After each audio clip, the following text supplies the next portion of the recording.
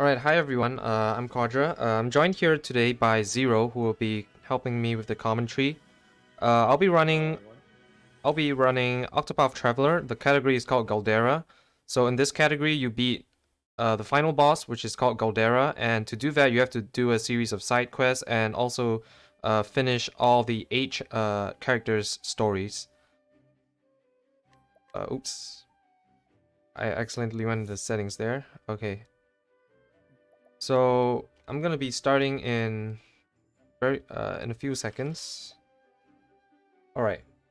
Uh, 3, 2, 1, and go.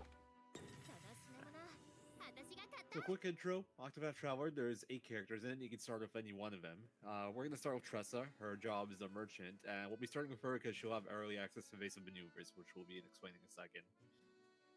So, starting with each character, there's a prologue. Once you get one character, it becomes optional for the rest, but for the first character you choose, you always got to do this prologue, a brief intro into the game mechanics. We're going to go to the weapon shop real quick, buy a bow for the elemental attack and slide attack boost. It'll help us for our chapter 1 boss, and we'll just be going through our basic little intro to the story. So here you see Tressa's path action for her first time. She purchases a bottle of wine off that guy. Essentially what Tressa is, she's a merchant. She wants to become a merchant and like travel the world, see new lands, make some money, that sorts of thing. And her village of Rippletide here is attacked by pirates, and they rob her fellow villagers, steal her bottle of wine, and she kind of wants to get her stuff back. So we're gonna buy a few more things. We're gonna get a safety healing grape there. Healing grape there is a consumable healing item. You normally start with 3. With that one, you have 4. You generally don't need it, but since it's a marathon run, an extra safety is nice. And we're gonna make our way into chapter 1 dungeon. Yes. Chat is asking if we can just get the desktop audio cranked up just a little. Desktop audio. The game audio? Yeah, game audio and Alex running through your stream just needs to be cranked up just a little so Chad can hear better. Okay. Your audio's great. It's just the rest of it. Make me louder. Let them hear my voice. I turned on game audio slightly. Let me try with Zero's audio in just a sec. Okay, I turned it up a bit, so if there are any more issues, let me know. Well, we can go, I guess I'll have to speak so we can test it. So, right now we're making way through Tressa's Chapter 1 dungeon. You can see Quadra attacking these things. Again, glad to hear that. And, so you might have noticed in the bottom left corner, those monsters have shields on them. When you knock off all monster shields, you break them. And when you break them, you do double damage, they lose their turn, and if you've broken all monsters, you can run away from them. To do that, you gotta hit them with weaknesses. All the monsters in Tressa's Chapter 1 are almost all of them, all enemies. They will be weak to a weapon that Tressa possesses, or an element that Tressa possesses. So, for a safer early game, we're just gonna go break everything and run away. We could opt into just running away without breaking, but there's a chance of failure, which does lose a bit more time. Yeah, so in this next map, I'm gonna take the first encounter here. So this first encounter will just get us some job points, and if you took any damage before this, it will also heal you right up because you level. And for the boss fight, I'll let Zero explain that. Perfect. Hey, look, he's surprised at sleeping pirate. Tressa, you're so good. You can actually get ambushed by that pirate, by the way, guys. That sleeping pirate can ambush you. But yeah, this is gonna be our first skill in the game, and this game has a very nice thing where every time your character levels up, they get fully healed at HP and SP. SP being kind of like your mana of this game. And we do that there. The extra level is really nice for this boss, but we also just need the job points. Job points will be used to unlock skills later on. We'll explain that more in depth as we go on. So here, we got the first boss right here. So this is actually a bit of a newer strat. We used to pick up a consumable and do this, but there used to be a fight where we would kind of take them both outside our tongues. So instead, we're just going to focus down one right away. Ends up saving a bit of time. So we're just going to take a beating for the first few turns, and we're going to keep on hitting Nick with trade winds, because weak to wind, and does good damage because of the wolf bow we bought. And 3 trade winds plus a fully boosted trade winds is just enough damage to actually finish him off. We focus Vic down first because it's the squishier one and because he deals more damage than Mac. That's kind of like the beefier, less powerful one. But as soon as you kill one of them, the other one actually gets angry and gets powered up. So this fight does get more dangerous. It's still completely manageable though. We're just gonna damage him some more, keep knocking down shields. We're gonna heal once he hits us one more time. And we're gonna take him out as soon as we break him. Also take note of the SP. In the top right corner, you have the yellow circles. Those are BP, the HP and SP. In this fight, you have just enough SP normally to clear it. It's a little bit more lenient since we killed that pirate. We're still gonna be left with 2 SP. Haven't crit. gone to BP at all. Should be fine. And yeah, you're still healthy. So you wouldn't see that attack right there with the old strap, but he charges up for that, and it actually hits really hard. But we're all good. So BP, this game has a mechanic where you can essentially boost your attacks using BP to either deal more damage or hit multiple times. With normal attacks, you get more hits. And with skills, you get a damage boost. Every turn, or you start the fight with 1 BP, and every turn after that, you get 1 more BP, and you can use the maximum of 3 BP to like quadruple your power, essentially. The core mechanic of the game will be used quite a bit. Yeah, And, boosting. look at our first boss there. Yeah. Boosting really is like the integral part of this game. It's basically what the whole game, the whole battle system revolves around. So Zero already mentioned, it allows you to increase the power. Also for debuffs and buffs, it increases the duration, and for normal attacks, it also increases the number of times you hit.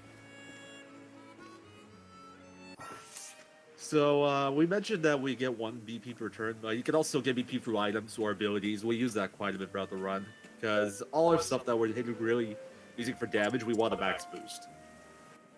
So now we're entering like outside our starting town, and this guy shows up and started like right by your first character's chapter, no matter who you start with. His name is Kit, and he got bitten by something. I don't remember. He got poisoned, and he needed a grape to help him out and heal him up. So that's like the first little quest right there. You give him a grape, he gives you 1,500 leaves, and you'll run into him some more later. You actually do have to finish your side quest to unlock the final boss, which is the goal of this category, to beat the final secret boss. Right, I want to see the cat. You want to see the marathon cat? I feel like the marathon cat's cursed. It'll be fun. So it would be fun. So right now we're in like a very low level area. All the enemies here we just want to run from. There's no point in killing anything because they don't give you much in terms of job points, which is our main goal right now is to get more job points. I'll explain why soon.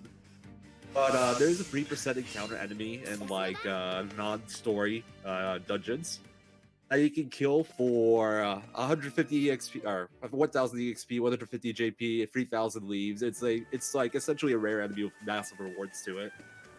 And Tressa actually has a very easy time killing it because of one of the boss drops we got from her Chapter 1 fight. It's an Ice Soulstone app.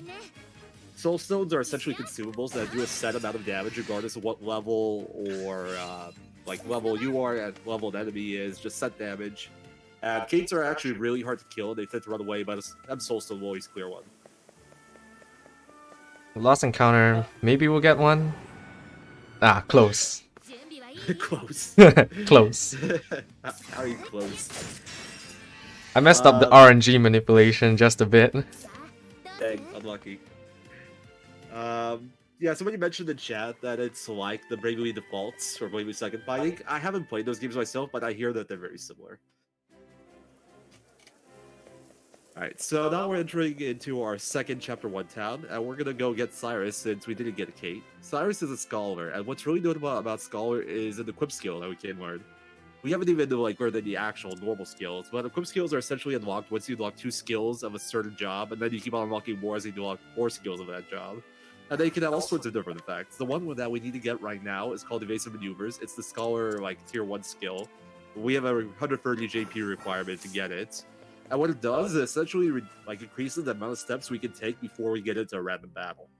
About by 250% or so. So like 2.5 times the distance before we get a battle. It'll let us get through to like a lot of areas where we die to the battles in there because we'd be very underleveled.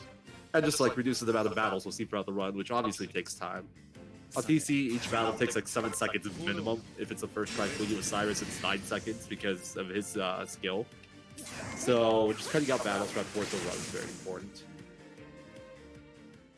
speaking of Cyrus' skill though, so Cyrus's passive ability is called Study Foe, where at the start of each battle, he will reveal one weakness on each enemy in the battle. The downside to this is that it costs about 2 seconds every time he does it, and it really adds up to be slow over time. Which is why the route we'll be using today will not be using Cyrus all that much. Ooh, caught by surprise. And by 2. And going last as well. Oh, and last. This is pretty unlucky. It doesn't matter in terms of you dying. You'll never die in this dungeon, but this will take a little bit longer to kill than we'd like. So right now we're just killing a few more enemies because we need to get 30 job points on Tressa so we can learn Hired Help. Hired Help is the reason merchants really overpowered for the early mid game. It's a skill that essentially lets you pay money to hire people to do damage for you. And that damage is not based off of your levels, your stats, or anything. It is based off enemy stats because you're hitting them. But it won't matter if we're level 1 or level 99. It's going to do the same damage regardless. And it will be used for clearing a lot of the early mid game. So there we go, we just learned it right there. Our first sword skill. And we're coming into our second Chapter 1 boss, Russell. So Chapter 1 boss is actually scaled based off how many travelers you've gotten so far. So Russell's, the second one, is still fairly weak. He has about 3,000 HP right now. Still no pushover though. Those ads with him are really annoying. They have long animations, but that Ice Soul Stone we got from Nick and Mac, we used to clear that out, do 1400 to Russell. Then we knock him, block him with 2 times of staff, get down 2 shields, and we see our first instance of Hired Help. So that right there, that's Hired Help Dancers. It costs 2,500 leaves. Well, for early game, that's pretty good damage right there. Yeah, Hired Help really is just so strong. It's actually gonna be the main source of damage for the early game because, like Zero said, our characters are very low leveled. We don't have stats. We don't have the stats to be able to deal large chunks of, nor the skills actually to be able to deal large chunks of damage to our enemies. So the highest tier of Hired Help is called Veterans, and you pay 30,000 leaves, which is a lot of leaves. That's why we're gonna go and get a lot of money right now. But you pay 30,000 leaves, and it does a lot of damage, and a lot more than oops, forgot. A lot more than what our characters will be able to deal on their own. So for the early game, that's gonna be our main source of damage. Yeah. Early game, short version description is go run around, pick up lots of money and useful armor and like weapons for later, and then go kill stuff. In fact, we'll be entering that phase soon. It's called the exploration phase, where we just run around, explore the world. We haven't mentioned it yet, but this game has a very nice fast travel system, where if you press select, oh, it's not select. I don't know what button it is on the Switch Joy-Con, but you can open the world map and you can fast travel to any town you visited to already. And you can do it from anywhere. You can do it from inside a dungeon. You can do it from inside a town. We use that quite a bit, but it gives us the benefit of, like, we could go to places early and either loot them or just explore because they're on the way, and then we can teleport there for when we actually need to go there. So right now, we're doing the little JP grind. I mentioned before we need 130 JP on Cyrus to get evasive maneuver, so we're just going to be doing what we see here. Classic marathon luck, man. 5 fight Whistlewood. 5 frog Whistlewood, let's go. This is my tournament luck right here.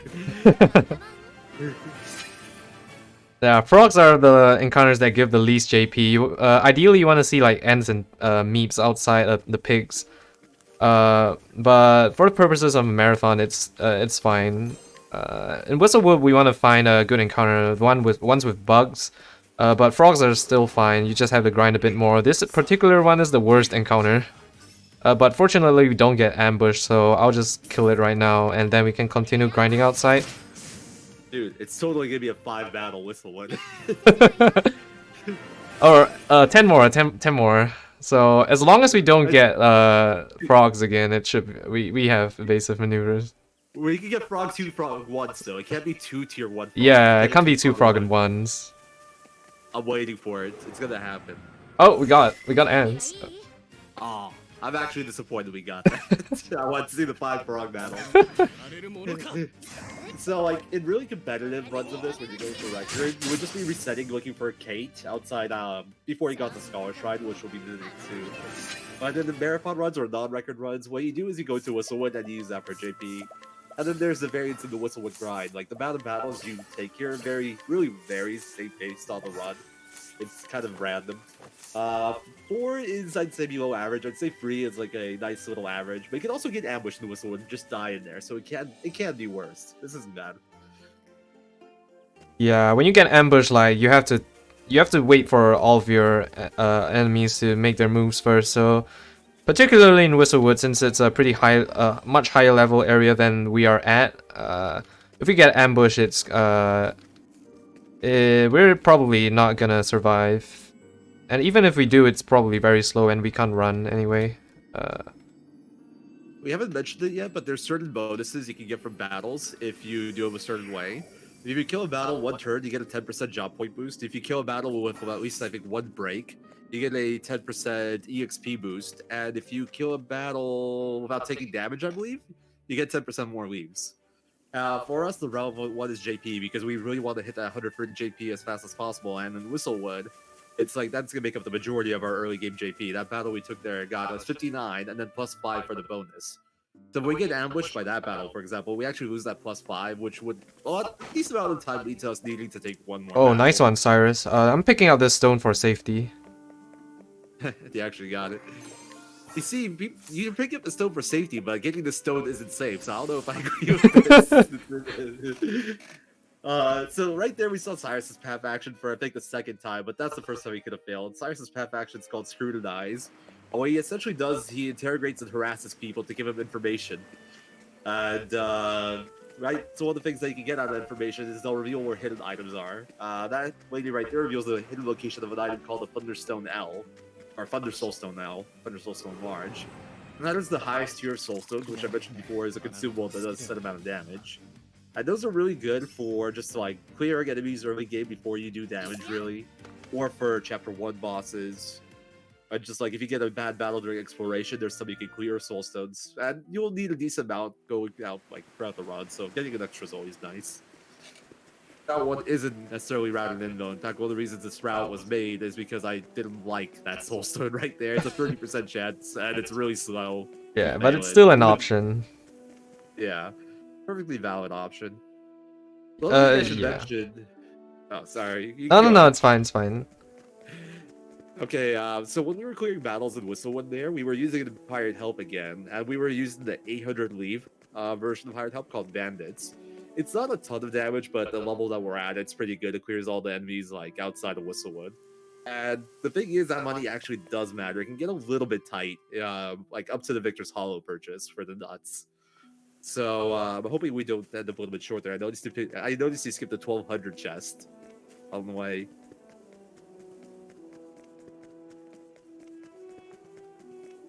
Should be fine. I'll just eyeball the money. Obviously, yeah. Worst case, you can just go and sell stuff a little bit early. It's just like it feels awful to do, but it's not a big deal. And I don't think we would use like 3, so it wasn't too bad. I think the time I ran out of money was like 6. Yeah, at worst, I just don't purchase like extra M stones. Yeah, exactly. We didn't even mention the shrine we picked up. So we picked up the Scholar Shrine earlier outside of Noble Court. This is the Warrior Shrine over here. What shrines are, they essentially unlock a job. Like Tressa's base job is Merchant, Cyrus's base job is Scholar. But you can also get secondary jobs and equip them onto characters. And to get those secondary jobs, you need to get them from shrines like this. So we will be getting 7 out of 8 base job shrines in the run. And we just use them for various things throughout the run. Like they all have a purpose of some kind. Sometimes it's like only for one skill or something, but they're all completely necessary. Alright, still guard screen. Are we gonna see the buffalo? Hopefully not. This one's the... I jinxed it. I think that's my fault. And caught my surprise. Classic. It was going from Warrior. Alright, don't go for Tressa, please. Okay, sure. We're fine. Okay, yeah, Cyrus sacrificed his life for the greater good. The nice thing about doing Tressa Start is you can break these guys with bandits here. You'll break the bull and you'll kill the bird, and then you can just run away. But this screen right here in general is cursed. You'll get this battle a lot of the time. Well, not a lot of the time. I'd say it's like a coin flip somewhere around there. and it can kill you. It's really slow. You can't escape it unless you get really lucky. You do have to break it some way. It's no fun. It's not something you ever want to see, but we've trusted our party and hired helpers. We do have ways to handle it. In other routes, that's not always an option, and it's way worse. I think I would have left him dead. Keep that study. It's fine. He can come. He can come. Oh, yeah, he can come before the buffalo, and break it as well. But it's fine. Yeah, that's actually partly for a better menu later on. But that's we taught Cyrus 2 skills with a game-based maneuvers: Blizzard and Firestorm. Blizzard is actually used for like killing stuff and breaking stuff early on. That Firestorm is literally just for the buffalo. If he goes first in that fight ever, it has like no other use besides that, and like just being convenient and like where it puts you in the menu. Yeah. Actually, yeah. So we come up on our first instance of what's called a save and quit. So, even though we have evasive maneuvers, some screens are still pretty long. So I'm going to the Merchant Shrine here. If you run all the way from the start of the screen, you're probably gonna get an encounter and die because it's a very high level area compared to us. But saving and reloading the save actually resets your step counter, so we're able to make it to the shrine without an encounter. So you're gonna see me do this quite often, especially in the early game, because when we're doing exploration in high level areas, we really don't want an encounter. Essentially, anything we see is gonna kill us. We're not gonna survive. Actually, since you got the Thunder Elstone, if you didn't get ambushed, you could have cleared it. Yeah, but I want to keep it also. It's a waste. And plus, the stats we get on our characters now wouldn't be particularly useful because the route we're using is the Ophelia Sorcerer route. Well, we haven't gotten Ophelia yet, but there's essentially 2 main routes for this category. There's a Cyrus Sorcerer route and the Ophelia Sorcerer route. Cyrus we already have in our party. But since we'll be using Ophelia as our main sorcerer, we don't really have much benefit in buffing up Cyrus right now. We're getting him more JP, XP. It's just kind of wasted. So any battles before we really get Ophelia aren't really worth much to us. And there'll be some cases during exploration where you can get into a battle and you can sometimes kill it even though you're under leveled and you shouldn't be able to.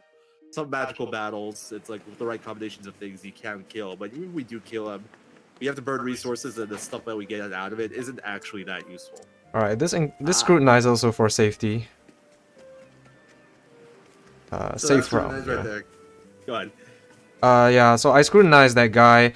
It's for a quest that gives 11,000 leaves. This is for safety because later on the run, I'm gonna need Cyrus to do a pretty low chance scrutinize, and if I fail 5 scrutinizes, I have to basically, the townspeople won't like me anymore, and I can't do anything that town. So what I have to do is I have to go to the tavern and reset my reputation in that town, and that costs a lot of money.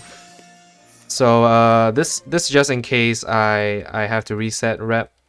Most of the time it should be fine because we have the scrutinize is 30%, just like the one in Noble Court just now for the Thunder L.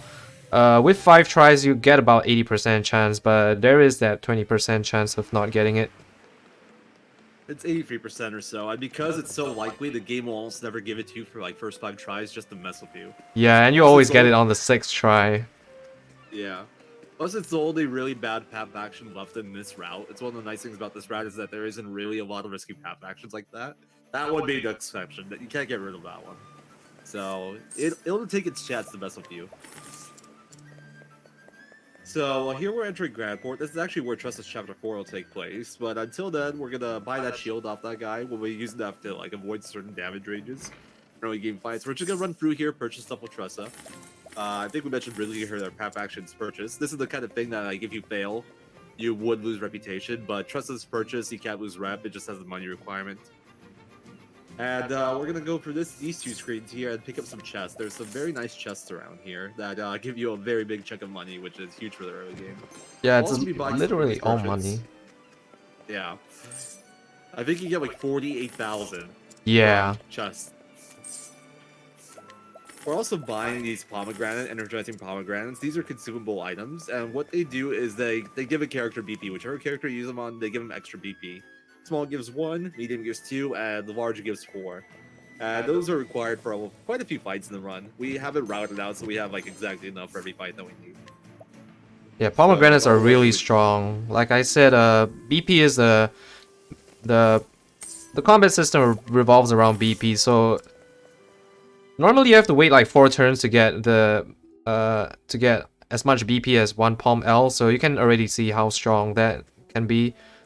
Something else I also purchased on the first screen, I don't know if Zero mentioned it, he mentioned it earlier, but nuts are consumable items which increase your stat permanently, so we're going to be making use of a lot of nuts to set up for the end game, and also throughout the run, surviving damage ranges and stuff like that. It's all really well routed in that every character just gets exactly enough stats to like survive certain things that like are risky. Now, like for example, bosses. A lot of bosses we have it routed, so it's like if that boss can ever like it's random who they attack. They generally get like 2 attacks, and we have it routed, so it's like there's no combination or very few combinations of 2 attacks that'll kill someone. And it's like thanks to use of nuts, gear like that adamantine shield we picked up real quick in Grand Court. So it's actually like for a category that's like this long, that has to fight so many fights. The run's actually fairly safe in that regard. Most of the risk of the run is more through like random battles and ambushes rather than bosses. Yeah, the hardest bosses are actually... Well, they don't actually have a high chance to kill you. But some of the more dangerous bosses... you have to pay attention a lot to like turn order and stuff. And they can mess up your train of thought if you get some bad RNG, but most of the time it should be safe. I guess the most dangerous one would be like Goldera. That's kind of it. If we count phase 2 technically, because there's times where you can't do anything. Yeah, you just lose straight up. Yeah, you can do that. But usually that's not the case. Yeah, we made that fight a lot safer than it once was. It's like you have to get pretty damn unlucky. Yeah. But besides that, it's like generally the fights like it's status you. Because between turn order and statuses, things can get dicey. There are still ways to mitigate, yeah. We haven't really mentioned how turn order works in this game. There are things to manipulate it. Like, for example, a enemy coming out of break will always go first on the turn they're coming out of break. If you defend, that'll put you in the front of the turn order. But for the most part, like, turn order is just decided by speed, and I use the term decided loosely because it's mostly random. Speed, it kind of just, like, pushes it in a certain direction. But really, the game, it doesn't care. It'll do whatever it wants. And exactly. A lot of the challenge in this run is just, like, playing around the weird turn orders that you get and just, like, optimizing fights as best you can with what you're given in terms of turn order. And also just getting lucky. A lot of the time, getting optimal turn orders for the fights that you want to be optimal. Yeah, just get lucky. I'm gonna do a few things later with speed. I'm gonna equip some speed items on some of my characters to hopefully get better turn orders, but we'll see what the game gives me when we get there. Like, we say we're gonna equip some speed items to, like, push speed in certain directions, and then our slowest character, who we're intentionally going to make slow, or because we want them to go late, is gonna go first, like, exactly, every time. Yeah. And our, like, fast person's gonna be our fastest person by over, like, 150, 200 speeds, gonna be going after her. It's gonna be good times. Can't wait. Anyway, we go back to the story real quick. We actually started Trust in Chapter 2 here. She ends up in Quarry Crest, and she recognizes these stones as valuables. The miners here are just, like, selling to her because they don't see the value. So as part of her quest, we just gotta go and purchase these stones off these guys. And meanwhile, they also have soul stones and some miners that we generally want. So we do it both those at once. We buy those. We buy the story stones. We buy the soul stones. And after you buy the 3 story stones, you actually have to run back to the previous screen, like, to the front of it. And that takes a while, because we're at, like, the furthest edge of the right screen there. So what we do instead is we teleport to a different town. We're going to do something here that we need to do at some point in the early game anyway. And then we're just going to teleport back to Quarry Crest instead of running all the way back through that screen. And that will get used a lot throughout this run. It's just a very nice, clever way of reducing loading times for screen transitions and movement time between screens. We're just going to do something in one town on, like, a far end of, like, the town that we don't want to run back from. We'll teleport to a different town. We'll do something else that we need to do there. And then teleport back. And it just ends up being faster. You want to tell them about the items you just bought there? Yeah, so what I bought there, 2 very nice items. one of which we're gonna be using very soon. So I bought 2 accessories there. Each character can equip up to 2 accessories. So what I bought there was the Mighty Belt. So Mighty Belt is an accessory which increases your physical attack by 50. And Elemental Augmenter is gonna increase your elemental attack by 100. So Mighty Belt we're actually not gonna make use of until the end of the run, but Elemental Augmenter is very strong. 100 elemental attack is extremely is a lot, just saying, because your max stat is 999, so that's like a tenth of your max elemental attack. And the fact that you're able to get Elemental Augmenter so early in the game, and for 6,000 leaves, that's very cheap, by the way, so just makes it a really good purchase at this point of the game. And you're gonna be using it for the entire run, and in fact, we're gonna get multiple Elemental Augmenters for the end game. Eventually. So there's 3 total in the game. One is that one right there. Sadly, it's in the far corner of Stoneguard, so we have to run through that whole screen, but it's completely worth it. And then one is Walk Behind Cyrus's Chapter 4 boss, or Chapter 4 quest, I guess, technically not the boss. The problem with Cyrus Chapter 4 is that it's a boss with 30 shields, pretty tanky and dangerous.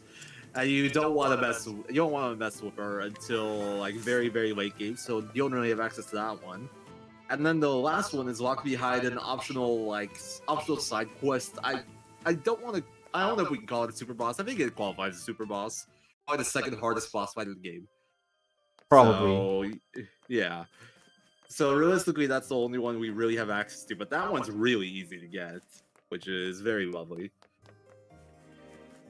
So here we got our third character, Therion. Therion's a thief. He wanted to break into this manor and steal a dragon horn because apparently it was really hard to do and he wanted a challenge, if I recall correctly.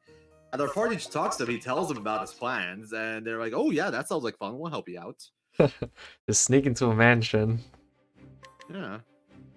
I like doing some burglary, let's go. Okay, so something to take note here. I do a save and quit here. This because I have a large group. Normally in like world record attempts, you have a smaller party here. The groups get bigger as your party gets larger, and failing to run from large groups is very slow. And of course, Cyrus also has study full. That's even slower. If you get a Kate, you won't have Cyrus here because you delay him until later. So that's why I chose to do save and quit. So here's our first chapter 1 boss. Roll back to this. Now we see the power of large soulstones. So you might think this would be like a hard fight or something. We have 3 characters. We haven't even equipped anyone yet. Besides Trust in chapter 1. But no, we're just gonna chuck 2 soulstones and he's down. This is the power. This is the power of early soulstones. Like, these are not supposed to be this accessible, but thanks to evasive maneuvers, we're able to get into areas that we're not supposed to be able to get into early. And soulstones don't care about stats, so we can do stuff like that. Yeah, they deal set damage, fixed damage, and large soulstones at this point of the game are very powerful. They're kind of how they're gonna be the main damage for chapter 1 bosses when we're picking up characters in this early part of the game.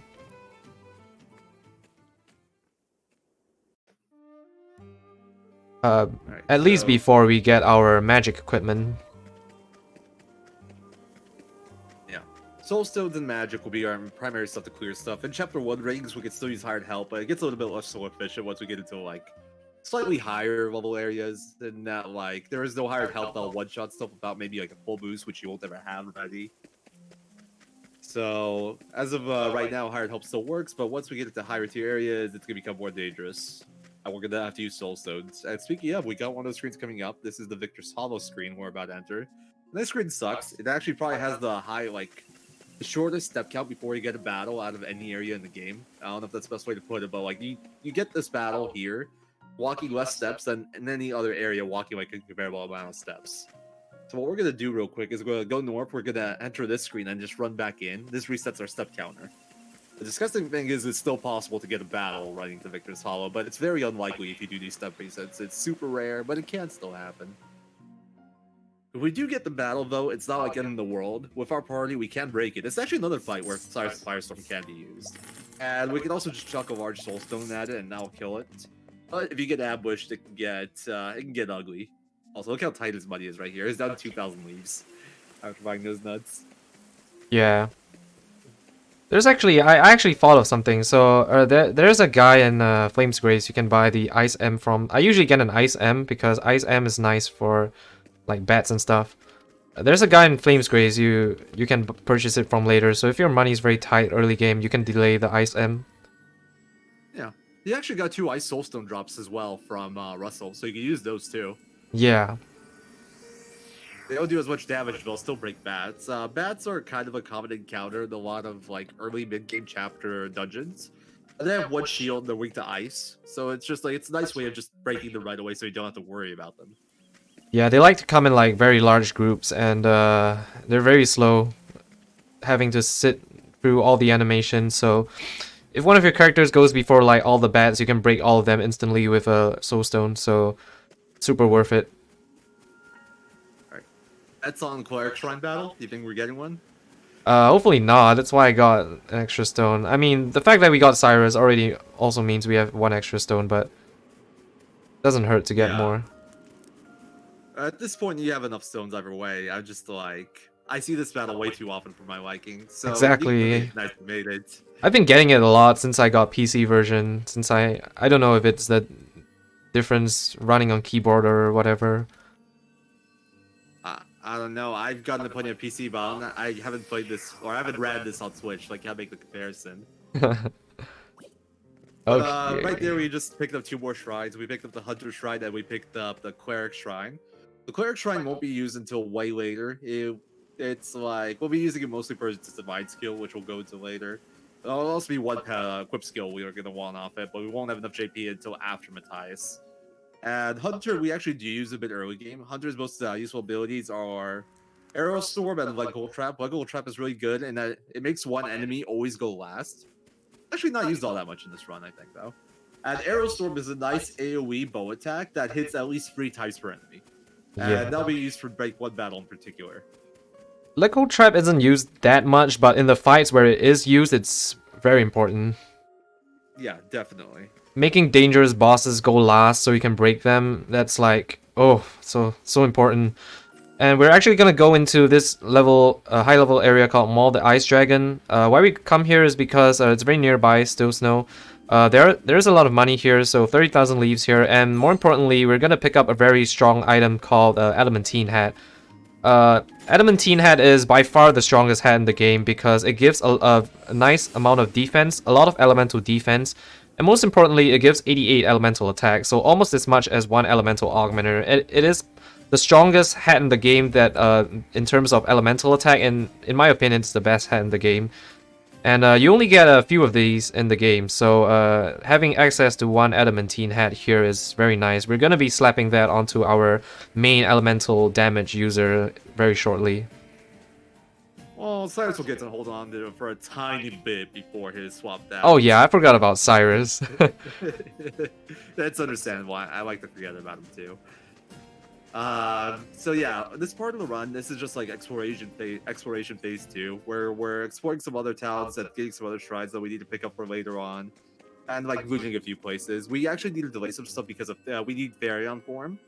Therion has the ability to open purple chests. No other character in the game can open purple chests, even if you slap thief on someone else. It doesn't matter. Only Therion can open purple chests. So he's stuck in your party for a good bit in the early game because of that. And even casually, if you want to loot everything, you'll want him in your party. But the places that we're going to now had purple chests, and we couldn't get them without Therion. So that's why we had to put it off until right now. And we just got Dancer Shrine. Dancer Shrine isn't super important, but it definitely has a few important fights. Mostly we'll be using it for the Dancer skill Peacock Strut. Peacock Strut is just a 1.5 times elemental attack boost on whatever character you use it on. And we'll be using that quite a bit to buff up our main elemental attack, the damage dealer. That might have looked quite weird right there. We exited the screen and then ran back in. That was another step preset. You can actually make it to Wellspring without doing that, but it's really unlikely, and if you get a battle on that screen, you're probably gonna die. And sometimes you can even get the battle before you. Yeah, I've got it multiple times, and this screen as well. This screen is cursed, by the way. Yeah. I can agree with that. We It's gotten me a few times. it's affectionately known as like there is a Thunder L on this screen which you can get, but we affectionately call it the Cursed Thunder L because usually you die if you get that because getting an encounter. Yeah. But you can also get an Yeah, encounter even if you don't get that. Oh, the screen we got there, I've seen someone get a battle there maybe once. It's super unlikely if you skip that stone. If you get that stone, all bets are off. You can't even get the stone and make it back to where you came from without risking an Yeah. encounter. Just TP back to Wellspring. There you go. There's the IQ strat. Right here, we entered these catacombs real fast. And that was just another step counter reset. There's actually some very good armor in there. And we will be picking up one of the items that's in there. It takes like maybe 60 seconds to pick it up now. But that actually does lose us time. Our other way of getting it is faster. We're going to buy it later. And there is the risk of getting a battle if you pick it up early. So even though it's something that is really important to a route, we're going to delay picking that up. Or we're going to not pick that up from there. We're just going to get it off an NPC later. Yeah, anyway, it's not gonna be used until late game anyway, so we don't have use for it even if we did pick it up now. You could have made Therion faster so you could still get outsped by Ophelia with BT staff. So this is another chapter 4 town, which means good loot. This guy has 3 soul stones, the person on the left has 2 pomegranates. We're gonna buy all those. And then there's 3 more chests just sitting here waiting for us to pick him up. There's some good stuff. High House Armor, 25k, and Enchant Circlet. The High House Armor and Enchant Circlet, those are just like good pieces of armor. They don't offer anything in terms of offensive stats, but they're very good defensive, and they're just right there. And the 25,000 leaves is, well, this 25,000 leaves. Yeah, very convenient. It's actually gonna be on, yeah, we're actually gonna put it on our characters for the rest of the run, and I think when we pick up weaker characters later, it's also gonna help beef them up, just in case. Yeah. And coming up is the last area of exploration, kind of, for this part of the run at least. Easily my least favorite maps in the game. And also... It's not just you, buddy. Yeah. And also, like, pretty much the most stressful part of this run for me in terms of exploration. Because if I got to this screen, it probably means that the rest of my exploration went pretty okay. So this is the last one, and it's probably the most dangerous screen as well. Well, not this screen, later on, after this. This screen too. This screen can still get you also. Yeah, it can. Yeah. That screen right to save points fine. This is another saving point to reset step counter because you can't make it without doing that step reset. Well, we're gonna go and tag Everhold right now. That's gonna be Prim's chapter 4 area, and this run is dangerous. It's not that dangerous. This run isn't too bad. You can still get battles here. I've seen a lot of these running Prim single story, honestly. But afterwards, we go to a place called Everhold Tunnels, and that place, it's a nightmare. It's a nightmare to go through that area. It's so stressful to go through that area. It's probably the area where speedrunners focus on their movement the most, just because it's where it probably has the most impact. Yeah, exactly. Every extra step there is just like, oh no, I messed up. I'm probably gonna die now. Yeah, well, one misstep, I'm always like stressing out if I accidentally take one extra step. Like, oh no, am I gonna get an encounter? Yeah, it's like that just killed my run. Mentioned something about Jello. Yeah, I think he mentioned that it's like about an 80% chance to make it through successfully using cheat engine to like analyze the step counter or danger level or something. I don't remember, but it definitely doesn't feel that way. Shout out to Jello. Honestly, yeah. Shout out to Jello, OG Octopath speedrunner. What was I gonna say? I completely lost my train of thought, honestly. Alright, I'm gonna have to focus on this part of the run, but you can go ahead and talk. Alright, so we're gonna pick up this hidden chest right there at Palm Out, and then our goal is to make it to the boss of this area, which might sound weird because we're not gonna fight it. But before every boss and like these options, very early. Before each boss, it's oh no, we got the battle. Okay, yeah, was it first maybe? Oh, you can't even break this one. Yeah, that's yeah, you can break the goats, but not these ones. Yeah. So yeah, this is what we're talking about. This is a death, and this takes a long time. They don't always kill you quickly. You're not gonna kill them, and then like you have to. The game puts you back outside the tunnel, so you have to enter the tunnels, get run back through the screen again. Oh, it's so stressful. It's okay. I'll It's do a my marathon. best. It's not a world record run. You have plenty of time, so Exactly. yeah.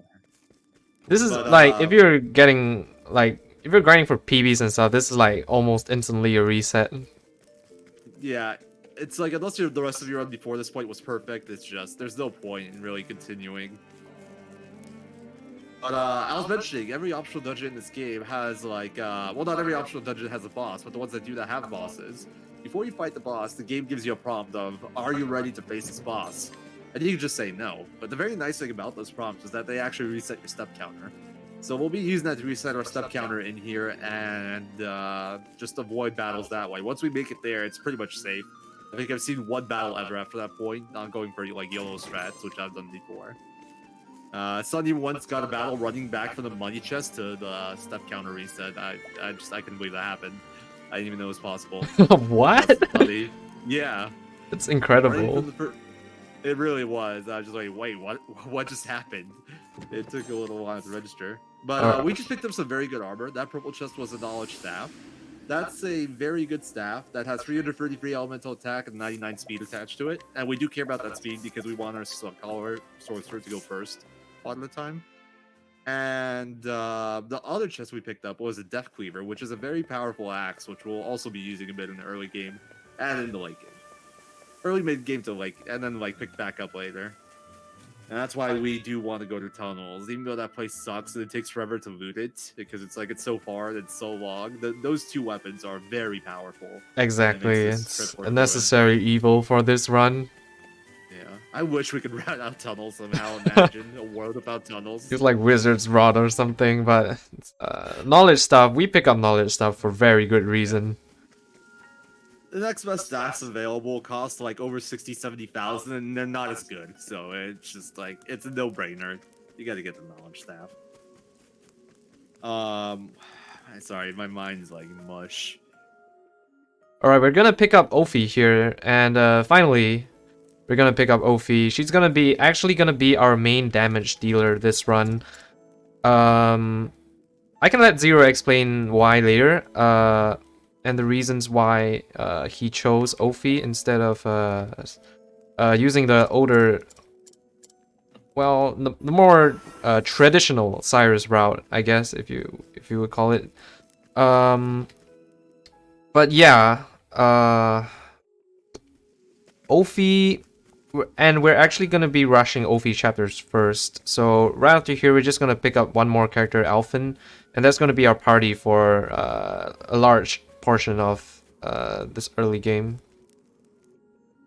We haven't really mentioned why we've chosen the characters that we've chosen. So Tressa, I mentioned at the start, is because she's pretty close to evasive maneuvers.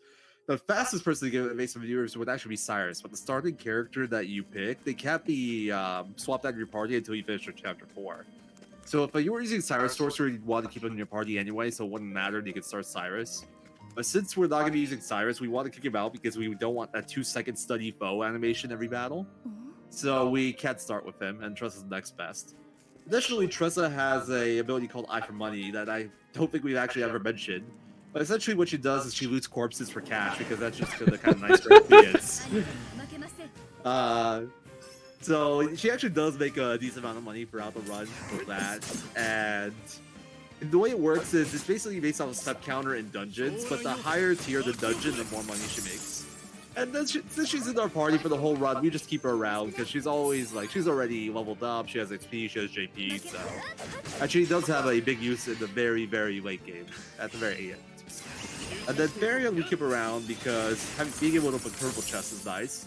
We'll be doing his boss really late as well. But also in his chapter 4, there's gonna be a steal we need to get, and that steal is a 3% chance of his not leveled. On level 45, it's a 55% chance, so that's a big part of why. And he also has a big role to play in the end game. And then 2 other character slots, those will just be our sorcerer, our main damage dealer, and whoever story we're doing at the time, for the most part.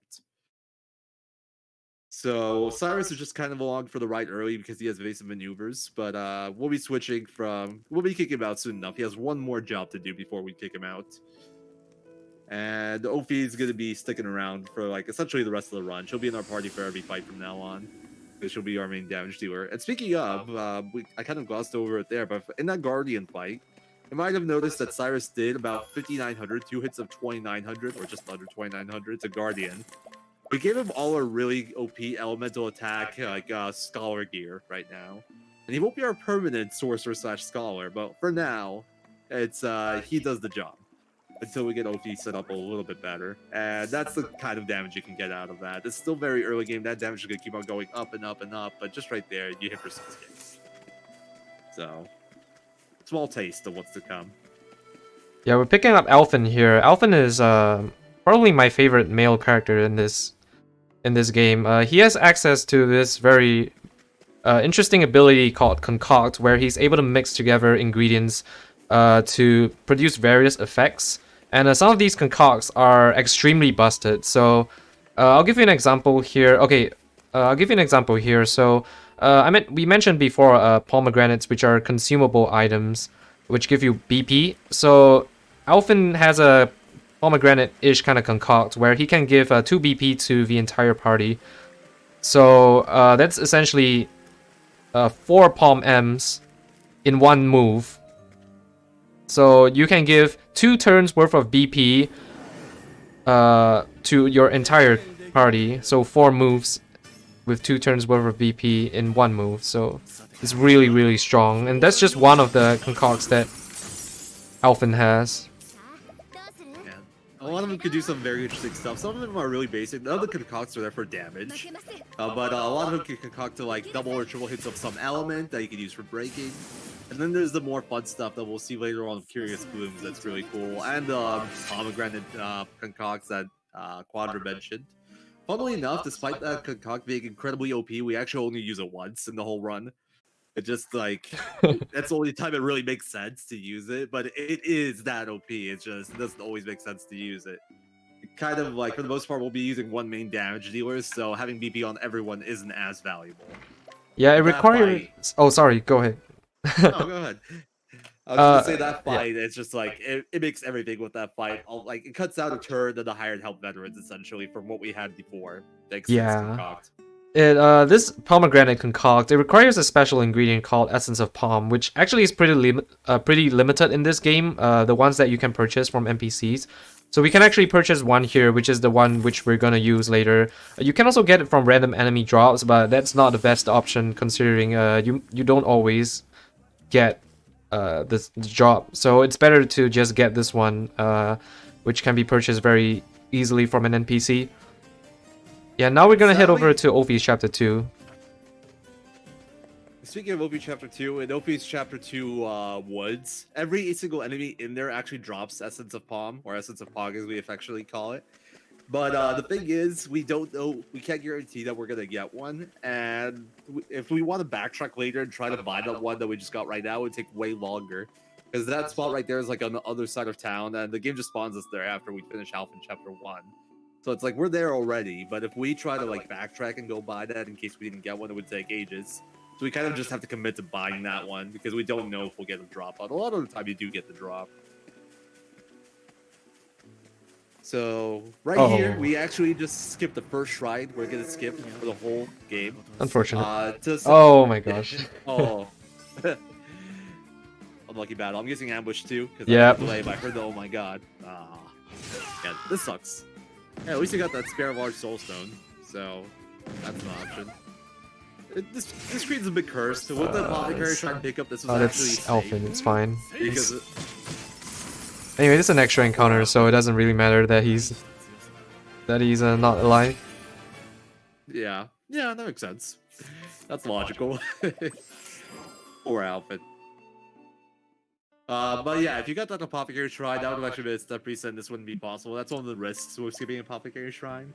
Apothecary Shrine was only used for one thing. It had an equip skill that just gave you a bonus 500 HP.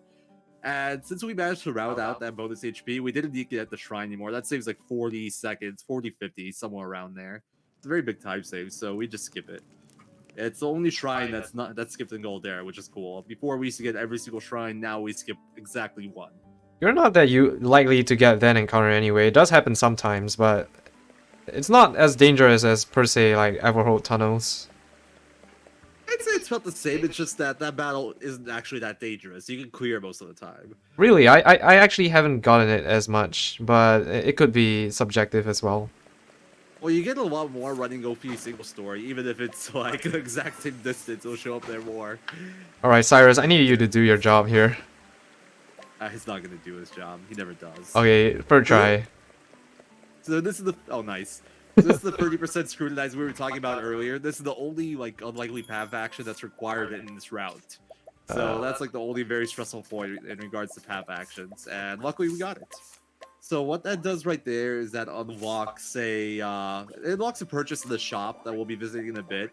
And that item that we need to buy in that shop is very important. I'll go over it when we get there, but it's huge. The run would not be possible without it. So you got to get that scrutinize. So right here, we're finally using our nuts that we picked up for the course of the run. We're now setting up OP to be our main scholar. This is where she starts doing stuff. Oh, nice. She has enough JP to get invasive maneuvers right away, too, because of that extra battle. Oh, but whatever. I didn't. Well, yeah, it's fine. It's just, yeah, I don't see it right away because of the delay. Oh, good. Normally, she doesn't have enough JP there, so you have to give it to Tressa for a little bit, and then switch to OP. Since we got that extra battle outside, we had just enough JP to get it. Yeah, this is actually a different menu from like if you were grinding for PB attempts and stuff. I say PB attempts is because I can't. My PB gets a Kate, so I usually I don't do like the Kateless route. So this is a different menu compared to the Kate route. Yeah. It's also longer and more difficult, and it's probably the hardest menu in the whole run, in my opinion. You gotta do a little bit of everything. You literally visit pretty much every option in your menu. You go to inventory, you go to heal, you go to equipment, you go to jobs, you go to skills. You do a bit of everything. And you also swap out a character. That's just it's a lot to remember. So you actually did that menu pretty well. Well done. It's been a while since I had done the non-Kate menu, so Yeah. it was alright. Possible. I made that menu and I don't remember how to do it. For this. The Kate menu is so easy, but this one is like just exponentially harder. Yeah. So when I routed the Ophelia Sorcerer route, I routed it with the intention to go for world record attempts. So when I routed it, I explicitly routed it for Kate first because like at that point, record was good and there was no way I was gonna beat it without a Kate, or at least I thought. We came up with enough optimizations that it probably would have been possible without a Kate, but that was the logic behind it. So the non-Kate version of this, which is like the more accessible version where you don't have to grind for a 3% encounter, actually got routed after the Kate version. At some point, they're probably a little bit more painful in the non-Kate version because of that. Although I do think it's about as good as it'll get. It's just like there isn't really much you can adjust. Yeah, and it's a very good option for beginners to learn and also for marathons. It's not that much slower, especially considering it's a 4-hour run. Kate saves you like 2 or 3 minutes tops. So, Yeah. for the purposes of a marathon, it's fine.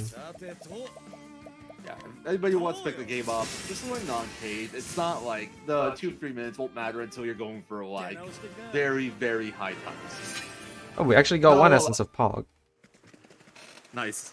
Let's go. Essence of Fog.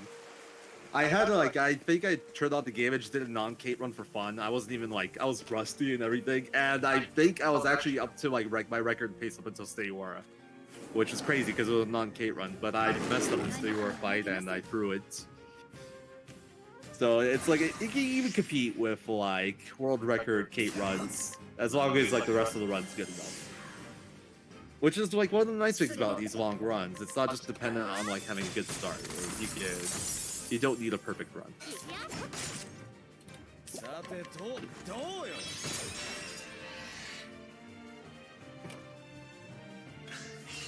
We're gonna see our first instance of hired help vets. You're gonna see how much damage it deals here. A lot of damage. Also, what I did was apply a debuff known as Armor Corrosive. So Armor Corrosive decreases it increases physical damage by 1.5 times. So even though hired help vets doesn't take into account your stats, it does apply physical damage, which is why Armor Corrosive works on vets. And pretty much we're gonna apply Armor Corrosive every time we're gonna use vets. So with vets and You also saw Death Cleaver Amputation there, which is the axe we picked up in Everhold Tunnels. Amputation is a very strong axe skill that has a very high chance of dealing critical damage, which is like a 1.2 times multiplier or something. Yeah, and of course with Blizzard as well from Ophi, so able to make very short work of Chapter 2 boss there. Yeah, that was a Chapter 2 boss. He has like 35,000 HP. We just two-turned him. We're still like level 10 or something, level 12-ish. So yeah, that's pretty impressive. But Armor Corrosive and Hired Help Veterans is gonna be essentially our bread and butter for like the first like 4 or 5 big bosses. It's gonna lower their defense and hit them with vets. It's gonna be used quite a bit. That's why we need all this money besides equipment purchases to pay for those vets. Speaking of those equipment purchases, we just bought 5 empowering bracelets. That's what we needed that scrutinize for from that guy Osiris. And empowering bracelets are a very OP accessory. What they do is they just give you a flat 500 bonus HP. Might not sound like much, but that gets you enough HP to survive like most boss attacks, essentially. Well, pretty much all boss attacks until like very, very late. And it's way more valuable than any armor or resistances, because the way they work in this game is that they're fairly linear. Like 100 armor will reduce a physical attack by like maybe 100 or so damage. But HP, like you get in these larger quantities, you get like 500 HP, so that's the equivalent of like 5 of those 100 damage. Man, that menu was so much better than that previous menu. I'm just glad he didn't start off with 2. Yeah. That got me so many times when I first started running this. This is like the only full game route, or I think any route at all, where you actually have the option to start a different chapter than Ophelia's chapter 3 when you get here. So, and Alpha's chapter 2 ends up on top. So that's a fairly common mistake. Yeah, this menu I've actually had a lot of practice with, so you can see it was a lot smoother than the previous one. Yeah. We're doing Ophi's chapter 3 now. We're gonna do another instance of like teleporting somewhere else where you have something to do. Because the next part of Ophi's chapter 3, we're gonna have to go back to the first screen. And to do that, we have to exit the church and then exit this screen. So that's kind of slow. So we're actually gonna go over somewhere else where we have something else to do. We're gonna go to Still Snow, then we're gonna make our way over to Northreach, so tag another town, which is where Therion's chapter 4 will take place. The reason why we go to Northreach is because Zero mentioned the empowering bracelets. They give 500 extra HP. We can purchase an empowering necklace from Northreach, which gives 1,000 extra HP, so a lot more powerful, and because it's only in one accessory slot. We also killed the encounter on the way there for extra XP and JP, and purchased some items there, notably a magic L, so another nut, and the largest version of the magic nut, which gives a lot of magic attack, and is very important for Ophi. Well said. So you might have noticed that we only bought 5 bracelets. In older versions of the route, we would buy more because we would delay this Northreach purchase until later on, or this Northreach trip forever. But because we do this early, we can essentially buy less bracelets because it's like that necklace is the equivalent of 2 bracelets. And we're gonna buy it later on anyway because we're gonna need to stack HP. I was petting my cat, he just bit me. Oh man. So we're gonna be stacking HP quite a lot. We're gonna need that. We're gonna need the empowering necklace regardless. So it makes sense to just buy less bracelets, go here a bit earlier, and buy the necklace. And save some money that way. Variant first. So this fight can actually kill people. It's a little bit scary if they ambush you, but for the most part, it's not that dangerous. They do that attack right there. Lower critical, which, yeah, we don't care. And these guys are both weak to axe, so one hired help bandage just breaks them, and then it's just a matter of buffing up Ophi a little bit and letting her finish. Right there, Alpha used Donate BP. That's like a pomegranate except in skill form, so we don't actually use items there. Elgate used a lot to give our main damage dealers BP. And that's one of the other reasons that Merchant's pretty powerful, since you can just stack BP without using consumable items. And yeah, buffed up Ophi, full damage, tier 2 spell after breaking, and this is like a chapter 4 area, we just cleared no problem. You can use a stone on the lizard, so sometimes if things are going really badly, or if it's a lot faster to use a stone, I'll just do that. But in that case, it wasn't that slow to. Yeah, it wasn't that slow to use the spell there.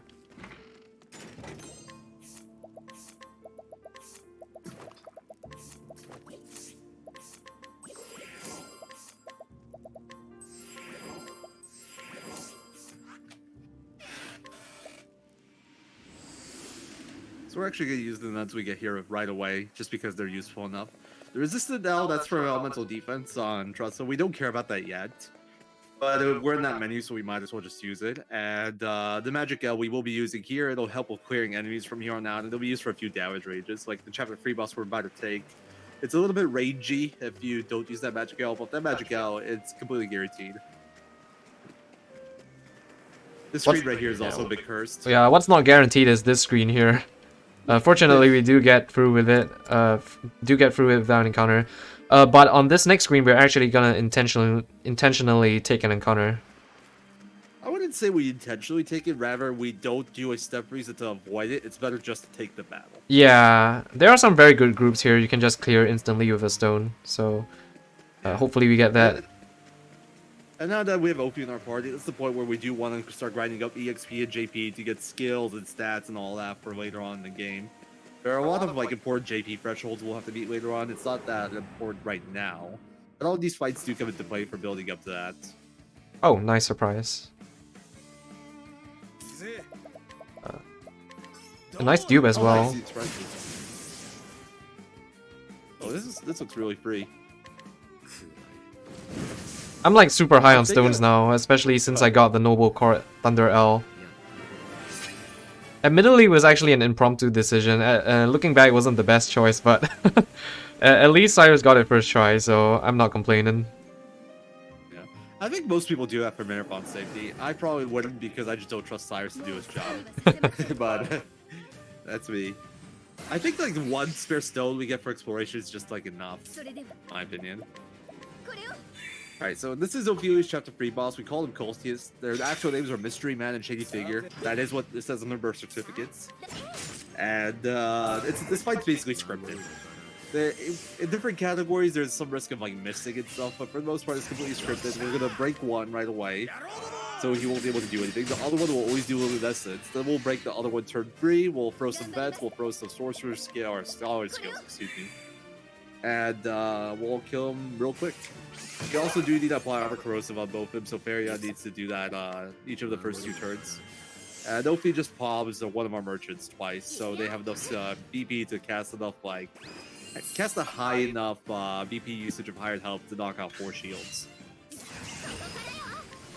Yeah, the nice thing about Mystery Man Shady Figure is even though it's a Chapter 3 boss, they actually have as much HP as a Chapter 2 boss, because it's kind of split between the 2 guys. So actually 1 Vets is enough to take both out, especially since both our Vets and Lightning Blast here are AoE attacks.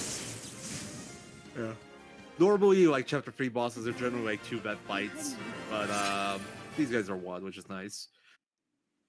Yep. We haven't mentioned why we're doing Ophelia's story first. We actually are going to keep her in our party the whole run, so it might make some sense to delay her. But finishing Ophelia Chapter 4 is required. There's a quest that is we want to do as soon as possible, and the requirement for it is finishing Ophelia Chapter 4. That quest will unlock an item called Magic Friendship. It's an accessory, and what it does is it gives you 50% more JP for every battle that you do. And we will need a lot of JP throughout the run, so we just rush through Ophelia Chapter so we can get access to that as soon as possible. Yeah, in fact, we need so much JP that just killing bosses doesn't give us enough JP. We actually have to take random encounters. So that's one of the reasons why we took the encounter inside Ophi 3 as well. And I'm actually gonna be I'm gonna be keeping track of how many encounters I get and my XP and JP route. Yeah, because I'm gonna have to hit some certain thresholds for JP to teach skills before certain boss fights. So one of the skills of a Goldera runner is to be able to discern which encounters he can skip and which encounters he should take. He or she. Yeah. It's like it's a nice little test of decision making and like just keeping track of like what you have available to you. And you obviously want to kill as few things as possible because killing stuff takes time, and we don't want to spend time killing stuff.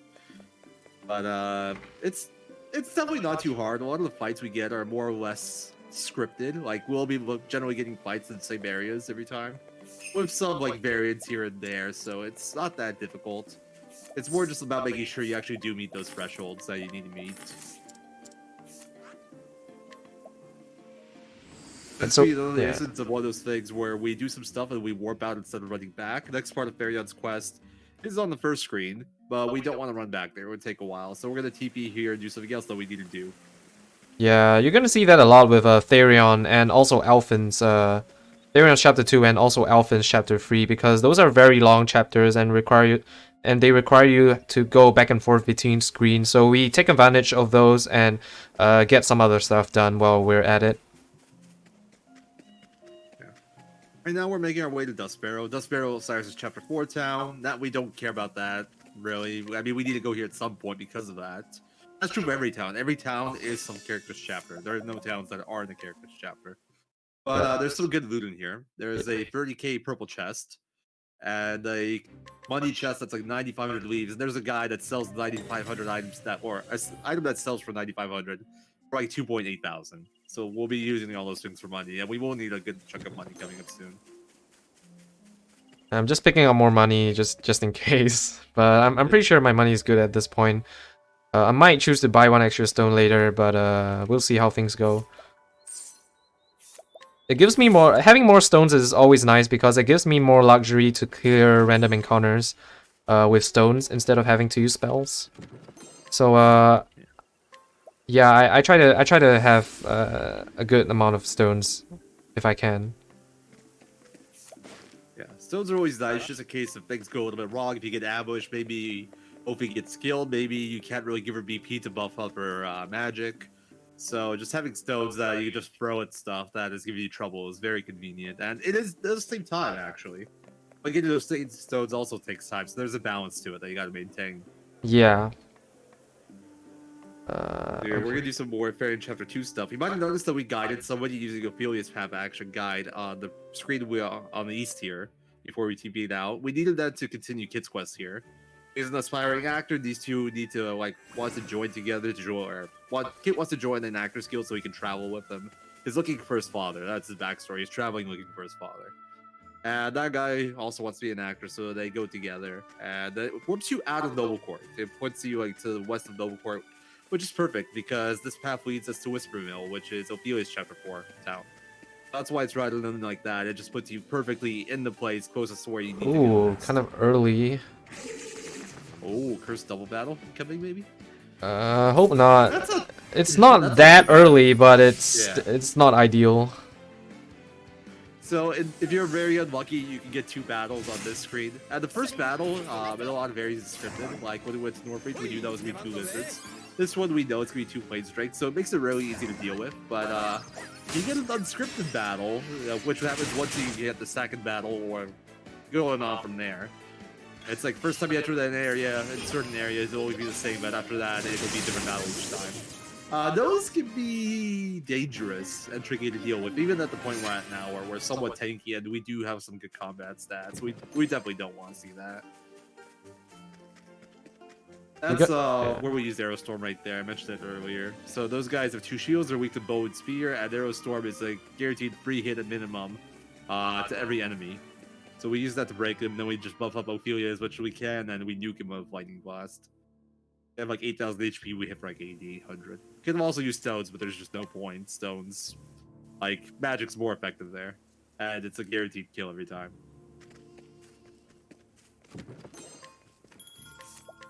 So here we start Ophelia's chapter 4. The interesting thing about this town is that nobody will talk to you or interact with you in any way until you finish Ophelia's chapter 4. Essentially, they've been brainwashed by Matthias, and it's gotten them to join their cult, essentially, and everybody hates you.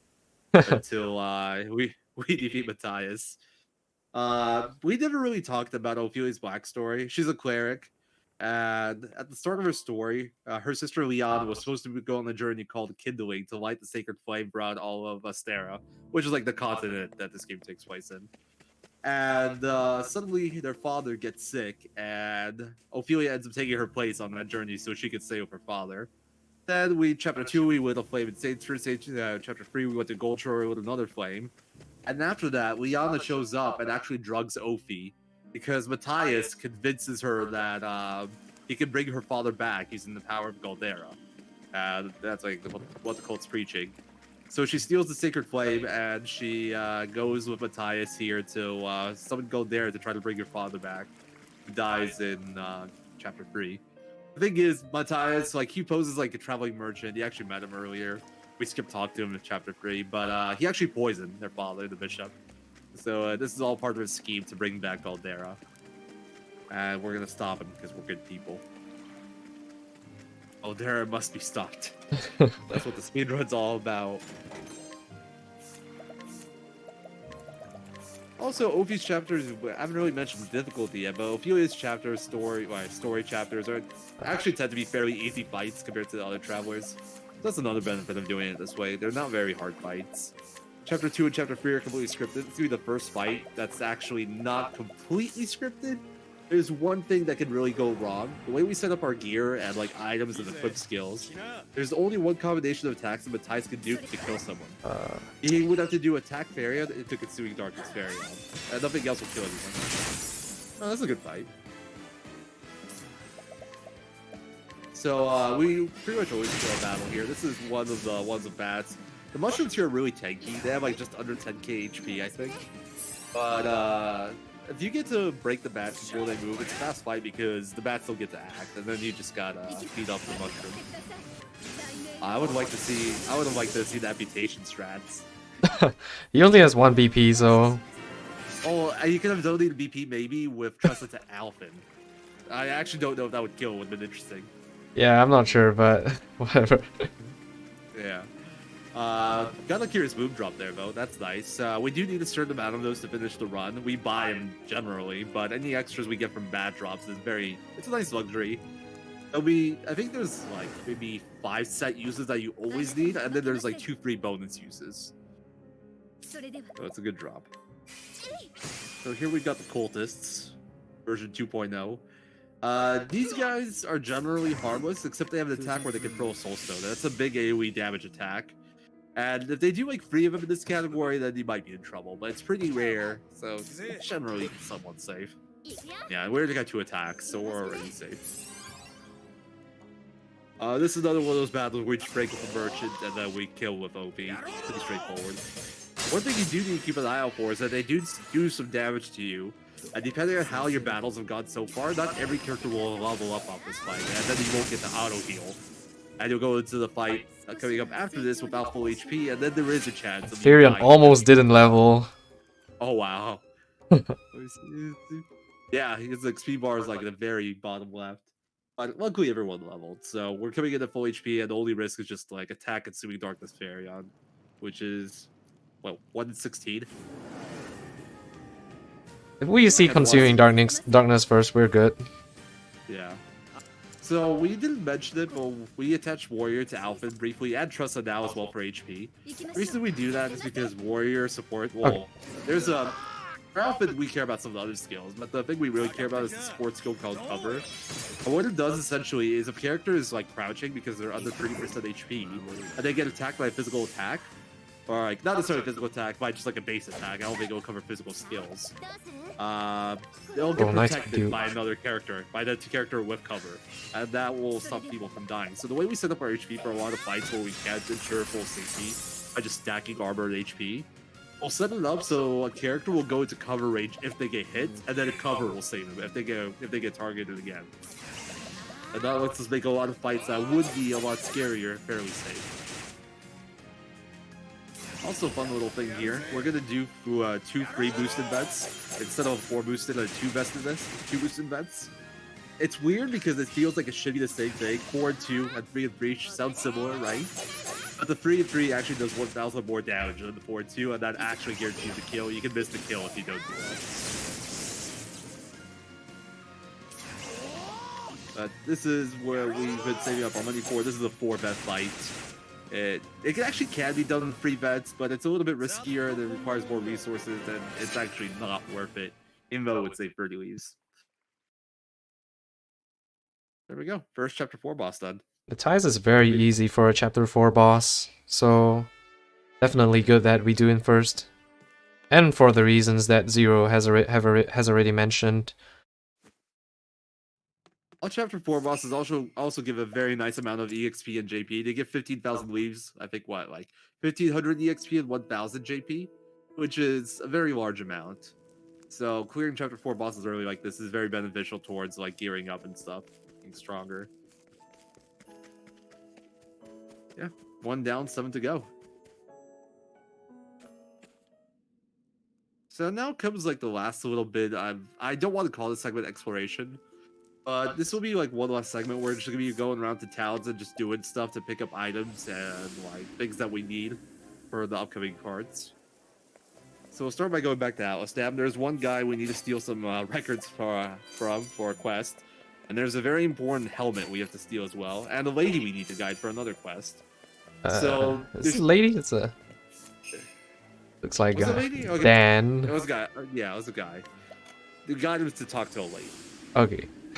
Yeah. It's Dan the man, not Dan the lady.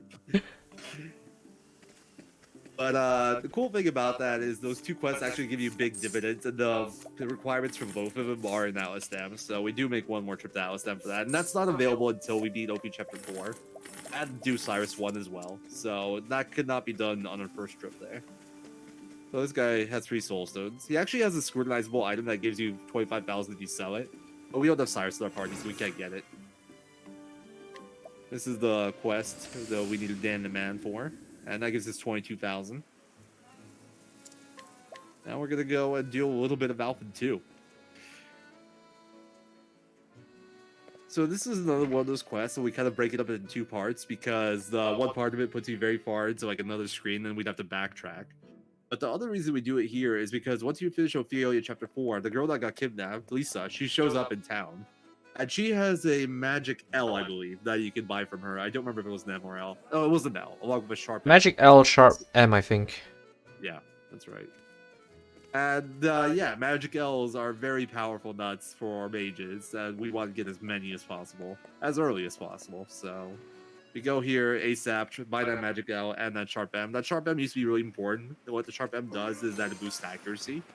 And there was quite a few fights in older versions of the route where that accuracy came into play. We'll be using it on Ophelia. But nowadays, there's only one fight where it really comes into play. We still do boost our accuracy with a non-erring bracelet, but like with that, the sharp M is no longer relevant. And there's one fight now where we don't have the unerring bracelet and we still need accuracy. And even then, it's like sometimes it doesn't even matter. There used to be a lot more fights where that sharp M was required.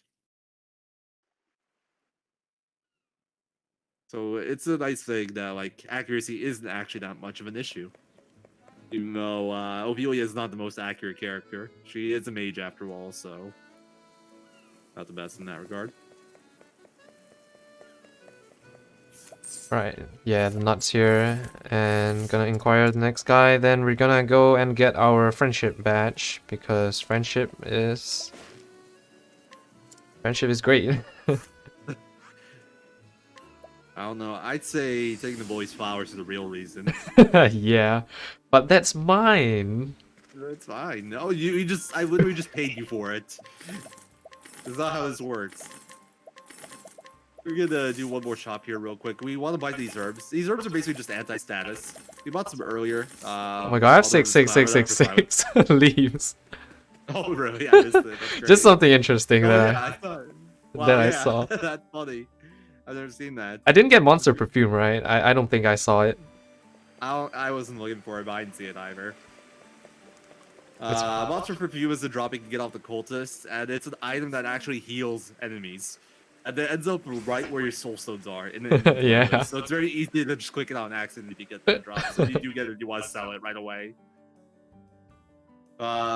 Here Nate likes a girl, I believe. I don't remember if it was Nate or Emil. And his friends want to help him out, so wanting to get a flower to give to a girl. And we're gonna go talk to this bully and buy the river blossom off him for 456 leaves, which is a lot of money for a kid, I think. The kid's not even happy about it. It's like, but that's mine. Right after you buy it. Imagine getting 456 bucks as a kid and then complaining for a flower. But yeah, we give I think it was Emil. I don't remember which kid it was, but ends up I think the girl ends up liking Nate and not Emil. And they're all surprisingly very mature about it, which is funny. Yeah, if that guy had known how important the friendship badge was, he could have charged us like a lot more for that flower. But fortunately, Tressa is pretty good at scamming people. Definitely. Tressa is master scam artist. She loots corpses, she scams people. People call her pure and innocent. I don't agree. Alright, no Thief Shrine encounter, nice. You can get an encounter sometimes if you run to the Thief Shrine. Yeah. This could have actually all been done earlier as well, but there's no real benefit doing it earlier since we don't have much use for Thief Shrine. If we wanted to do like a free Matthias strategy, then we'd want to do this early. But the cool thing about doing this later is that there will be an optional battle that we can try to save and quit for, or we could just like take, or sometimes even get lucky and run past and skip. And it's actually pretty good at it. You want to wait until this point to do it. You want to be as strong as possible for it, because they have a chance to silence you and they do need a decent amount of damage, and they can hurt sometimes, but it's not that bad of a clear. And additionally, there's a quest and the purchase we need to do in Riverford. And if we tagged Riverford earlier, we would have had TP back there at that, like right now, to do the quest and the purchase. Whereas since we're going to go there now on this exploration trip, we don't have to do that extra TP. So that's why this was delayed until this point. So evasive. Maneuvers, yeah. This is also our second big job menu, really. We got Snatch for Tressa. What Snatch does is whenever you steal or collect money off a monster, you essentially get double. Got some other skills. Another one worth noting, in my opinion, is Evil Ward on Darion. It's a cleric support skill. It's like the only time we'll be using cleric for something until like later on, where we'll be using for Alfrix, and we'll be using it a lot for that. But what it does is that it gives you a higher probability without breaking, was just like near impossible. But now you can actually have a pretty good chance of running from battles, even in areas like this, like a danger level 45 area. Although it's still not the recommended course of action. Yeah, I'm actually gonna take this encounter. I actually think your voice cut out for a moment there. So what Zero said was, Evil Ward kind of guarantees chapter 1 and 2, fleeing from chapter 1 and 2, but for chapter 3 and 4 encounters, it's still not guaranteed, but it does increase the chance of you escaping. Oh, so, okay, you only got Tressa. Oh, oops. So this is a battle we were mentioning. Got unlucky with the ambush, but it wasn't too bad. It didn't really do much. That silencing mist attack is actually very threatening because it can silence your whole party. Oh my god. And the only other boss that has that kind of ability is like a chapter 4 boss that's like a huge threat. Just on this random bird over here. But now we have Herbs of Climber, so we have ways of dealing with silence. And this fight was a bit unlucky, but it'll still be okay. Silence where's that on Tressa, and you just gotta kill the big bird now, really.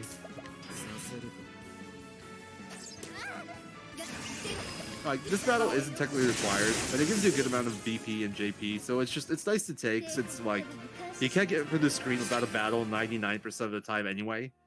So you could just skip the save and reload, take the battle, get some EXP and JP for your troubles, and it just ends up being more efficient that way. Rather than just saving and quitting and trying to skip it, unless you're like way ahead. Yeah, that wasn't too great of a battle, but whatever. I actually got silenced. Which wasn't that big of a deal because Ophelia didn't get silenced, but she did get Terror, so... Yeah. Terror is like, it's a status ailment which prevents you from gaining boost points, and then it also prevents you from boosting, so I had to heal that off immediately because I needed to boost to take out those birds. So, let me see if I got this right. MLSJ Larvitar asked in chat, are there any categories that route in secret jobs? You'll have your answer very soon. Just keep watching. Awesome. Alright, so this quest gives us 15,000 leaves and the Rev Gem. So Revitalizing Gem or Rev Gem is a very strong item which gives you which replenishes full HP, SP, and also full BP. So there aren't many Revitalizing Gems in the game, so the few that we get, we are going to make very good use of those. It's, in my opinion, the most OP item in the game. It's just, it fully heals and, like, puffs up a character, essentially. There isn't really anything that's gonna do something more better. Better than that. I don't know why I stuck on more better. Yeah, the only thing that would make it better is if you could use it on your entire party. I wonder if there's a way to do that. Yeah, I'm sure we'll find out eventually. We'll explore some more of our skills later on. So yeah, speaking of secret jobs, we're now going to Shrine of the Archmagus. So in addition to the 8 normal jobs we have between our travelers and shrines, there's 4 secret advanced jobs. And these are generally more powerful than normal jobs, but the catch is they're guarded by a boss, and the bosses are generally really hard. They're like 170,000 to like 200k HP. They hit like trucks. They're very powerful. But we've been playing this game for like an hour and a half. I think we can handle it. This is actually like one of the coolest fights in my opinion. The route, the current fight we're using is actually nice. routed by a Japanese runner, Tapu, and it's nice because it doesn't require any additional job swaps, and it gets us to kill with 6 veterans and 6 turns. Whereas older strats we had to get like anti-wind and fire here because we would take the wind and fire attack, and it would take 7 turns. It would take 7 veterans. It would be longer. It'd be more dangerous. Yeah, more level requirements. I thought it would kill. We have is 6 turn, 6 vets, very clean, no very stringent level requirements, no elemental resistance gear required. It's very neat.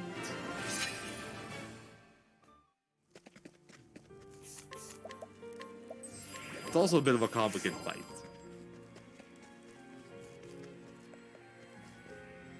And there is one situation we don't want to see. We don't want to see Drazing bonk Farion because that will require an extra turn to heal. Everybody else, we can get by without healing. Yeah, I'm gonna let Zero take this battle as in commentate it because I'm gonna have to focus a bit.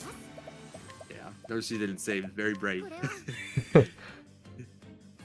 So our goal for this fight is to take out Drazing. He has about, I think, 183,000 HP if I recall correctly, which is quite a bit of HP. Keep in mind we're like level 20-ish here.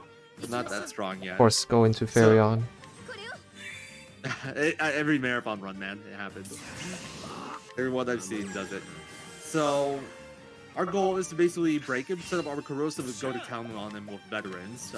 6 veterans will be used. That's 180,000 leaves. We have like 100k right now. We'll get more.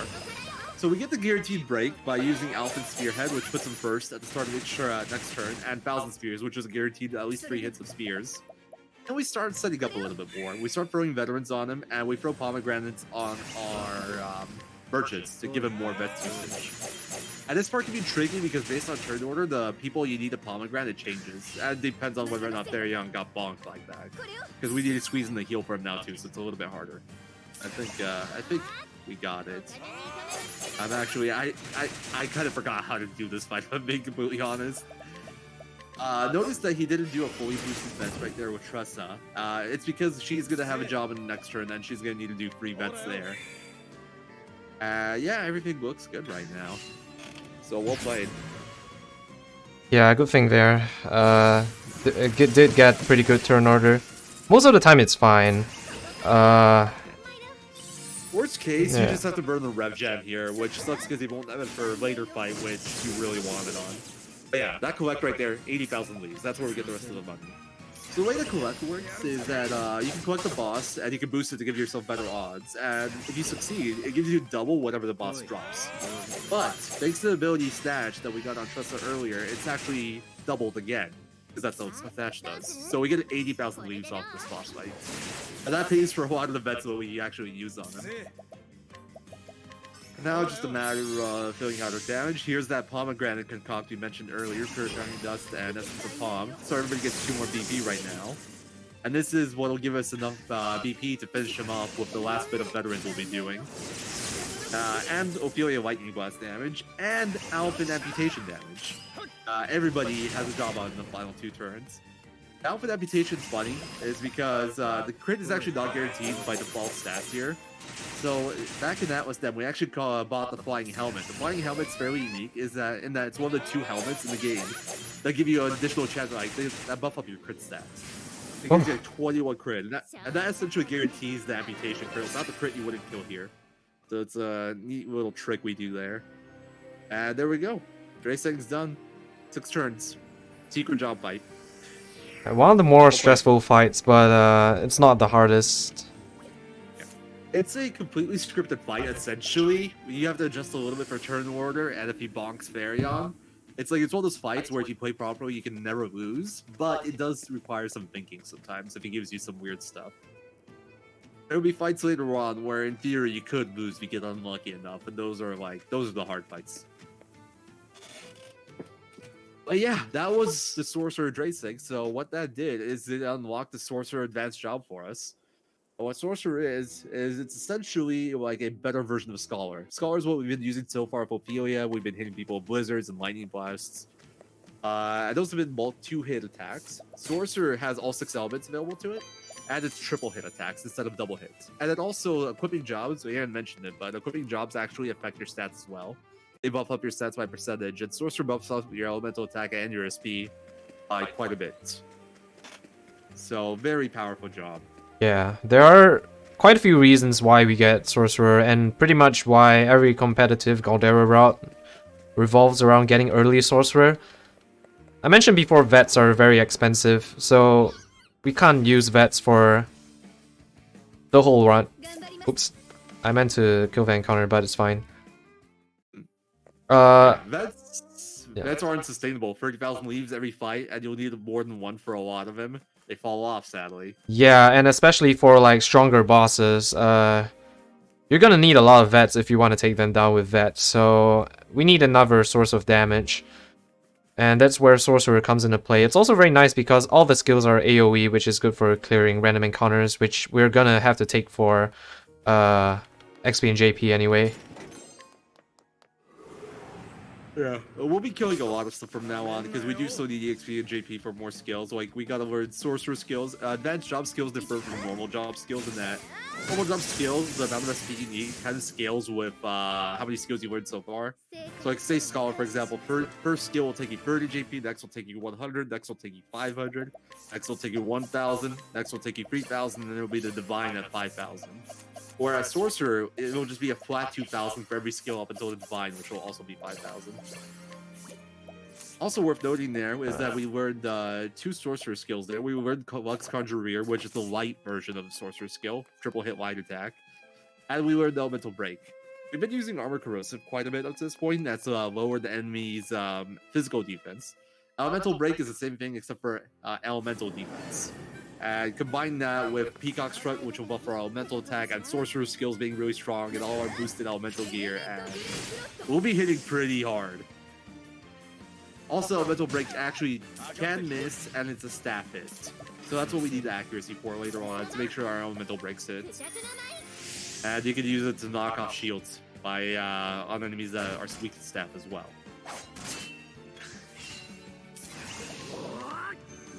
So this fight's very straightforward. We just basically break Omar, buff up OP, and then we murder him. I don't know if you guys noticed, but actually when I was about to donate BP to Ophi, the cursor is actually on Therion. And that's because this game actually remembers who you last used the item on.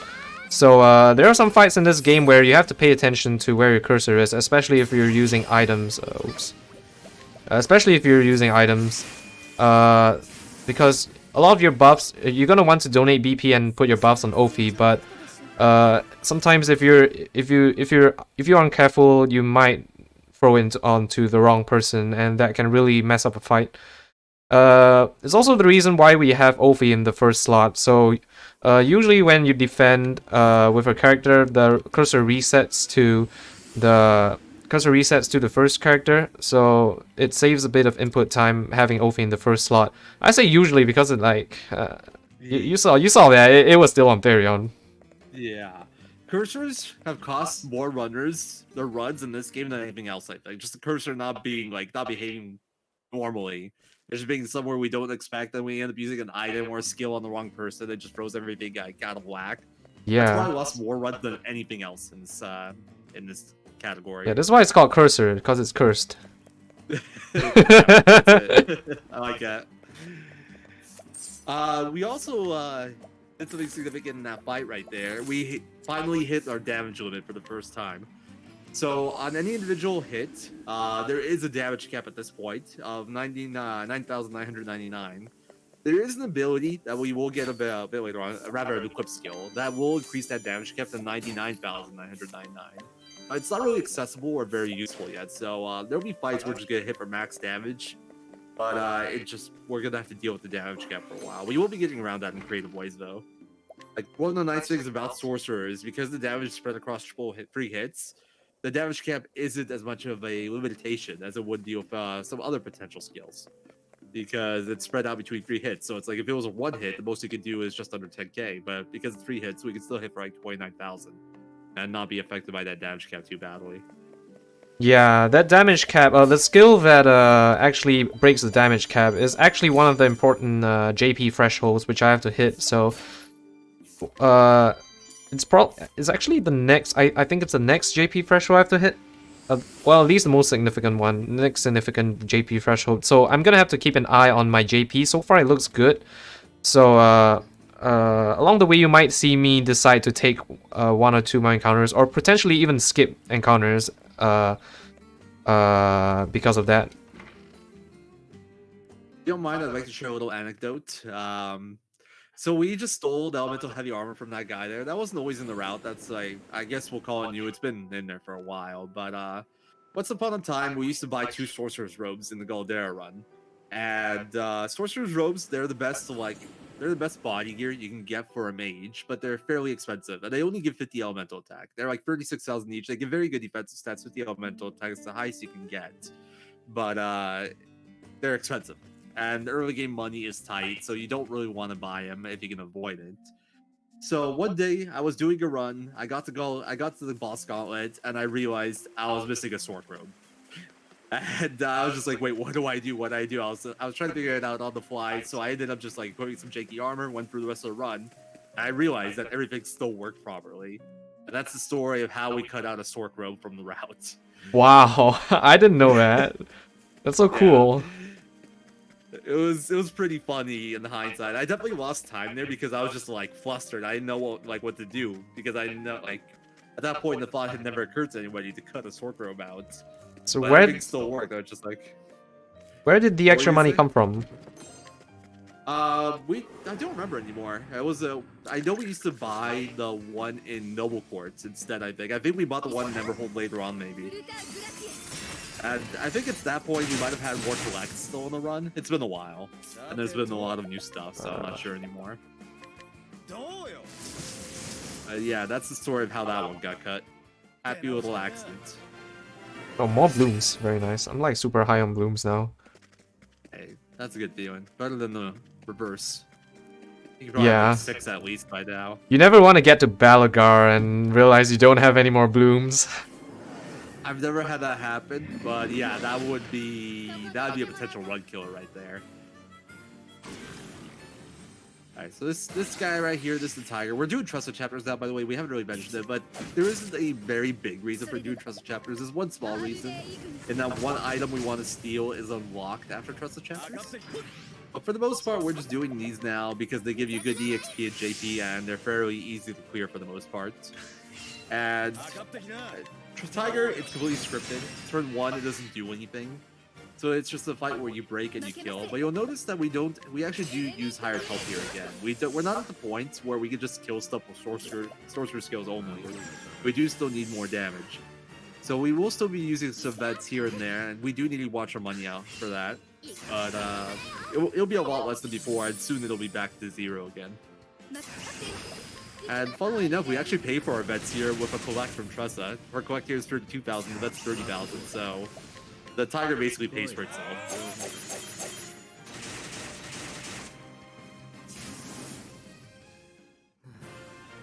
Yeah, Alvin sadly doesn't have a job here.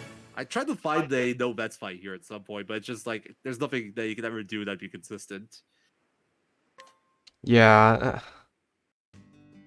Also, it's not like we need the money at this point. Yeah, I was gonna say, this next fight with Tressa's Chapter 4 boss is actually the last time we're gonna use vets as damage for a boss. So later on we'll be using vets to clear some other encounters, but for the most part, like Tressa's Chapter 4 boss, the last point where we're gonna use vets for damage on a boss. We're using 2 there still though. But after that we'll have enough damage to deal with stuff using sorcerer skills for the most part. Yeah. So we actually do have a few other fights we can do right now. We can do Alpha in Chapter 2. We could also do Therion Chapter 2. We don't technically need to rush into Tressa 4 right now. But there is a reason we do this now. There's something we want to do after Alpha in Chapter 2, and we need to get an item from here first. And then for Fairy on Chapter 2, we want to do Trusted Chapter 4 first because it'll unlock something we can get after Fairy on Chapter 2. So it kind of has to be here. So right there, we bought an item off that NPC called the Lapis Lazuli. That'll be used for a Questal Kit again. That'll be for the final kit quest. Yeah, Fairly expensive, but it's right in. that's why we do it before Elfin too. Yeah. Like the boss order for the most part is like it's lenient, but everything is done in a specific order for a specific reason. You can move things around, but this is the most optimal way to do it. Alright, Therion, do your job. 80%, Nice. how hard can it be? How hard can it be? Surprisingly pretty hard if you're Therion. Master Thief, they Yeah. call him. But he did his job there, so good job, Therion. Yeah, I think he's behaved. I think he's behaved so far this run. We'll see if he there's- continues to behave later. Yeah. There's areas later on where you have like 380% steal or something, and he'll just like fail 4. And you're terrified to do the last one because you really don't want to fail it and lose your reputation after you restore it as Stone Guard. It's just like, come on, dude. It's 80%. How hard can it be, man? Yeah. I tell you what, like the stones in Stoneguard are somehow very difficult to steal. Also that magic M for some reason for me. Yeah, the Magic M and Boulder Ball for some reason, the 80% just so hard for no reason. The really scary one is the Sagebridge Pobel steal though, because you're already down reputation there from failing scrutinizes with Cyrus. Yeah. If you're not paying attention, yeah. If you're not paying attention to how much reputation you have, then you do one too many and Varion fails, and you have to restore your rep, which is like 8,000 leaves gone. And specifically in that time when you want to steal that Pobel, you also need to have a big purchase that costs 90,000. And there's no shops on that screen to sell stuff if you get screwed over by that. So that one's terrifying if you don't catch it. Yeah, coming up is Trusted Chapter 4 boss, Esmeralda. Esmeralda is a big part of why we have the route today. Because Esmeralda, there is a chance of her double tapping someone. It used to be about a 9% chance, about a 3 in 32. Now it's probably less than a 1 32 because of the route changes. But I lost like 3. I had two free runs in a row die on Esmeralda. Like I had a character die with my freaking 9% chance. I just like started thinking of ways to fix this. Oh. And then a lot of lucky. the stuff that we have now is because of that. Everything okay? Okay, that was a little scary. That was one of the things that could kill you there. So, that attack on Ophi, there's a chance that it puts her in red, and if she got put in red, she would get covered. But she get put in red. So, if she targeted Ophi there, that would have been one of those 132 moments right there. And The way this fight's set yeah. up, essentially, is that everybody's set up to tank at least 1 hit, and then get covered or tank 2 hits. Therion will get covered if he gets hit by an attack or a red blade. Ophi will get covered if he gets hit by a red blade, and Alphen and Trusted, they can both tank 2 hits. Yeah, so something interesting we actually did with Therion, I don't know if you noticed it, but I actually unequipped one bracelet from Therion, so you might be asking like, why? You want more HP, right? But actually, this is to manipulate the HP for Therion, so an attack will always put him into cover range. So if you actually have the bracelet there, Esme's normal attack might not have put Therion into cover range, which would increase the chances of you getting double tapped. And actually, yeah, Ophi, it's not too likely for Ophi to get double tapped as well, because usually she gets put into cover range as well. I guess some level she actually has enough HP to not get put into cover range by her normal attack. Yeah, I think we might actually be at that level, because we have been taking extra fights for the most part. Yeah, So that's I think right. 46 looks high. But coming up is the mandatory bathroom break. I love this part. Yeah. See, the developers of this game were nice enough. They cared about us speedrunners, so they decided to build it in a unskippable bathroom break. Everywhere else, you gotta hold cutscene skip. There's always something input you gotta be pressing, even if it's just holding a button, so there aren't really any breaks. But once you beat your starting character's Chapter 4 boss, you get the credits. The credits are 8 minutes, they're unskippable, and we got to watch them at some point in Goldera. So this is our bathroom break. Zero, do you mind? I want to use the bathroom first. And Yeah, you, go ahead. yeah, We'll you can take use it when I turns. come back if you need to. Yeah. Sounds perfect. So if you guys have any kinds of questions, feel free. This is the time. I'll be happy to answer. There isn't too much to talk about right now. We're just waiting for the credits to run through. During the credits, it actually shows you every boss fight that you've done so far, every story boss fight, and it'll show you how you dealt the finishing blow to each boss. So that's kind of neat. But because Tressa beats her chapter 4 fairly early on, we actually don't get to see too much of that. So it's spread out quite a bit. If you did Cyrus start, Cyrus gets credits on the 31st boss out of 32. So you get to watch like almost every boss in the game, and this is a lot more full. But the downside of Cyrus is that he gets the credits about 3 hours in, and that's like towards the end. Whereas with Tressa start, it's like right smack in the middle of the run. It's the perfect timing. So it's one of the nice things about starting with Tressa. It makes running the game a lot more healthy, I'll say. Gives you time to stretch, empty out your bladder. Really nice having a nice big bathroom break here. But yeah, we're just gonna be waiting for this, and then moving on, we will be going through the rest of the characters. Our goal right now is to get JP EXP. We want to get 2 equipped skills onto Ophi, which will cost us 4,000 more JP. Then we're going to start clearing some more bosses, and then when we get a little bit more JP, we have enough for a certain skill on Therion, we're going to start taking out secret bosses. Alright, I'm back. Like, we'll just be... Alright, cool. I was just mentioning the round, what we'll be doing coming up. I got up to like the skills JP we need for E8 and stuff. But I'm going to take my break here. I'll be back. Alright, I can answer some more questions if you guys got more questions.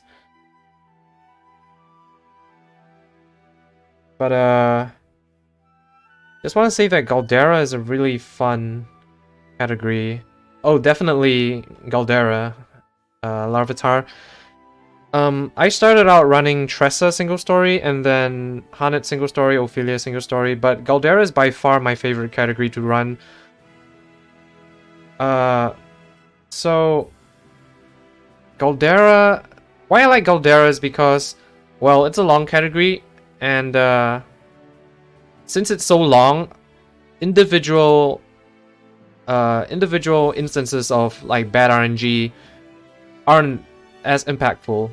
So as compared to a shorter category, you kind of need everything to go in your favor, but in Goldera, you can have some bad RNG and still get a very good time. So that was very nice when I started running Goldera. And it's also one of the most skill-intensive categories because with a long run like this, there's a lot of adaptation which you need to do. I mentioned before, you have to pay attention to your JP and XP. You have to also react to certain bosses and certain turn order and patterns. So there's a lot to keep in mind when you're running Goldera. It's a very fast-paced category, despite the fact that it's 4 hours. So pretty much only the first 45 minutes or so of exploration, 45 to 50 minutes of exploration is kind of slow, but afterwards it's pretty much full steam ahead with clearing the game. So very fun game, and definitely this 8 minutes credit sequence in the middle of the run helps a lot. Having the time to use the bathroom if you need to, refocus and stuff like that. Goldera is pretty nice, and it's not as difficult to pick up as you might imagine. There are actually very good beginner. It's actually not that hard for a beginner to pick up. So the route I'm using in particular, and the route that I'm showcasing for you guys here in the marathon today, is actually a very good. It's actually very good for beginners. You don't need to grind for a Kate, which I don't know if you heard. We mentioned it at the start of the run. Kates are a very low, are a very rare encounter. It's kind of like the metal slimes and Dragon Quests. They give a lot of XP, JP, and for very competitive times, you usually want a Kate. But the good thing about beginners, if you want to learn this route, is you don't need a very competitive time. You just need to learn the route. So you don't need to put yourself through the pain of having to find a Kate. So it's about a 3% encounter all the way up to the Scholar Shrine where you would normally reset. So 6 encounters you normally get, and that's about a 17% chance of getting a Kate. But with the non-Kate route, which I'm doing here, it's a higher chance. You pretty much can always get a run going. It's just how quickly you get it going. So a lot of people think, oh, Goldera, it seems like a very hard category to run, very hard category to pick up. In a way, yes. If you want to get very, very good times, you definitely need very good execution. You definitely need to have a very good understanding of the route, very good understanding of how much JP and XP you need, stuff like that. But it's not very hard for a beginner to pick up and just start running Goldera. And it's also fun because you get to finish the whole game. You get to do all the secret bosses, which, by the way, are actually optional. So you don't have to beat any secret bosses to actually unlock Goldera. But we do the secret boss shrines because they're just that powerful, and every secret job has its purpose. So we already got Sorcerer, that's gonna be our main damage dealer. We are gonna do 3 more secret bosses, and they are gonna have their uses. Alright, I'm back, dude. Alright, welcome back, Zero. Also, cool thing about this credits song is that depending on which character you choose, there's a jingle at the end which kind of changes. So you heard Tressa's kind of theme there, but with every character is different. I actually didn't know that. Yeah. Okay, time for OP Kate start, just so I can hear the OP music. Oh yeah, actually that's kind of that might be interesting to consider. So actually, well, Ophi is also very close to Scholar Shrine, so technically could you run Ophi Kate for this? Yeah, definitely. You'd have to deal with running OP Kate. Yeah, exactly. So Ophi Kate can actually, theoretically, you can actually run with Ophi Kate, and it might actually be better because well, it's closer to the Scholar Shrine, but Ophi really doesn't have a good way to get Kates, and also you have 2 encounters. So a lot less than Tressa, so Tressa's definitely the more consistent option. Yeah.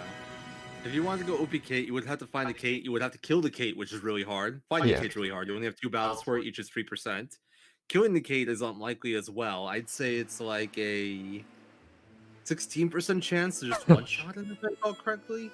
And then you still got to get the Scholar Shrine, yeah, exactly. Yeah. So, no fun. I actually wonder what a OP Stork with OP Start, just going Cyrus first would look like.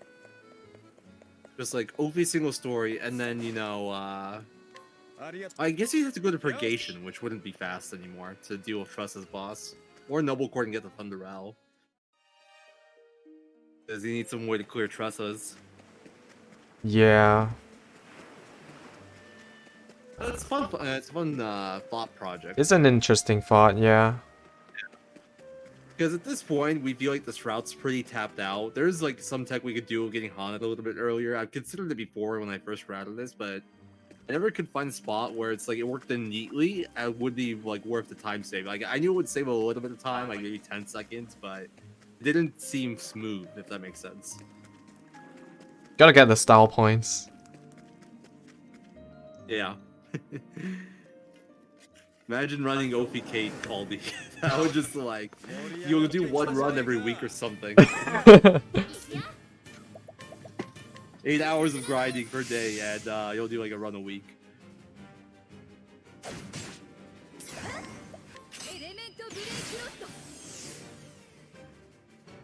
Alright, so here we got Alphan's Chapter 2 boss Vanessa. At this point, we're OP, and every Chapter 2 boss is essentially a joke. The question is how fast we kill them. For the most part, it'll be 3-turn right now, and later on, it'll be like some 2-turn and 1-turn fights. Actually, I think it's still always 2-turn matches. I don't think we ever 1-turn. Yeah, it's never 1 turn. Unless it's like Chapter 1 boss. Yeah. Shame. Okay, we gotta route that in. We gotta get some Chapter 2 1-turn kills. Or Huff and Puff is good. There isn't anything that really can go wrong. There are just variants. There's just some like maybe up to 5 seconds of variance per boss, depending on like turn order and like their attack patterns and stuff. But nothing can really go wrong. Well, at least for the next few bosses. Yeah. There are some annoying things that can happen if you make a mistake. Like if you miss the damage range on Orlick or put him into yellow too early, he can summon an ad. That's really annoying to deal with. Oh, I've actually missed the Orlick range just recently. Really? Yeah, I actually did. I was like so confused. I was like, what's happening? Were you under leveled maybe? Because yeah, I think I was under leveled, but I didn't think it would be like, you know. Yeah. I still wouldn't think that's possible. That's weird. But yeah, that's a really bad one because he summons this like 10k HP construct, and you do have to kill it to end the fight. It gets pretty tedious. At this point, it's more about SP management. Like we start leveling so much because Chapter 2 bosses don't give that much EXP, and we're fairly high level now. We should be about level 30. So we don't get the free heals after each boss. So now we actually have to manage our SP to like be able to cast our Sork spells. We generally need 92 SP per fight. The fights generally go Elemental Break and then 2 Source Skills. Elemental Break is 20, and then Source Skills are 36 each, so 92 total. But yeah, we actually did a quest right there. That's why we waited until now to do Alpha 2. We ran down to Moonstruck Coast, which is right outside Goldshore, closest place you can come from. And we finished Kit's last side quest, which required the Lapis Lazuli on Grand Port, which is why we did Tressa 4 before that. And now we're doing Farion 2 because there's something else we want after this that isn't available until after Trust 4. Yeah. Farion's chapter 2 plot-wise, it's so plot-wise in his chapter 1, he gets marked by like a bangle. That's like the mark of a thief essentially. It's one of the biggest shapes that a thief can have. So he made a deal with Heathcot that's like he'll remove him. He'll remove the bangle once he steals the 3 other dragon orbs for them and return them to him and Corselia, who are the original owners. And so there's one noble court in this Orlick's house, and you have to like break in there, and his old partner helps you break in, but you gotta steal some items from him first because he is making something. I don't remember what. Yeah, Farion is basically just like robbing people 24/7. That's his storyline. If we're lucky here, we can skip the encounter. It's actually fairly likely you get it here, but even if we do get it, we can just run from it instantly. Or just kill it if we're short EXP JP. If we're short, yeah. At this point, I think I should be good, so I'm not gonna kill this. Yeah. Sometimes it makes sense if you get the level off the fight too, and you need to heal SP, but this is not one of those times. It's weird because sometimes you get this battle really early. Like, and then sometimes you just like you skip it completely, even with bad movement. Yeah, you can get it like without even going down the stairs, I think, or halfway down the stairs. I think I've gotten like halfway down the stairs before. Yeah, that's what I got. Yes. But Orlick is like the same formula. Yeah. Also, annoying thing about Orlick and Omar, they both have a similar problem of giving you just jack shit for when you beat them. They like you'll get more XP, JP, and money from just like random fights outside, like in the mats. Yeah. It's so strange. It's mean, is what it is. It's just like the reward is tiny. I think you get like 70 JP or something for this fight. Dude, that's almost like Whistlewood battle. Is the 4 frogs more efficient for Warwick? That's the question.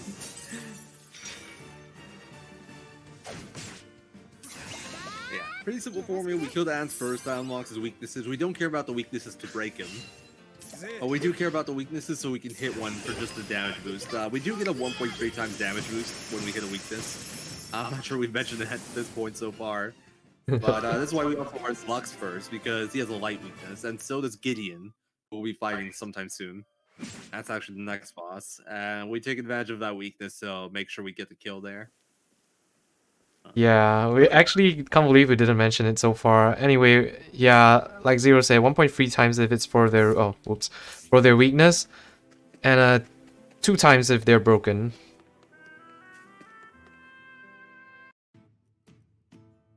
Yeah, I mentioned the break. I think I skipped the weakness. But yeah, right now we're actually going downstairs. We don't have anything to do here, but we want to steal Oh, this. oh. Oh, there it is. There it is, magic amp fail.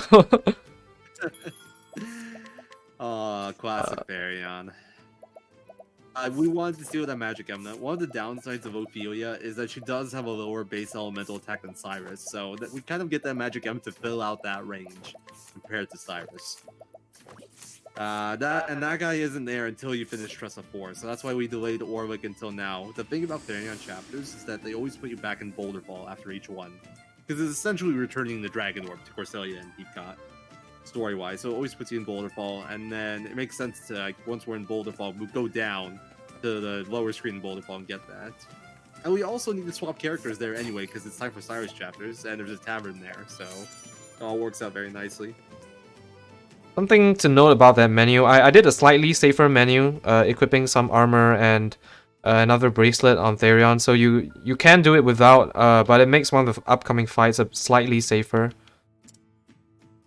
Yeah, and I think it's more true for you than anyone else. Yeah, exactly. That fight's been wrecking you. I've had problems with Yvonne before, but never with this route. Like, I felt perfectly safe going in without the bracelet. There was one where I missed the Cyrus staff attack, but I was only doing 2 back then because I didn't know he could miss, so it wasn't too bad. Well, I've seen you miss like 2 out of 3. 2? So You've seen me miss 2? Yeah. That was something. We'll explain Yvonne when we get there. He's Cyrus's chapter 3 boss, but now now we're doing his chapter 2, Gideon. So Cyrus actually has some of the more difficult bosses in my opinion. They also give you better rewards than a lot of bosses. Like Gideon, I think gives you the highest rewards of any chapter 2 boss. We haven't delayed him up to this point for any particular reason. Just we didn't have Cyrus in our party, and it never really made sense to put him back in until now. Because we want to do his chapter 2 and his chapter 3 like together, since we don't want to keep swapping him in and out of our party. But downside of not using Cyrus Sork is we do have to do these tavern shenanigans where we swap him in and out to finish his quest. Because Ophelia we would finish first. Like our main person, we already finished her stuff, so we don't get that benefit of being able to do her quest while we keep her in the party. Whereas Cyrus has stuff he can still do later.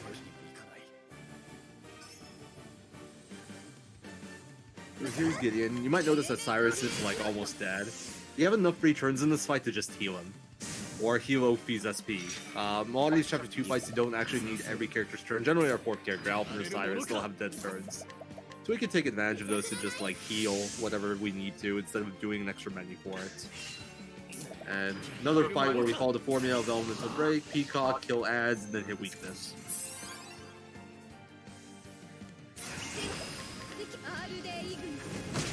This fight, I actually don't think you need to use Lux. I'm pretty sure it works even with double Ignis, just because Gideon's weak enough. He has 27,000 HP, and you hit him there for like 4,500 or so, just under. But the elemental break damage actually fills out the range. No, I'll just use Lux. Yeah, you guys are cowards. Nobody ever goes for the Ignis kill. Do you use Ignis? Sometimes. It's a mood thing, honestly. If I'm under leveled, I'd never go for it, but on standard levels, I go for it. Okay, if you guys pay attention there, Gideon has a drop called the Gideon's Dagger. So Gideon's Dagger, like Knowledge Staff, gives you a boost in speed, and I'm gonna be equipping that later as a safety strat for some upcoming bosses. But we'll see whether it works or not. It's like a 50-50. I should mention that speed bonuses are only applied for the character's main weapon. So it's like if you switch, say, like Therion to Scholar, and you give him the Knowledge Staff, he won't get the speed boost from the Knowledge Staff. The only weapon he can get a speed boost from is his Dagger, because that's his main weapon. It's the weapon he starts every battle on. So luckily, Ophi and Cyrus both start with Staff. That's their main weapon, so Knowledge Staff works great for him. But say if you were using a Prib Sork route, for example, Knowledge Staff actually doesn't give that speed boost. And so Speed Dagger would be useful. Would Sword work for Therion? Or does he only get it from Dagger?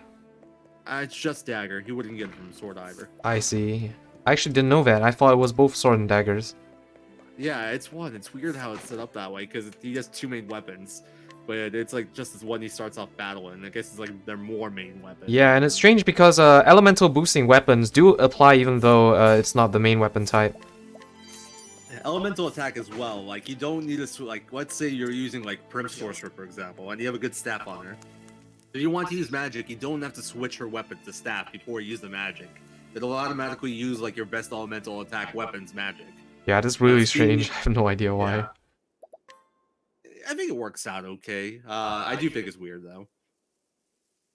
I guess it's just to prevent every single weapon from stacking or something. I don't know.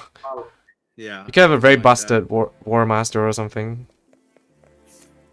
Dark Ray Window, if you're talking about the Gideon's Dagger, it's a guaranteed drop. For the most part, every boss, like the drops from him are guaranteed. With the exception of like the ads. The extra enemies, the drops are like not guaranteed, but for the main boss, they're always guaranteed. There Yeah. aren't there are no rare drops in this run. Every drop we get that we actually use is guaranteed. There are some nice bonuses here and there, but for the most part, everything's guaranteed. Actually behaving, Therion, very good. Oh, nice! He actually hit the 80%. Yeah. There was at some point where we got that extra unerring bracelet there, just in case for like Galdi Phase 2 for one more person. And that was a 65. The way I would do it is if I got the stones and then I failed that one, I'd just leave. But if I got it, I'd equip it to someone. I still don't forgive Therion for that magic M, but whatever. We're actually coming up on Yvonne now. So Yvonne's kind of nasty because Yvonne himself does a lot of physical damage and he has 2 ads. So the ads can also attack into... So we have Therion and Cyrus both which are pretty squishy. I made Therion less squishy, but Cyrus is still pretty squishy. And if everyone gangs up on Cyrus, it could be pretty bad. And the ads also have an elemental AoE attack called Tornado, which ignores, which just hits everyone. So doesn't have that 25% chance of having to target. So what we're looking for here, okay, good. OP before the ads. So normally you'll always have to take 2 hits from the ads, but depending on turn order, you might need to take more. And what you want is OP before the ads turn 2, because she'll be breaking them. So if it's 2 ads, you're pretty safe. Like if they don't get a turn before you turn 2, you're fairly safe here, outside of like very rare scenarios. The way this fight's set up is that everybody should, in theory, be able to take all 3 hits. But sometimes you get unlucky, and like you get crit as well, or like you get high rolls and you barely just get murdered. Also, you might notice right now that Ophelia's sorcerer skills now cost 72 SP instead of 36. The reason for that is because we actually just learned 2 more sword skills, and that gave us 2 more equip skills, Stronger Strikes and Elemental Aid. Stronger Strikes, what that does is when you're hitting a weakness, instead of doing 1.3 times the damage, it does 1.5 times damage, so we get 20% damage boost when hitting a weakness. Not when they're broken though, when they're broken it's still flat too. And Elemental Aid, what that does is it doubles the cost of all your magic skills, but they do 1.5 times more damage. So we're just stacking more and more multipliers, essentially, at the cost of burning through more SP now. And that's one of the nice things that OP has about compared to Cyrus. OP has more SP than Cyrus does. So if you were using Cyrus Sword, you'd have more SP issues here. You sometimes needed to get an extra small invigorating nut to make sure you had enough SP for that fight. Whereas with OP, since she has a bigger SP pool, it's not an issue at all. Alright, shoutouts to Sanjan. I'm doing something different here. Sanjan was also supposed to commentate alongside Zero, but she couldn't be with us today, so hope Sanjan's resting well. But she came up with this slightly different strat. Yeah, I'm gonna do it. She came up with this slightly different strat of getting hunted early. So Zero mentioned it just now of getting hunted early. Sanjan recently kind of thought up of some changes you could make to the route in getting hunted a bit early and making some parts of some errands we have to run later slightly smoother. So like Zero said, it saves about 10 seconds. But it does add a slight bit of risk, not exactly like game-changing risk, just like 80% steal or whatever. So I'm just gonna do it. Nice. So this was already routed into Cyrus Sork. It made a little bit more sense there because they had to do less tavern swaps, so it just worked out nicer. And it saved about just under 30 seconds, I think, like 25. It's not as good of OP because we need to do swap characters more often, so it's just we don't have as many good opportunities to take advantage of this stuff. But we're gonna get haunted early. The reason for this is because there's a guy we need to fight called Alphas. We need to fight him via using challenge or provoke. Challenge being Olbrich's path action, and provoke being Haunted's path action. And for challenge, there's a level requirement, level 25, so you have to wait quite a while. Haunted, she can provoke him right away, so that's where she's strong. Yeah. And So there's also. Oh, sorry. Go ahead. I was gonna say, interestingly enough, so it's actually routed out just nicely that Ulrich's able to challenge alphas because he needs to be level 25 to challenge alphas, and if he dies in any one of his chapter 2, 3, or 4 chapter 2, 3, or 4 fights, and he won't get the XP needed to challenge alphas, and that actually happened to me like just yesterday, which was not the reason why I'm doing this now. I just wanted to show this off, but it is a possibility. Yeah.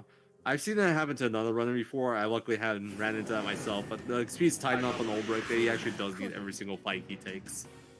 Or he won't have enough EXP for Alphas, and then it's like you'd have to run out of like so keep you somewhere, take an extra battle or something. It would cost you a good chunk of time.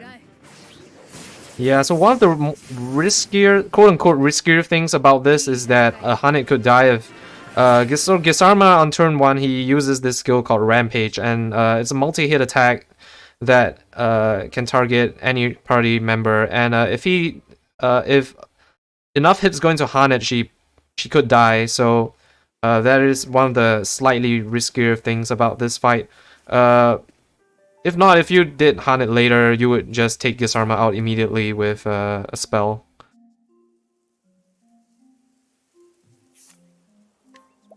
Yeah, but now we're gonna go and challenge provoke alphas like Zero said. So nice thing about Hanit's provoke is that it doesn't it ignores the level requirement that Ulbrich needs for his challenge, so you can just challenge provoke alphas whenever.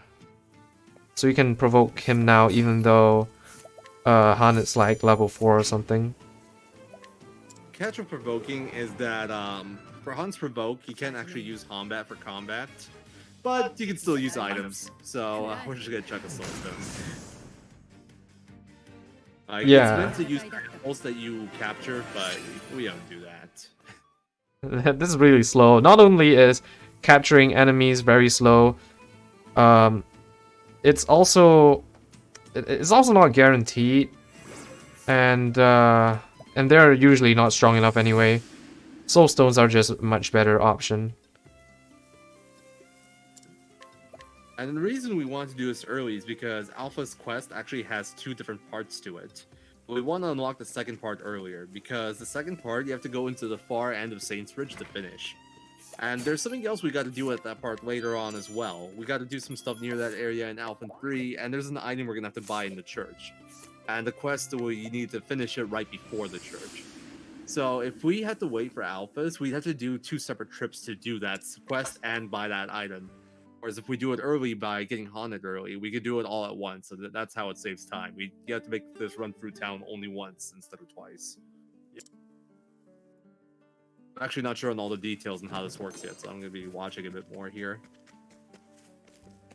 Yeah, so the thing that we couldn't decide on, well, it's not really that clear yet, is whether teleporting out, like I did there, out of the Wellspring Tavern was faster than, or just doing the second part after Steora. I mean, not Steora, after Gareth.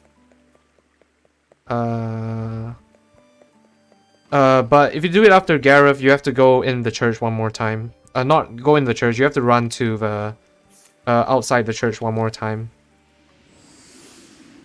Are we still using that teleport, like when we... Yeah, we still teleport when we get to the black market. Okay. That's to do the Alpha's quest, because I don't want to do it on the first teleport, because you start out at the house. Yeah. Makes sense. I think that was a big part of why I delayed routing this. That was like that annoying fact of like when you start Alpha 3 but too far away from Alphas, it just like... Yeah, if you went in at the start of the town, it would flow a lot better, but unfortunately not. But it's not that big of a deal. I think doing it like I did there, or delaying it until after, delaying the second trip until after Gareth, it's only like a few seconds difference, like 1 or 2.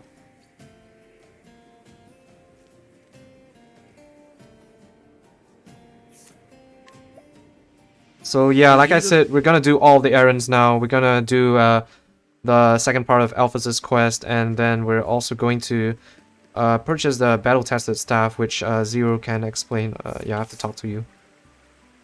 Yeah, I'm sorry. I'm trying to figure out what you're doing myself right now. I'm curious in terms of teleport timings. But so right up until this point, we've been using the knowledge staff. It's the 333 elemental attack, 99 speed staff that we got in Everhold Tunnels. The BT staff is the highest elemental attack weapon in the game. It has 399 elemental attack, no speed bonus to it. And we're gonna buy it off the bishop. And it's expensive. It costs 90,000. But that extra 66 elemental attack is big. Lets us kill a lot of fights that we wouldn't be able to kill normally with the strats that we use. And there's a lot of fights coming up where we actually want Ophelia to be slower rather than faster. So getting rid of the speed on knowledge staff is helpful as well. But to get it, we have to run all the way into that church in Saintsbridge. And we also, since we are doing early Hana, we could also do Alpha's quest on the way, which is very nice. And then we won't have to make this trip to like this far end of the screen ever again. Yeah, the downsides are there's one stone that you usually want to steal. It becomes an 80% if you do early Hanet. And sometimes I steal the other Wind L as well, which also becomes 80%. So if you do this later, it becomes 100%. Luckily, Farion's been putting in work so far. Honestly, the 80% isn't that big of a deal unless you failed a lot of 30% earlier. Yeah. Cyrus. Then it's just like, oh god, oh god, oh god. Do I really need this stone? Can I just skip it? Because the money you normally, like when you're going for a more optimal run, is tight enough here that you can't afford to buy it. No discount from the BT staff. Something we haven't mentioned before is that whenever Tressa purchases something, she has a chance of getting a discount, and this the discount chance and the amount of discount you get scales with her level. So with a 90,000 leaf purchase there, and at the level she's at, we usually sometimes we can get like a 20,000 discount, 22,000 to be exact, I think. And yeah. I'm gonna want to keep an eye on my money. It's not super tight, but it can influence the order in which I do some of the things later in the run.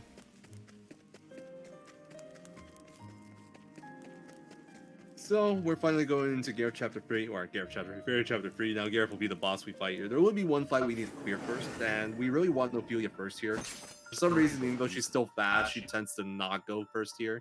I think it's because Alphen and Farion are kind of fast now too. We give him some speed here for later. Yeah, there she is. You can use a stone for this fight, but I might do it if in like a PB attempt, but it doesn't cost that much time. It's like a few seconds extra to defend there. It's just annoying. Yeah, exactly. It's like, come on, I gave you the knowledge staff. You're supposed to be fast. And nope. I think she's technically not even the fastest person here, though. To give her some credit, I think Varion is faster than her and Alphen because of Hasty Helm. Ophi's base speed is actually bottom tier. She has the lowest base speed in the game. Oops, it's Room Knife. Wrong dagger. Gideon's dagger for good speed luck. Oh, he didn't even have Hasty Helm equipped yet, did he? So yeah, even less reason for Alphen to go first.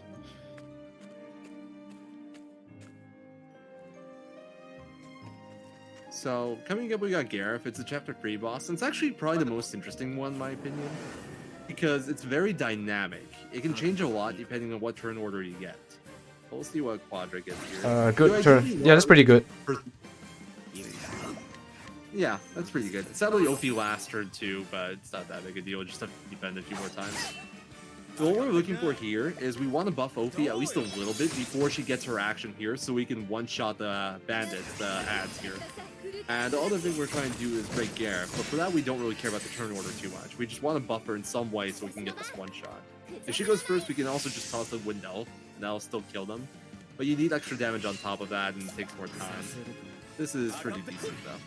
And just donate BP now. Tressa, hit him again with some boosted damage, and he'll go down just fine. But if you aren't confident in OP being confident and like going, if she goes first twice when she needs to not go first twice. Oh, just shy of the level. What happened? Just shy of leveling, so I didn't have to heal. But whatever. Lucky. You'll heal off Steora. Well, you basically always heal off Steora. Yeah. It just saves a bit of menuing time not having the heal.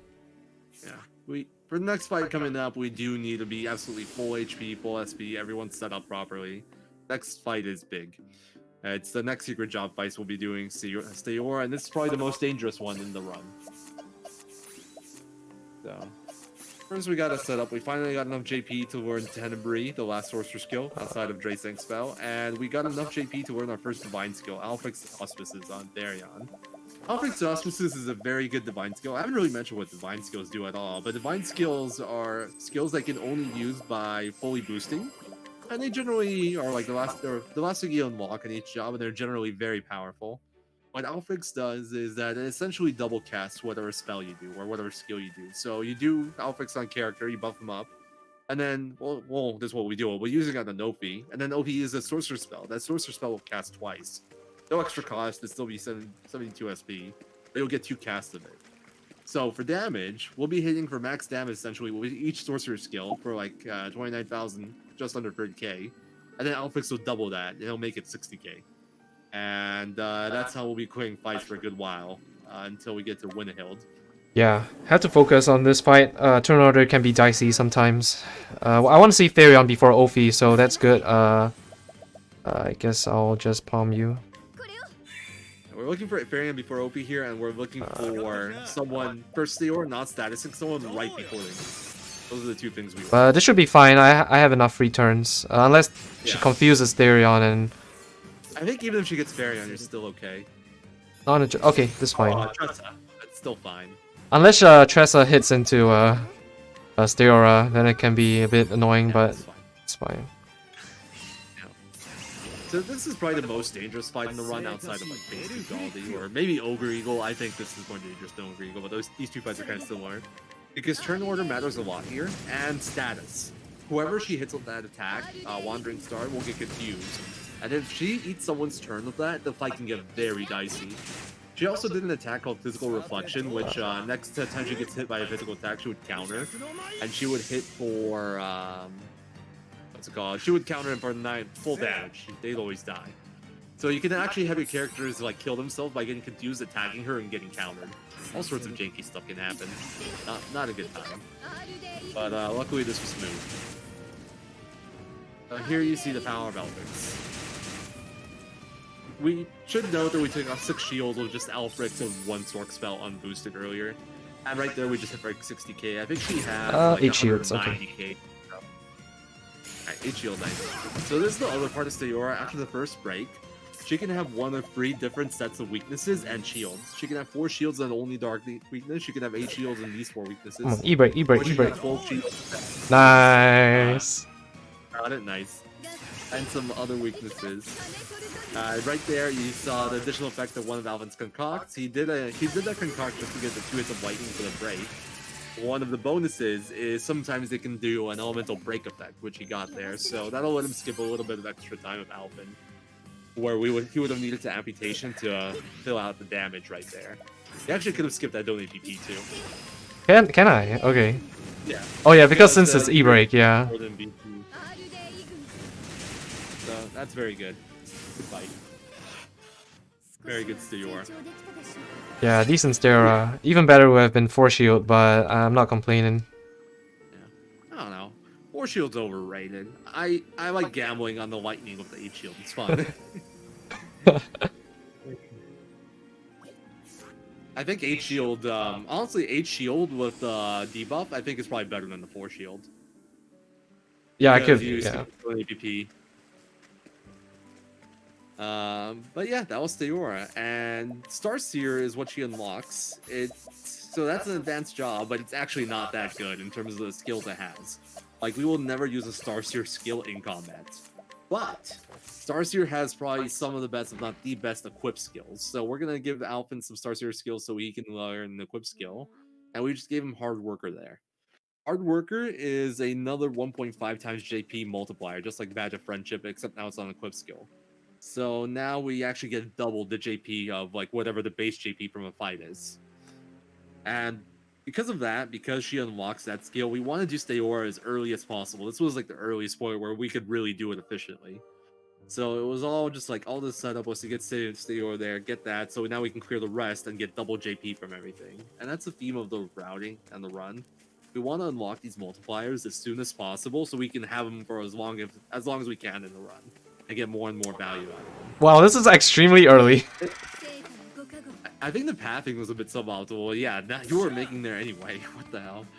I'm telling you, man, Elfin Free Battle is like making a comeback. It was a bit suboptimal, but it wouldn't have mattered in this case. It wouldn't matter. Just slightly. It wasn't that far off the optimal path, but the battle there is very unlikely, and I think I've seen the Quadra get it like in his last 5 runs. It's a very cursed battle. It's even more cursed if you fail to escape. I haven't seen that happen to him yet, but he can fail that escape too. Alright, this is a good fight. I could have donated BP instead, but it's fine. Yeah, it wouldn't matter too much. You have plenty of bombs.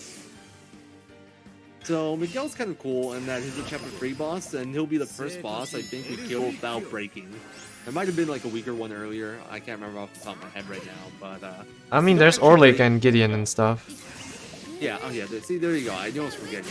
Like 5. But this is the one we one-shot without breaking. Yeah. We do all our damage with one Alfric Stork skill right here. It's pretty neat. He has like 57,000 HP, so you do actually need to hit like essentially max damage with all of those, but you do one-shot him. It's pretty cool. And you're not even max BP there. You're actually at 2 BP on OV, not 3. Yeah, stronger strikes is actually relevant for these upcoming fights. Yeah. It's not the best skill compared to some other skills, but for these fights it's very relevant. It's also, I think that's more relevant for just like clearing random battles as well. Oh yeah, for sure. Since you never want to break random battles, especially later on, it's more efficient to just kill them without breaking. In general, we want to try to avoid breaking stuff in the run. There is a break bonus of 10% in EXP that we can get, but the break animation is fairly long, and you always need like multiple hits to break. So if we can kill things without breaking, that's always better. I also have to say that so far Gideon's dagger has been doing its work. The last place I want to see, and probably the place I want to see work the most, is Eagle. Because getting Therion before Ophi for Eagle saves some time. Yeah, it's not even the time. I mean, time is nice. But Yeah, it's also good for safety. Yeah. Ogre Eagle's like the last, in my opinion, dangerous fight. I mean, technically Windhild's a little dangerous, but there could be Simeon, Jank. But Ogre Eagle's probably the like really only scary one left. And the reason for that is that Eagle can status people, and 2 out of the 6 statuses it can do can actually like kill your turns. It can confuse you or it can sleep you, along with 4 more. And then depending on which variation of the fight you have, sometimes it'll get turn 2. It's fairly uncommon, but it can happen.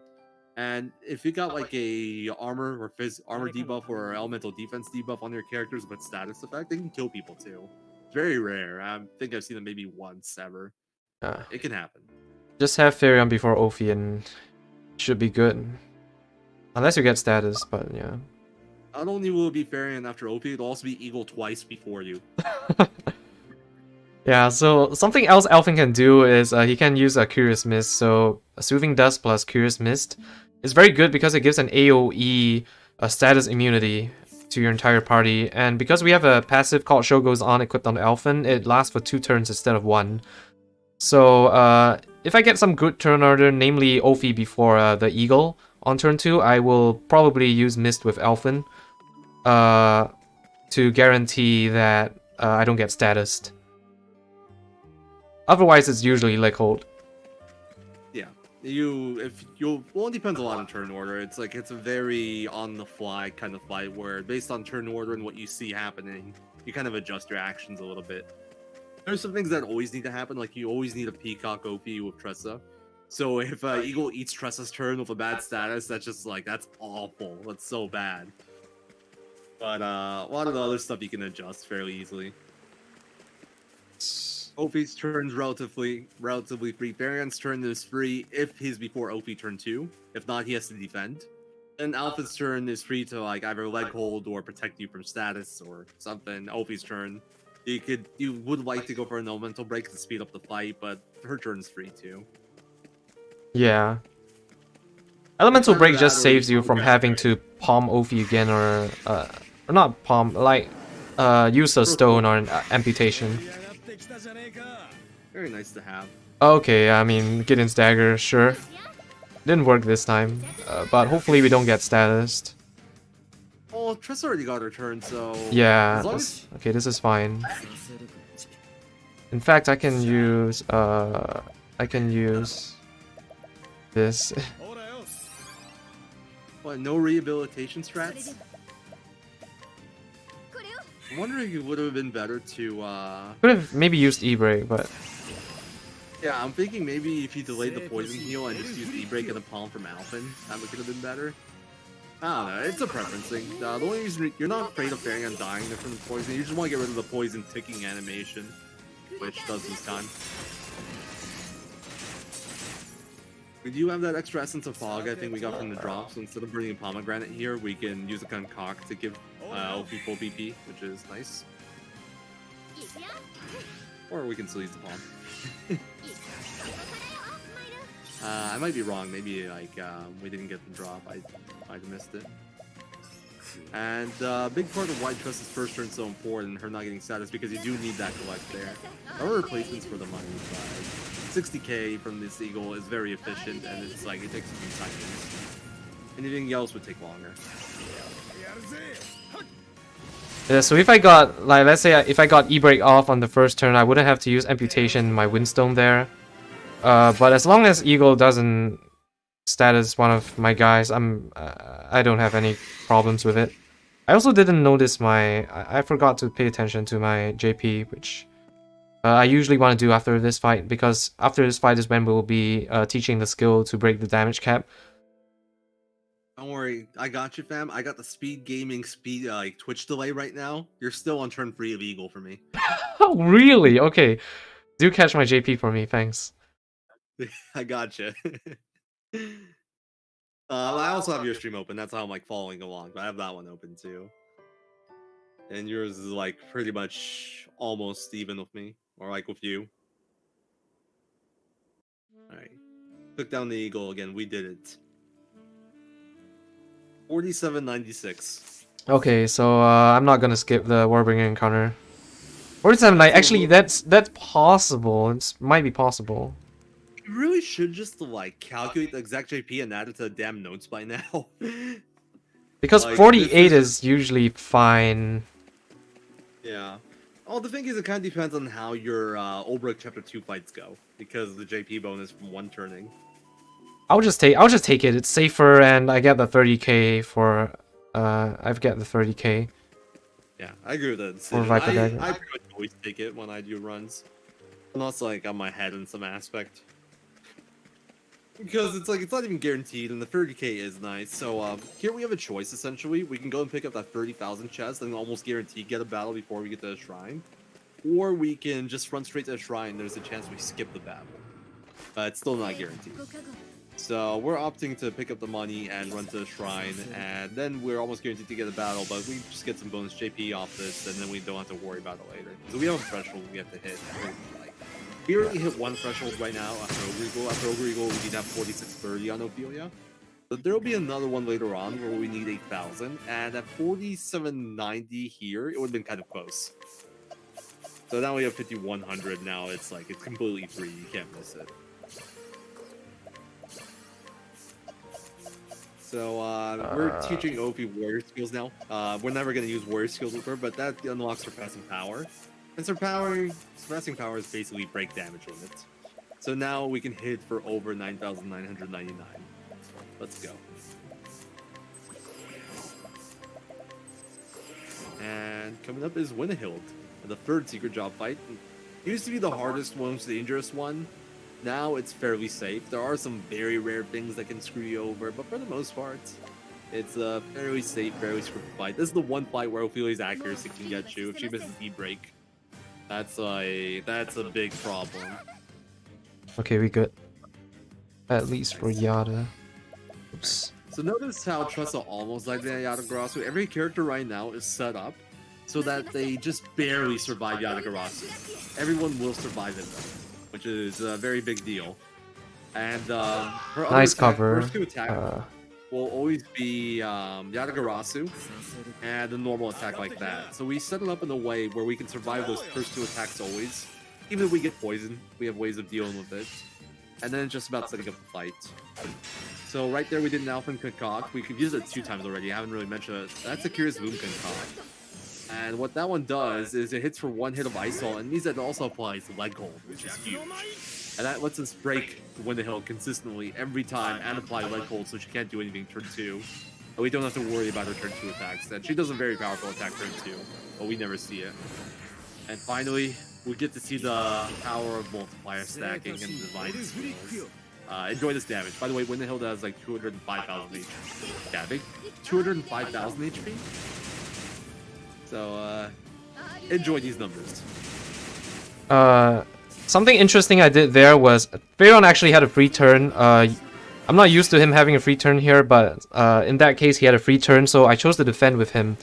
This is the reason. The reason why is because Ophi was going first on the next turn, and I would have to break with Elemental Break, because Winterhill would speak to Staff. So if Ophi went first and I had to use Elemental Break to take off the last shield, it has a chance of missing. So in that case, it was a lot safer to get Therion to defend first. Cover, boost start. Yeah, it's just one way of mitigating that risk of OP missing. If she never gets to go for that E-break to break, she can't miss. Once an enemy's broken, you can't miss them anymore, and with very rare exceptions like Werner's sword equipped, which is a whole other thing that we'll get to when we get it, I think. But yeah, we got Winterhill down, and we won't be using the War Master class for a long time, but War Master has an equip skill called Extra Experience, which is basically what it sounds like. It's a 1.5 times EXP modifier. So every battle from now on where we have that equipped, we'll be getting 50% more EXP, and we want to get that as soon as possible as well. That was the best time to get it. So now we'll be getting more EXP from every fight. And anyone wondering how we did so much damage there, we essentially just stacked every multiplier we had. So we had double damage from Alfrix. We also got Alphans on Tressa, which what that does is it makes a magic attack that's normally AoE single target instead, but it doubles the damage on it, so that's another double damage modifier. We had Peacock, which is 1.5 times damage. We had Elemental Break, which is 1.5 times more damage. We have Elemental Aid, we had Augmented Elements, those are 1.5, 1.2. We have like nearly max Elemental Attack and just like, and Broken Winterhill, which is like a 2 times multiplier. And all that just stacked together, and you can very early. Oh yeah. I'll just take this one. Much ever. This is a very rare battle. Hey, on the bright side, I think now Balgar can't crit OP and kill her. I think you were good anyway. Oh, that you didn't even level. But yeah, she has like 3200 HP, so you're out of that range. This fight right here, Balgar is a somewhat hard boss, but turn 1 he'll always use a Fire Rune attack. I don't remember what it's called. Doesn't status you, it's just one single target, very high damage skill, and it can crit. And if it crits OP, there's a small chance of it killing her normally. So with some extra levels, you're guaranteed safe. Turn 2 and on though, it starts using different element attacks, and those could status you, which is a big problem. But we're not gonna see those, assuming we do the fight properly. So that makes the fight pretty free. Older versions of the fight sometimes have to deal with that, or have to deal with E-break missing here, which was very annoying. This version of the fight doesn't have that problem. And once again, somewhat made possible with the power of Concoct. Okay, it didn't come into play here. So the problem is, you need Tressa before OP turn 3. And that's not guaranteed, that's just random speed turn order stuff right there. So what we do if she is after OP turn 3 is we do a concoct with Alphen using Injurious Seed and Curious Bloom. And what that concoct does, that heals a character, and it actually puts them into the front of the turn order. Like a defend or a spearhead. So we can fix Tressa's turn order without her defending using Alphen's concoct. And that lets us guarantee like the fight by breaking Tressa so she can't miss. and then Ophi can't miss E-break. And it all works out very beautifully, and you get this very clean fight that you see here. Yeah, the other option you have is Panther Dance, which is a skill I taught to Alphin earlier before Steora. Panther Dance is like the Concoct that Zero mentioned, except it only moves Chessa before the person that would go right before her. So in the cases where Tressa is all the way last, I would have to use the Concoct. The Panther Dance is just a nice way to save resources. If you see that you can do it, you just do that instead, and you don't have to burn a Curious Bloom. Which we have plenty of this run, but in other runs it can be tight in terms of our count. Because when we're going for like very good times, we generally try to buy less just to save those seconds. Oh, did she always have the Adamantite shield? I thought she had the plate shield here. I guess it was because of the another menu. Maybe it's because of the haunted changes. Yeah, it's probably because of the haunted changes. Well, so I think who normally has that in Mantite? Carrion? No, it's usually off. I think. Oh, or it could be on Alphen as well. This is something we probably have to work out. It might matter on Winterhill. Yeah, that's the fight it would definitely matter on. The gear setup is very precise on Winterhill. Everyone just barely survives it. So like that's definitely supposed to be on someone. Yeah. Well, as long as Therion has the Force Shield, so he's fine. But Adamantite Shield was on Ophi. Yeah. Okay, we have to find a way to we have to look into that probably. Yeah. I changed up the equipment menus a little bit, make it less awkward. We want to do equipment menus like by using optimize as much as possible, so we don't have to go through each like slot and pick out the armor we want. So the side effect of doing that early Hana thing is that the optimize got thrown off a bit, and now that probably got optimized to a different person. This skill. Oh, because you sure already has elemental heavy armor. I've gone through like 3 different equipment changes here, and like one she could get the kill Lightning Blast, one she couldn't, and now apparently she can again, so I don't know what's going on anymore. Lightning Blast should always kill, I think. I think the Adamantite Shield would probably be on Alphen, because Therion has Force Shield, and Ophi has Plate Shield, and Tressa can survive Yada without it, so... Yeah, it probably was supposed to be on Alphen. Yeah, and it comes off when you de-equip it as well, so that's why you could equip it onto Tressa in that menu. Yeah, that makes sense. So yeah, this is a chapter 1 boss, but now we're a beefy sorcerer girl, so yeah, this is a joke. No challenge at all. Chapter 1 bosses they're funny. They make us laugh. So we actually swapped back to knowledge staff pretty much just for that fight. We can use it for the next fight actually. It's a runner preference thing. Depends kind of on your soulstone count. Because on the next fight we actually want Ophi to go not first if we don't want to burn resources. But if our resources are good, we can do a combination of Ophi first Ventus and a Wind Elstone. Then swap it in the next menu. Yeah. And the reason for that is because if you put BT staff on her, she tends to go last, and then you have to get through more turns for the upcoming fight. Yeah, so if you have the resources, it's actually faster to get Ophi first. We still gotta do a job menu now. We're just gonna set up Ulbrich. You know Ulbrich? Ulbrich's like this noble warrior. He's an infamous warrior.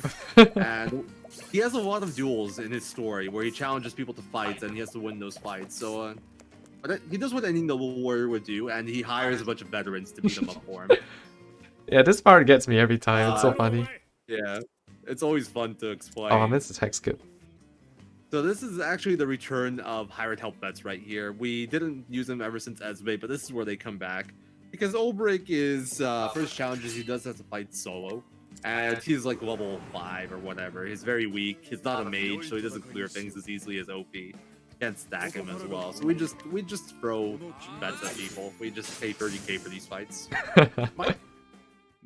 It might seem like a lot, but we have the money for it at this point. And the alternative is to break and use soulstones, and that takes about 11 seconds longer and soulstone. So it's not too different. Yeah, especially since we did pick up the 30k in Warbringer Shrine, so we're definitely good on money. Yeah. There are some points in the run where money does matter. We do still have some big weapon purchases we have to make later, but There's backups, even if you don't have it right away, you just have to pay a little bit more time, essentially. And generally, it's not hard to meet those thresholds, even with all the money we spend just throwing bets at people. I worry more about my soulstone count than I worry about my money. Yeah, because it doesn't hurt that much to not have enough money for this part, but if you don't have enough stones, it can be a lot worse. Yeah. Even though we're like very strong now and we have sorcerer skills, so like stones may seem like they fall off in value. But there will be some fights with Haunted later where she has to provoke stuff to fight them and like to win. I can show you the story. And she can only use her monsters and others. So her monsters are awful. We're gonna be using soul stones for those fights. And nice. This is the exact situation I was mentioning earlier. Since Opie went first, we need to burn an extra stone, but we have a good stone count, so we can just toss a win down, and this fight goes down. And then for the next fights, we definitely want to switch back to BT staff because the elemental attack comes into play again, and we actually want Opie to not go first. We want her to go second, ideally. If we're really lucky, she'll go second in the next like 3 fights, mostly the next 2. So, Obrecht Chapter 2 is rather unique in that it has 6 force fights in it. Most Chapter 2 fights have like 1. On it has like 3 for her 2 provokes. Obrecht has 2 challenges, then he has Victorino, and then he has a tournament he has to fight here with 3 more fights. On the bright side, they're not all that strong, and if you throw BT staff on Ophi, you can one-shot them as long as you can get 4 BP on her. So, negative speed and the BT staff all come into play here to give you faster fights. You can one-shot these. And that actually comes into play in a few other ways, because if you one-turn it, you get a JP bonus for doing it in 1 turn, where if you got OP first, you couldn't one-turn anymore, so you lose that JP bonus. So before, when we were trying to figure out how much JP we needed for that menu in Winnehild, we still need another JP threshold later. And if it wasn't for that bonus coming into play, we could have just done the math at that point and known exactly what threshold we need at that point to have enough for our next menu. But because it can change a little bit based off how these fights go, we don't know exactly.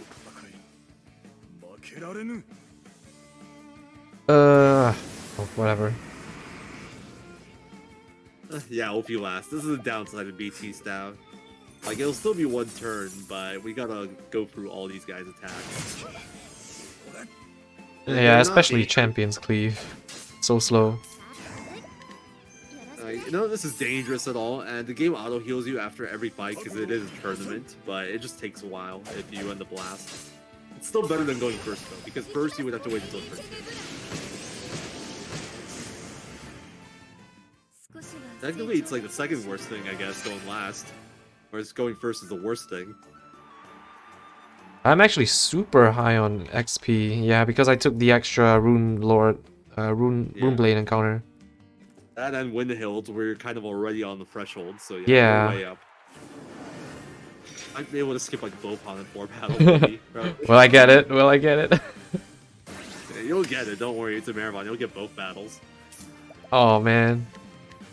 I hope you laugh. A little annoying again. But yeah. Fine. This will be a different fight. So this was actually a free turn at some point before BT staff strats, I think. What we used to do is kill the ads with Glacius turn 1 and then use Alphix turn 2. If I recall correctly? Or maybe it was 2 turns and we just used Alphix. I think that was it. But now we only use Alphix if OP is first. And otherwise we could just buffer up with Peacock and PP. And level slash.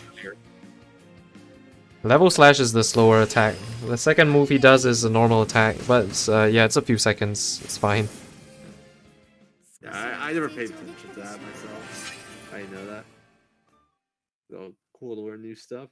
Yeah, it's just a few seconds variance. Ideally, you want Ophi before Gustav. Yeah. Again, Ophi just go first, turn 2. And there we go, chapter 2 done. But we do still have to do a few things in here. Already. We're gonna do this now. It's very important that you switch back to knowledge staff before the next 2 force fights, because those 2 fights you really want to go first. There's just like no reason not to go first. And if you have BT staff on her, she'll probably go last, and then you're gonna have to wait ages to do those fights. And there's no break in between the next 2 fights, so if you notice too late and you go in and you have it equipped, those 2 fights are gonna be very slow. Yeah, I've actually made the mistake myself. It's actually a major mistake because if Ophi goes last on both turns, you lose like 40 seconds between both fights, which is actually a lot. I don't think well, maybe on Switch actually. On Switch, it definitely loses 40 seconds. On PC, maybe a bit less. Probably. I mean, definitely a bit less.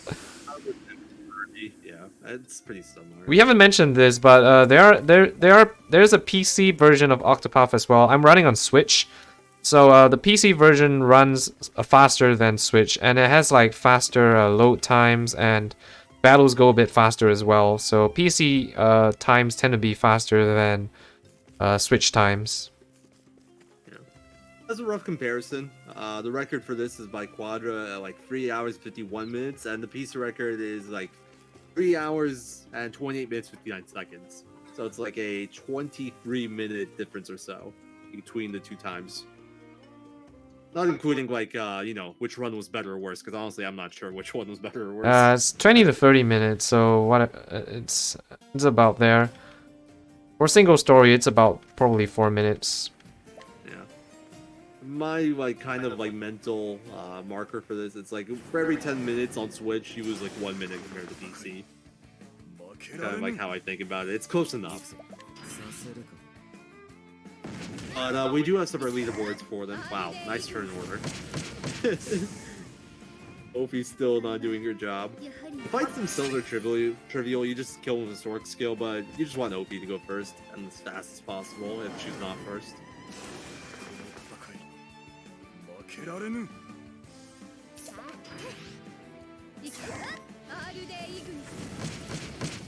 Wow, she didn't go first twice. Okay, do your job. Yeah, just shy of the level as well. But luckily I healed all the way to full before this, so it's fine. What do you need? Like, I think 216 minimum going in here. 236 preferred. So you can do e-break sometimes. Yeah. But usually I've been doing, lately I've been doing the Palm S strat. There's 216 then. I find myself just mixing it up randomly whenever I did runs of this. I really should just stick with one. It depends on turn order sometimes. If I get Ophi first, I always just defend now. Yeah.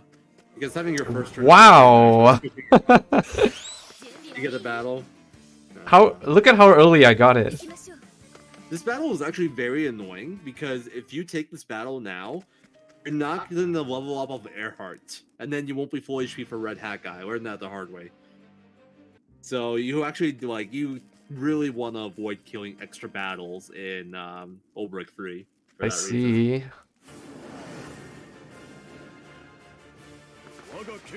So we actually, I'm pretty sure you're doing that. I didn't catch it, but we actually do a strat called Naked Ulbrich. At some point, we need to take Ulbrich's armor off because he'll be leaving the party. And the way it works out is you can actually leave him with no armor, and he can like survive all the fights coming up. And then you get auto healed, so you're healthy enough for the next fight. And then you still don't need armor because you got the full heal. They ended up between OP, didn't they? At least it's not both. Yeah. So, when this gets summoned as ads, where they end up in turn order is random. And if they get a turn off, they'll give you that animation where it's like the Lizard King Chief is protected by one of his own, and it takes like 5 seconds. Not including their action as well. Yeah, super slow. Yeah. It's just pure RNG. The Ace. best thing you can have is Ophi and Farion after Lizard King, so you can defend after it summons him, and that would guarantee that you outspeed him, but that never happens. 8,700 JP. It's like so much. Wow. Normally at this point I have either 8,000 exactly or 81. Yeah, your goal is 8,000 JP after that fight, so you're at 700 ahead. That's crazy. That's like one Hana 4 battle and some change. So here we meet up with our longtime rival, Earhart. We challenge him. He killed the king, by the way. He killed Ulbrich's king. He used to be best friends. Inevitable betrayal, etc., etc., etc. So we're gonna hire some veterans to beat him up for us. It's supposed to be the best swordsman in the land, rival only by Ulrich. Yeah, the 2 best swordsmen in the lands. Also, keep in mind, that was supposed to be one of the best swordsmen in the lands, right? Yeah, keep in mind. Yeah. We took him out in 3 turns with a Shadow Soulstone and 1 vets. He has like, how much was it? So like 16,000 HP or something? Next, to prove our power, we're gonna have to challenge a guy wearing a red hat. He has 25,000 HP. It's just some random dude in this town. And it's stronger. Fun stuff. Man. What was I talking about before? It was something I wanted to go over. Was it the JP threshold? It wasn't that. It was something during the Lizard King fight. Whatever. Okay. Do you do anything different now because of early Honnet? Do you like go to Saints Ridge now or something? Oh, I was supposed to do it after during Obreak 2, but I forgot. But I can do it now. Yeah, you could just do them both whenever, I guess. I don't. Does that save time during Goldbreak 2? Maybe a bit, but I don't. It's Is not it that like big of a after- deal. Yeah. Is it like after you run out from the after Gustav? Yeah, after Gustav, it saves like one screen transition. Yeah, I can see that. It seems interesting. It's pretty. You start off like right in front of the arena, so it does. Save Oh, you a it's good bit this. of It's running. this guy. Yeah. We're gonna. No, it's not that guy. It's Tim. I think. Yeah. We're gonna buy some nuts from Tim. Yeah, I mean for his credit, he did have a tree nut, so but not a nut we want. Not the nut we were looking for. Fun trivia: there's an attack by a squirrel enemy in this game called These Nuts, which is I just find absolutely hilarious. Here, 1 second.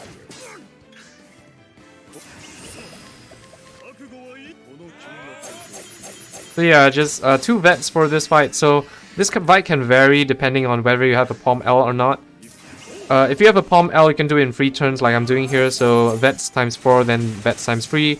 But if you have a Palm M, then you Palm M and then defend for 1 extra BP before you do the 2 vets.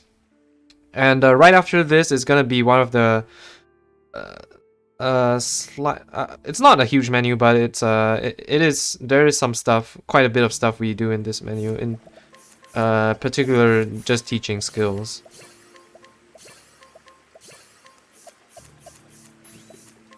Alright, I'm back.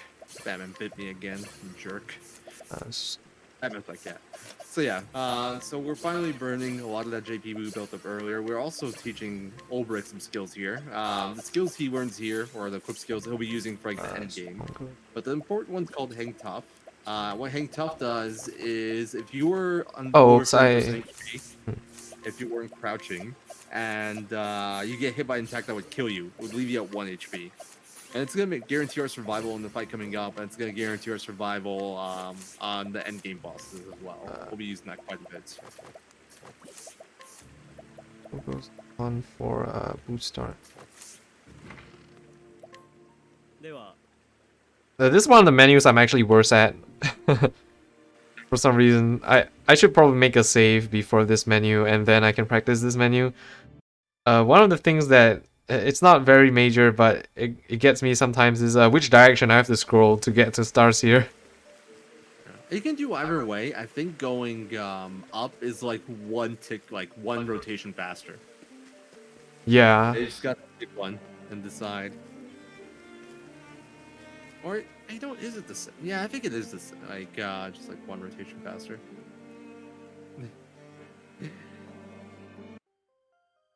Did you mention BP Eater and Boost Start? I have not. Do you want to do it, or do you want me to go? Sure, I'll do it. So BP Eater, I consider it probably the best passive in this game. I mean, like disregarding stuff like evasive maneuvers for obvious reasons, but from a power perspective, BP Eater is the best skill in this game because it's just a flat 1.5 times multiplier to any skill that you use that you boost. And pretty much every time you want to deal damage, you're going to boost your skill. So BP Eater is just a free 1.5 times multiplier to your damage without any drawback. So definitely the best damage increasing passive skill in my opinion.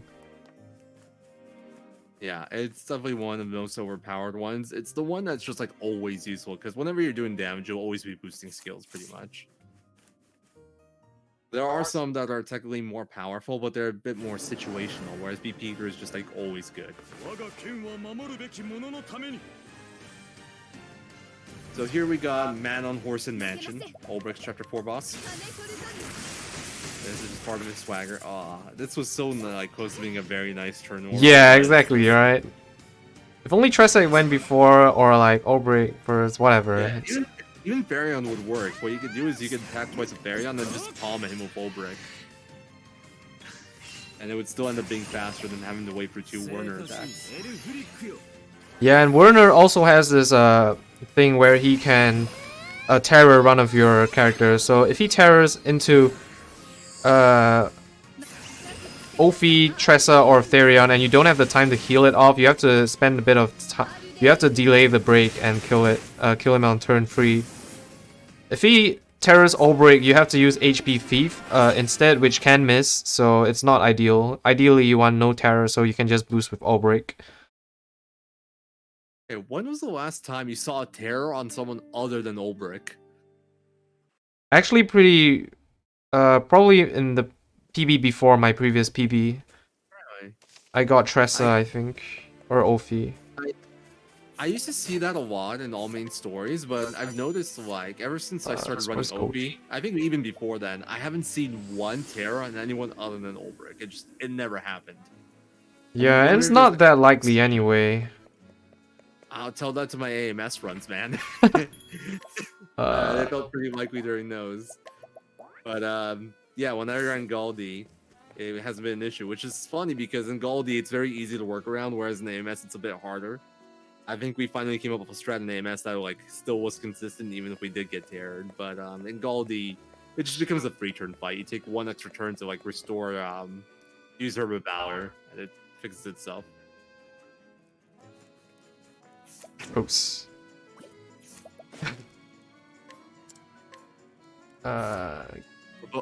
You're gonna attack the bishop and church? Messed up, man. Usually Alpin's in slot 2, so that's why I accidentally hit provoke there. Yeah, I'm sure it's all a little bit shuffled around right now because of the early haunted strat. The joys of picking up new strats in this game, just like messing up all your muscle memory. Yeah. The cool thing about Octopath in general is that it's a Oh, I don't very have steel open- for this sharp nut as well. But I can just purchase it. Huh, interesting. You kicked out. Oh yeah, because you still need Alvin for the Inquire. When do you get Farion back in? In the Stone Guard. Right after you go to Stone Stone Guard. Guard, because you spawn right outside the tavern. It's slightly faster to do it this way. It feels a little weird, but yeah, it makes sense. I don't think there's a better way to do it. Well, I mean, this is you'll actually my spawn there, first but you time better- trying it out, so... Well, this last part, this second part at least. Okay, yeah, I'll just get Therion back in. Uh...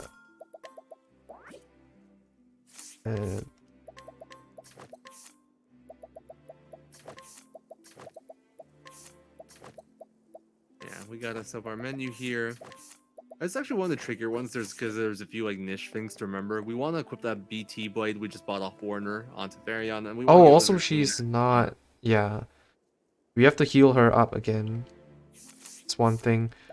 So actually, Yeah, I don't know if Sanjan took this into account, but I'll definitely feed back to her. it's just like, that's what I didn't like about trying to route it in with Obi. There's all sorts of these like little janky things. Not to say that like it can't be done more efficiently. I just I can find a good way to do it. Yeah, it's definitely a good idea, and it's not exactly risky. So it's worth looking into.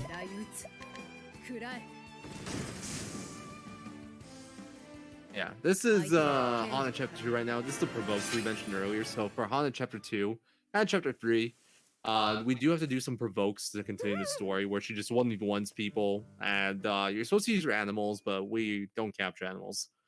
So luckily we can use items. So this is what our soulstone routing has come into play for. We want to have certain soulstones for these fights, and we generally want to be able to hit weaknesses. So for that fight there, for example, we want to make sure we have 2 fire large soulstones. So we've been holding on to them for a good part of the run, trying to avoid using them. And later on, we'll be needing some shadows. And for the fight coming up, we'll be needing a light or a fire or a wind. No, not a wind. There was like one more element that worked. Okay, One of the other neat sorry. we have is Sorry, just sorry for the interruption. I turned up your volume a bit. So those in the chat saying that Zero's a bit soft, I just turned up his volume a bit. So if he's still a bit soft, just let me know. Okay. Hopefully that helps. I saw it earlier, but like I don't want to distract you with setup stuff right now. Oh yeah, so we actually got a weapon in Old Brick Chapter 3 called the Lizard King Axe, and what that axe has unique about it is that it actually buffs lightning-based attacks when you have it equipped. That was an accident. Nice forest fire. That's funny.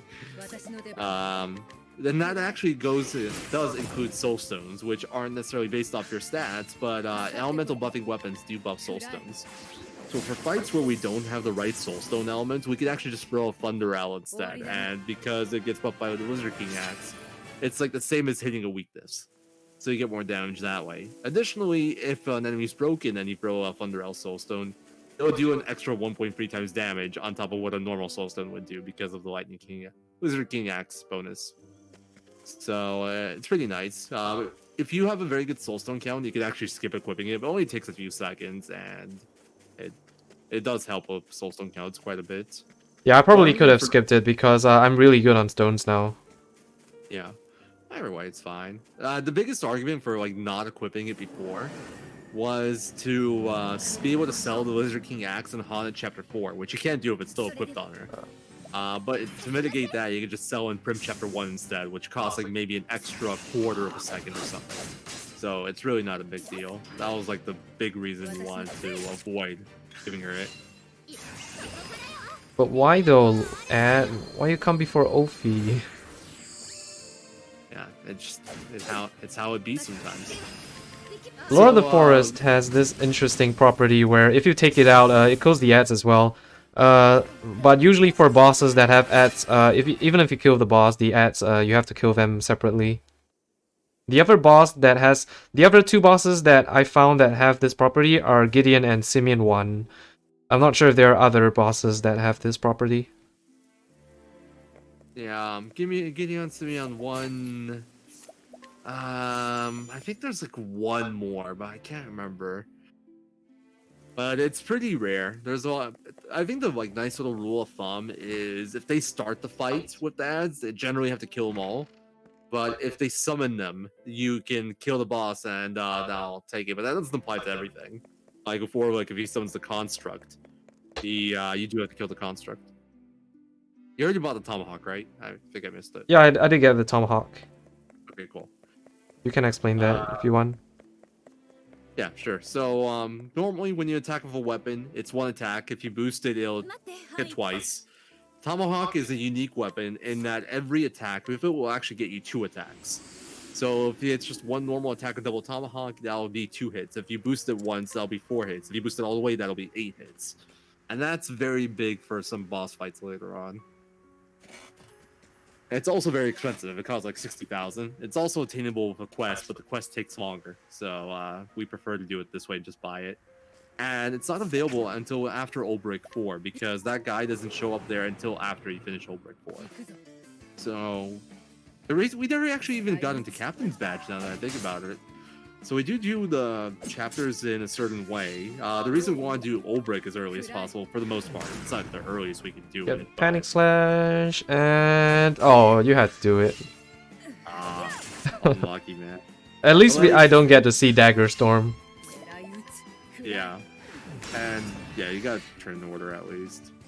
If you get unlucky enough, this guy can actually kill you, and it's a major issue. But yeah, the reason we want to do Old Brick chapters early is because we want to get Captain's Badge as soon as possible. That's Captain's Badge is the last little piece of our puzzle in buffing up our XP growth and our JP growth as much as possible. So we got Badge of Friendship fairly early on. That was 1.5 times JP. Then we got Hard Worker. That was an extra 50% on JP, so 2 times total. And we got Extra Experience, which gave us 1.5 times the XP on each battle. And Captain's Badge is another 50%. So now we actually get double XP and double JP for every fight. So that's why we do Old Brick as soon as possible after the secret jobs. It's faster to do the secret jobs than it is to do the Old Brick chapters early, funnily enough, to get those buffs. But we want to get Old Brick out of the way ASAP so we can get that Captain's Badge. That's the side quest we did where we went to Gold Shore to talk to the Bishop and then went back to Wellspring to talk to Bale and buy the BT blade off Warner, which will also be very important later on. First battle, but look what you got to escape. Yeah, this battle is very common because this map is actually one of the longest screens that you don't do a save and quit on, so probably the very likely to get an encounter, more likely than any other map that you usually go through. Haunted Chapter 3 isn't too bad in a long category like this, but in single story, that's just the bane of your existence. That chapter is the worst ever. The one in the forest is not as common, but the game kind of likes to give it to you if you skip the first one and you thought you're safe. Yeah. I feel like Alphen 3 and Haunted 2 battles are just like making a comeback and just showing up again all of a sudden. So this is a dragon. We're gonna bonk him, and then we're gonna nuke him. Essentially, it's just another fight where you break. We actually don't use all that many buffs. Like, we don't use Peacock anymore for the 1.5 buff. We break to get the 1.5 debuff on him, and then we use Elephants, which gives us a flat 2 times multiplier, and we break, and then we just kill him. Pretty straightforward. If you have the option at this point to choose between using Alfrix or Elephants, Alfrix is the one where you get double. You get to do the same attack twice, essentially. And Elephants makes it single target, but makes it hit twice as hard. We always want to do Elephants over Alfrix if possible, because if Alfrix, you get double the animation as well. So if you do Alfrix Ignis, you have to do 2 Ignis or their animations, where if you do Elephants Ignis, you'll get the same damage, but you'll only have to do 1 animation. So very nice to have that going for us. Sadly, in some fights, we do need to use Alfrix, like Wizard King, which we did a while back. His weaknesses don't unlock until you kill the ads. So you need to do Alfrix so you can kill the ads with the first hit. The weaknesses unlock, and then you hit the second hit. Actually, no, that's not true, is it? No, it's because the ads redirect the attacks to them. No, is that it? Yeah, that's why. That's why it says the Lizard King is protected by one of his own. Yeah, I think you had to use a Wind Elfstone to clear them, and there was an Alphen strat at some point. You could do it for Wind Elf. In Prime AMS, you could we had the idea of using Bishop Staff and using Lux Conjurer, but the ads actually one of the ads are out there. The light weakness isn't available. It becomes available after you clear them. Yeah. So, it's thunder. Thunder weakness is always there. So the Tonitrus is just to kill the ads. I mean, you hit the weakness, but yeah. I don't know what I'm saying. But we're gonna guide Maroof here. I don't know if you guys noticed. We actually started a quest during Outbreak 4. So this quest unlocks after Tressa's chapter 4, but we only do it now because we don't actually need the item that it gives us. But it's a convenient time during Outbreak 4 to go there. And then what we do is that we have to talk to Ali in Sunshade to start the quest. Then Maroof appears in Marcelim, where we have to guide him with Ophi. Then this quest gives us a Trade Wind Spear. So Trade Wind Spear, you've heard that the Lizard King axe increases your Thunder Elemental damage by 30%. Trade Wind Spear does the same thing, but for wind. And the wind element is going to be very important because there are 2 weapons which can boost wind elemental damage, and both of these stack with each other. And also, Tressa can equip both, so we are going to take advantage of that later. You can stack those elemental. Oh wow! Doing. Accident. That was an accident. Oh what? Yeah, I saw that right now. Cursed on the 4 battle too. So on these 2 screens, you'll likely get a battle, but sometimes you can skip. Oh, and you failed this game. That's fine. I'll just kill it now. Yeah, you can get battles in both these screens, and you can choose to kill him or you can choose to run. Running is faster. Killing him isn't too bad, but if you have Ophi not first, it could take a while. And you also, it depends on whether or not you still need EXP and JP at this point, which Quadra doesn't really because we took a lot of battles early. So it would have been better to not see a battle here, but if you got one, you got one. I just decided to kill it because it's faster than failing multiple escapes, and Haunted 4 has kind of this thing where, I mean, this is a chapter 4 area, so you do have a chance of not escaping, and the groups here are extremely big. So failing here multiple times, oh, very close. Failing to escape multiple times is very slow here. Yeah. Just generally, once you have 4 characters, failing an escape will always be very costly. Yeah, like this group in particular is really big. I think you can go up to 5. Again, I'm just gonna kill it for safety. Not really safety, just it's more consistent than failing multiple escapes. I don't think you can have 5 in Catacombs. There's 5 in other areas, though.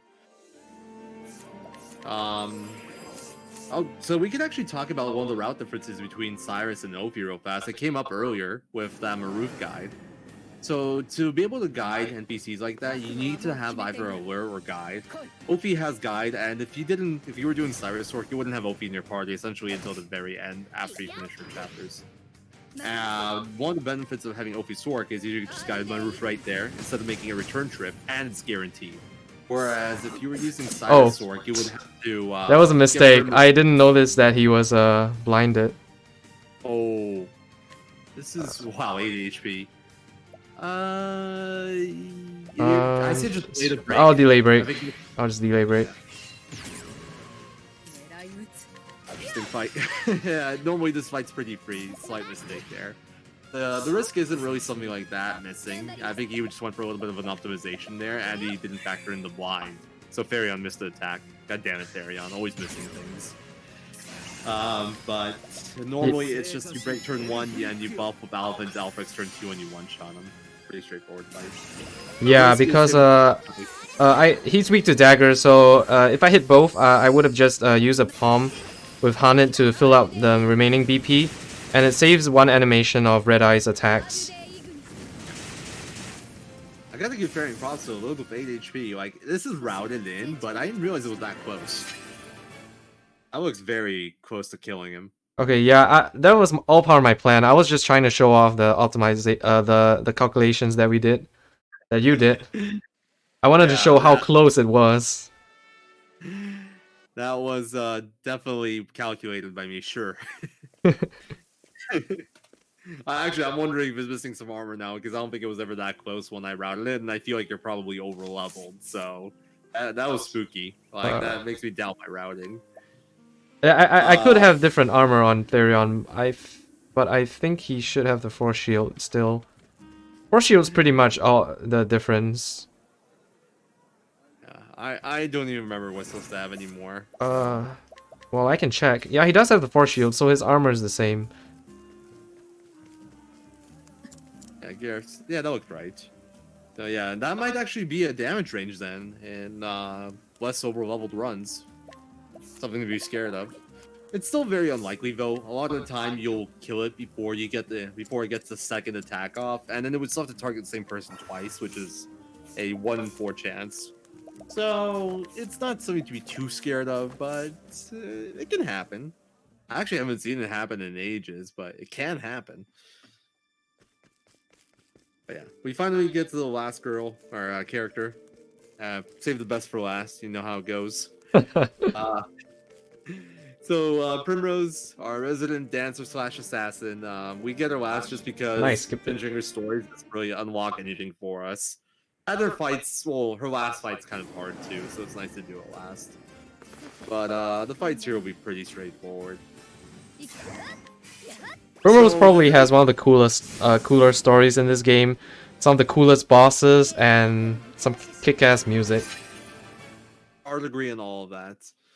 I like her Simeon 1 boss theme. Definitely best like music in my opinion. And Albus is personally my favorite boss sprite in this game. Really? Why Albus? I don't know, I think his pose is just really badass. Okay, that's fair. The mustache looks really good on him. I don't know why.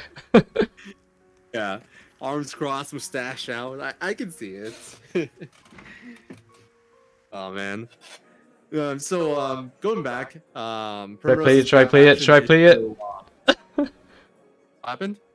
I didn't hear. Did I play it? I'm gonna play it. Wait, what? Oh, you'll see it. Okay. I'm waiting. I don't know what I'm waiting for, but I'm waiting. Oh my god, this. Hey, Primrose, what's a brothel? Oh man. I So- feel like this become like an Octopath, like save the animal sort of thing. It's like, do we watch the what was it called again? Travel banter. Do we kill the frames and watch the travel banter, or do we save the frames and skip the travel banter? Yeah, but we're on pretty okay pace so far, so Oh yeah, we're fine. that was just a few seconds. It's funny.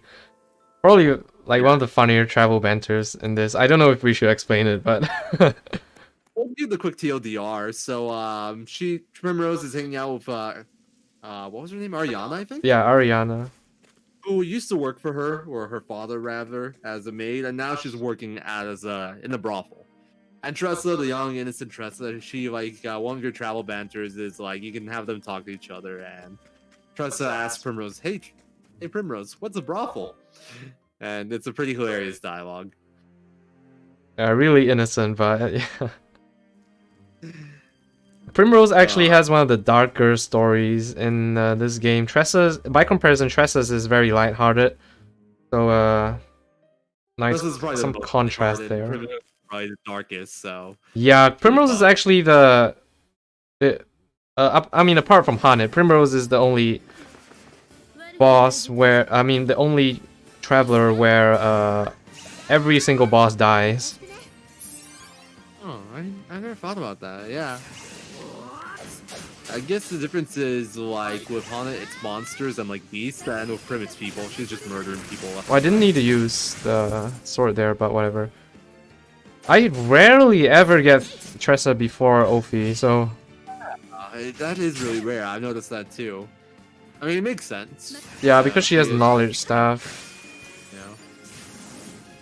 So, I mean, just if you guys didn't understand what I was saying, so normally Tressa would go after, so Ophi would have to use Tornitrus times 3. Then you would donate BP to her, so she would have free BP. Then use times 4 Holy Light next turn. But the thing about that is you need a bit more damage, so you hit him 3 times with Therion's Sword. But if Tressa actually goes before Ophi on turn 1, then you can use a times 4 Tornitrus. Then you don't need any extra damage, and you can kill with oh, I forgot to guide him. You can kill with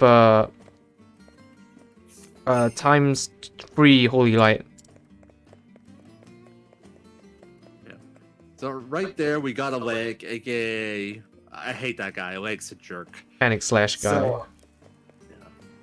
So in Hana 3, we had to beat him with just Hana alone. That fight can be bad, especially in single story. In Goldie, it's a lot safer. But here we also need to guide him for a side quest. And if you were doing the Cyrus Sword route, you wouldn't have Ophelia, who has a guaranteed guide once you're high enough level. You would have Primrose. With Primrose, it's a 30% chance. So 83% chance of getting it first 5 tries. And I failed it like 5 times every single run that I had on good pace, which is a big part of why I routed Ophi, Ophi's sword. That was the Sanjan's 11th try Alaic. Yeah, I've had that before too. It's just like imagine playing your heart out, finally getting a good run going, just to like work it so hard, and then like it's just like nope. Here's a free 1 minute time loss. Also, you now don't have money from Viper Dagger because you have to restore reputation. Have fun, dude. It's very infuriating. Yeah, so Viper Dagger, that's actually the weapon we were hinting at earlier in this run when we were passing by Marcelim. So you can actually find Viper Dagger inside Marcelim Catacombs. But we get it now because it's faster and it's safer. And it's also very convenient. And Viper Dagger is one of the strongest daggers in this game. It has a lot of attack. And it also has a lot of speed, which is actually relevant because one of the skills we're going to use later in the game, Aber's Reckoning, it's the Thief Divine skill. It's an AoE dagger attack and deals a lot of damage to every, depending on scaling with both your physical attack and your speed. So the fact that Viper Dagger has a lot of speed makes Aber's a lot more potent. Yeah, we will. Aber's will be doing some very nice damage later on. Before we actually used to use Windhild's battle cry there, which was the War Master Divine skill. For anyone that's gotten that skill before, you know how powerful that is. Abers essentially took its job because it's faster animation and we don't need to get a bunch of weapons to buff it, since Windhild's required like a lot of good weapons to really optimize the damage. With Abers, we just need one weapon, the Viper Dagger. Well, actually, technically two. We also need BT Blade. We haven't really mentioned BT Blade at all. We bought it off Warner when we got the Captain's Badge. And well, not Warner, Earhart's. And what BT Blade does, like, we have these weapons that buff elemental attack by 1.3 times damage, like for a certain element. BT Blade is the same thing, except instead of for an element, it's for physical damage. So it's just like a 1.3 times physical modifier, and we'll be using that along with Abers for some massive damage later on. We've also been stacking people with it for a few ranges. That's like been the 3 sword hits that Therion's been doing. It's a very powerful weapon. So yeah, I'm gonna skip this encounter here because I'm super high on XP now, so this encounter is easier to skip than say Hanit 4. At this point, we're looking for 2 thresholds. We need to have enough JP for Balgar's Blade before we start the boss gauntlet at the end, and we need to have enough experience for Therion to hit level 45 before he has to do his story steal. And with all the battles we took, there's no way we're short for that. B3. So yeah, you guys are gonna see how strong Primeval Bow of Storms is. 30% boost to your Wind Elemental attack. We can kill Albus without even breaking him in one hit as well. And of course, it wouldn't be possible without Primeval Bow of Storms. So you already have your 30% boost, and imagine if Tressa can equip both, that would make her a lot more powerful. So that's what we're gonna do for the end game. Yeah. Essentially, everything in this run is like stacking multipliers. It's all just stacking multipliers. That's how you get all the really big damage. And yeah, it's time for everyone's favorite chapter 4. Or at least in my opinion. My favorite chapter 4. Ah, Primrose.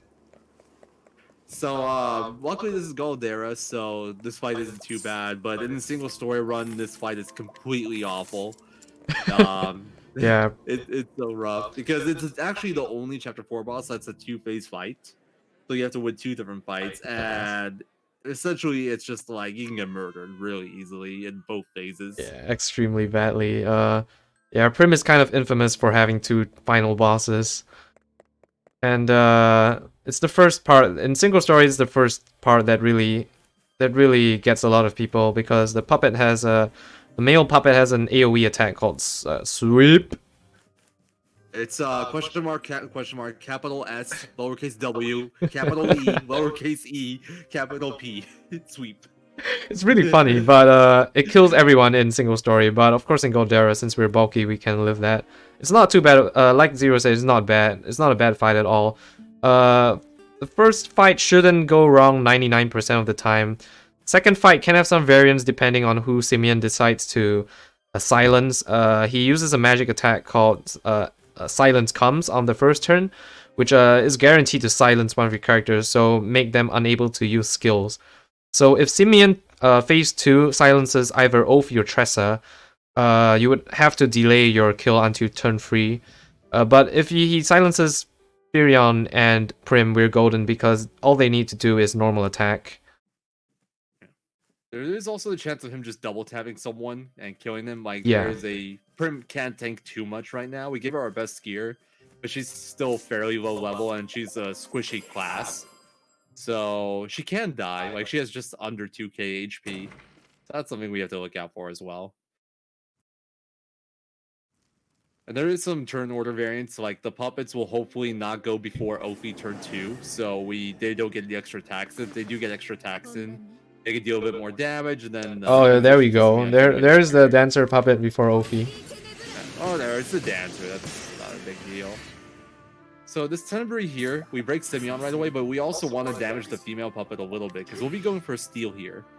If we just do it without damaging the puppet, it's a 95%, but with that little bit of damage from Tenebrae, it's actually a 100% steal. before we started doing that, I think we did elemental break or something, and once we're lost that steal, missing that steal, because the item from that puppet we do need to finish the run. Well, actually, we could probably get away with it nowadays. It would just be slower, but that's a mental belt right there. Okay, please mental use a belt. lion dance or funeral dance. Okay, nice, we got it. So the female puppet can use an AoE attack called Sickening Ode, which is just annoying in case we don't level. But she can also buff one of the other people. Yeah, like I said there, we have 3 characters that didn't level here. So definitely good that she didn't AoE us. Yeah. So the mental belt, it could also be dropped, but it's an accessory that gives you 65 elemental attack and 50 elemental defense. So we'll need it to set up for our final fight, essentially. Alright. Time to play the Silence Lotto. Who's getting silenced? Oh, gotta wait a little bit more. Oh, Ophi. Ah, unlucky. Okay, 3 turn fight. At least nobody died though, so it's not too bad. So yeah, like we have a backup if someone gets silenced, but if no one gets silenced, we can do this fight in 2 turns. 6 actions total. It's pretty neat. Sadly, we're not gonna get to see that though. Turn order is not too bad either. By the way, these are the most important herbs in the run. Herbs of Clamor, they cure silence because there are fights just where silence will wreck you completely. It's a really bad one to forget because then if like an important character gets silenced, like if your mage gets silenced, it's just like, well, I can't do anything about this. I just gotta wait. We buy those right before Matthias in chapter 4, so like we purposely try to avoid any fights that can silence you before that point. Yeah, that's Prim chapter 4 done. And sadly, she will be leaving our party for a good while after this because we just don't really need to do anything with her anymore. Alright, got an upcoming fight that hopefully goes well. Should go well most of the time. One of the benefits of running non-K here, so Cyrus has to hit a certain JP threshold, and if he dies in this fight and ends up taking an extra turn, you won't hit that threshold if you were doing K route with no extra battles. Not because we did non-K route, we have an extra 130 JP at least, I think. So I think we can hit that threshold. Or actually, I don't know if that's true. We do have some extra JP. I don't remember exactly how much. I think we do because I did take an extra Yeah. Saint's Bridge battle. Yeah, exactly. So we should be fine even if Cyrus dies. I'm just wondering if like the extra chapter 1 bosses would have been enough, because I'm not sure. Like, what's the bonus JP here from the turn 1 kill? Like 60, 70-ish? It would have been close. It didn't matter. We got Obi first. If Obi does go first here, the ads get to, or the enemies get to attack Cyrus. They will one-shot him. Or I think it's a 2-shot. I don't remember. No, it was a 1-shot. And you'll have to heal him because you do care about the JP. He has a very important JP threshold to meet. So it would take longer. Yeah, this is Fairy on chapter 4 here. He's chasing down the last Dragonstone. We haven't mentioned Darius at all. Used to be his friend. He betrayed him, and now he's also like trying to steal the Dragonstones and successfully stolen Dragonstones. This is gonna be our big showdown with him. Except just kidding. We actually just started these cutscenes because we don't want to run back. We're gonna go do Cyrus 4 next.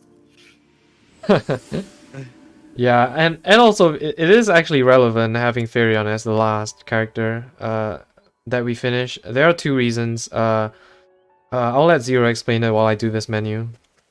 Explains pretty hard. So the first one is to do Farion's chapter 4. There's a certain steal you have to do, and it's an unlikely steal. At low levels, it's a 3%. I think at like 37, 38, it becomes 8%. But at 45, it becomes a 45% or 55% steal, excuse me, which is a lot more manageable. So we wanna have Farion level 45 before we do that. The second reason is after Farion chapter 4, we end up in Boulderfall. And there's a screen north of Boulderfall that we have to do a certain side quest on that isn't available until we do every character's chapters. And we have to finish every character's main story. So we want to do that Farion last, so we end up in the closest place to that side quest after we're done with everyone's story. And here we have a pretty big menu, actually, so let's this is important. We give Cyrus Hank Tough. That's pretty important. And we give Ophi a bunch of Rune Blade skills, and we give her Elemental Edge. What Elemental Edge does is it's essentially a permanent 1.5 times Elemental Attack and Elemental Defense multiplier. It's like applying Peacock and Sheltering Veil, but permanently. So Peacock won't do anything on her anymore since we already have Elemental Edge on. We have that buff permanently attached. And we need it now because the damage for this upcoming fight is going to be very tight. Next fight coming up has 84,000 HP. She doesn't have any elemental weaknesses, and she has 30 shields. We don't want to break those shields. It would take ages. So we want to one-shot her before she can get a second attack in, because second attacks can kill us.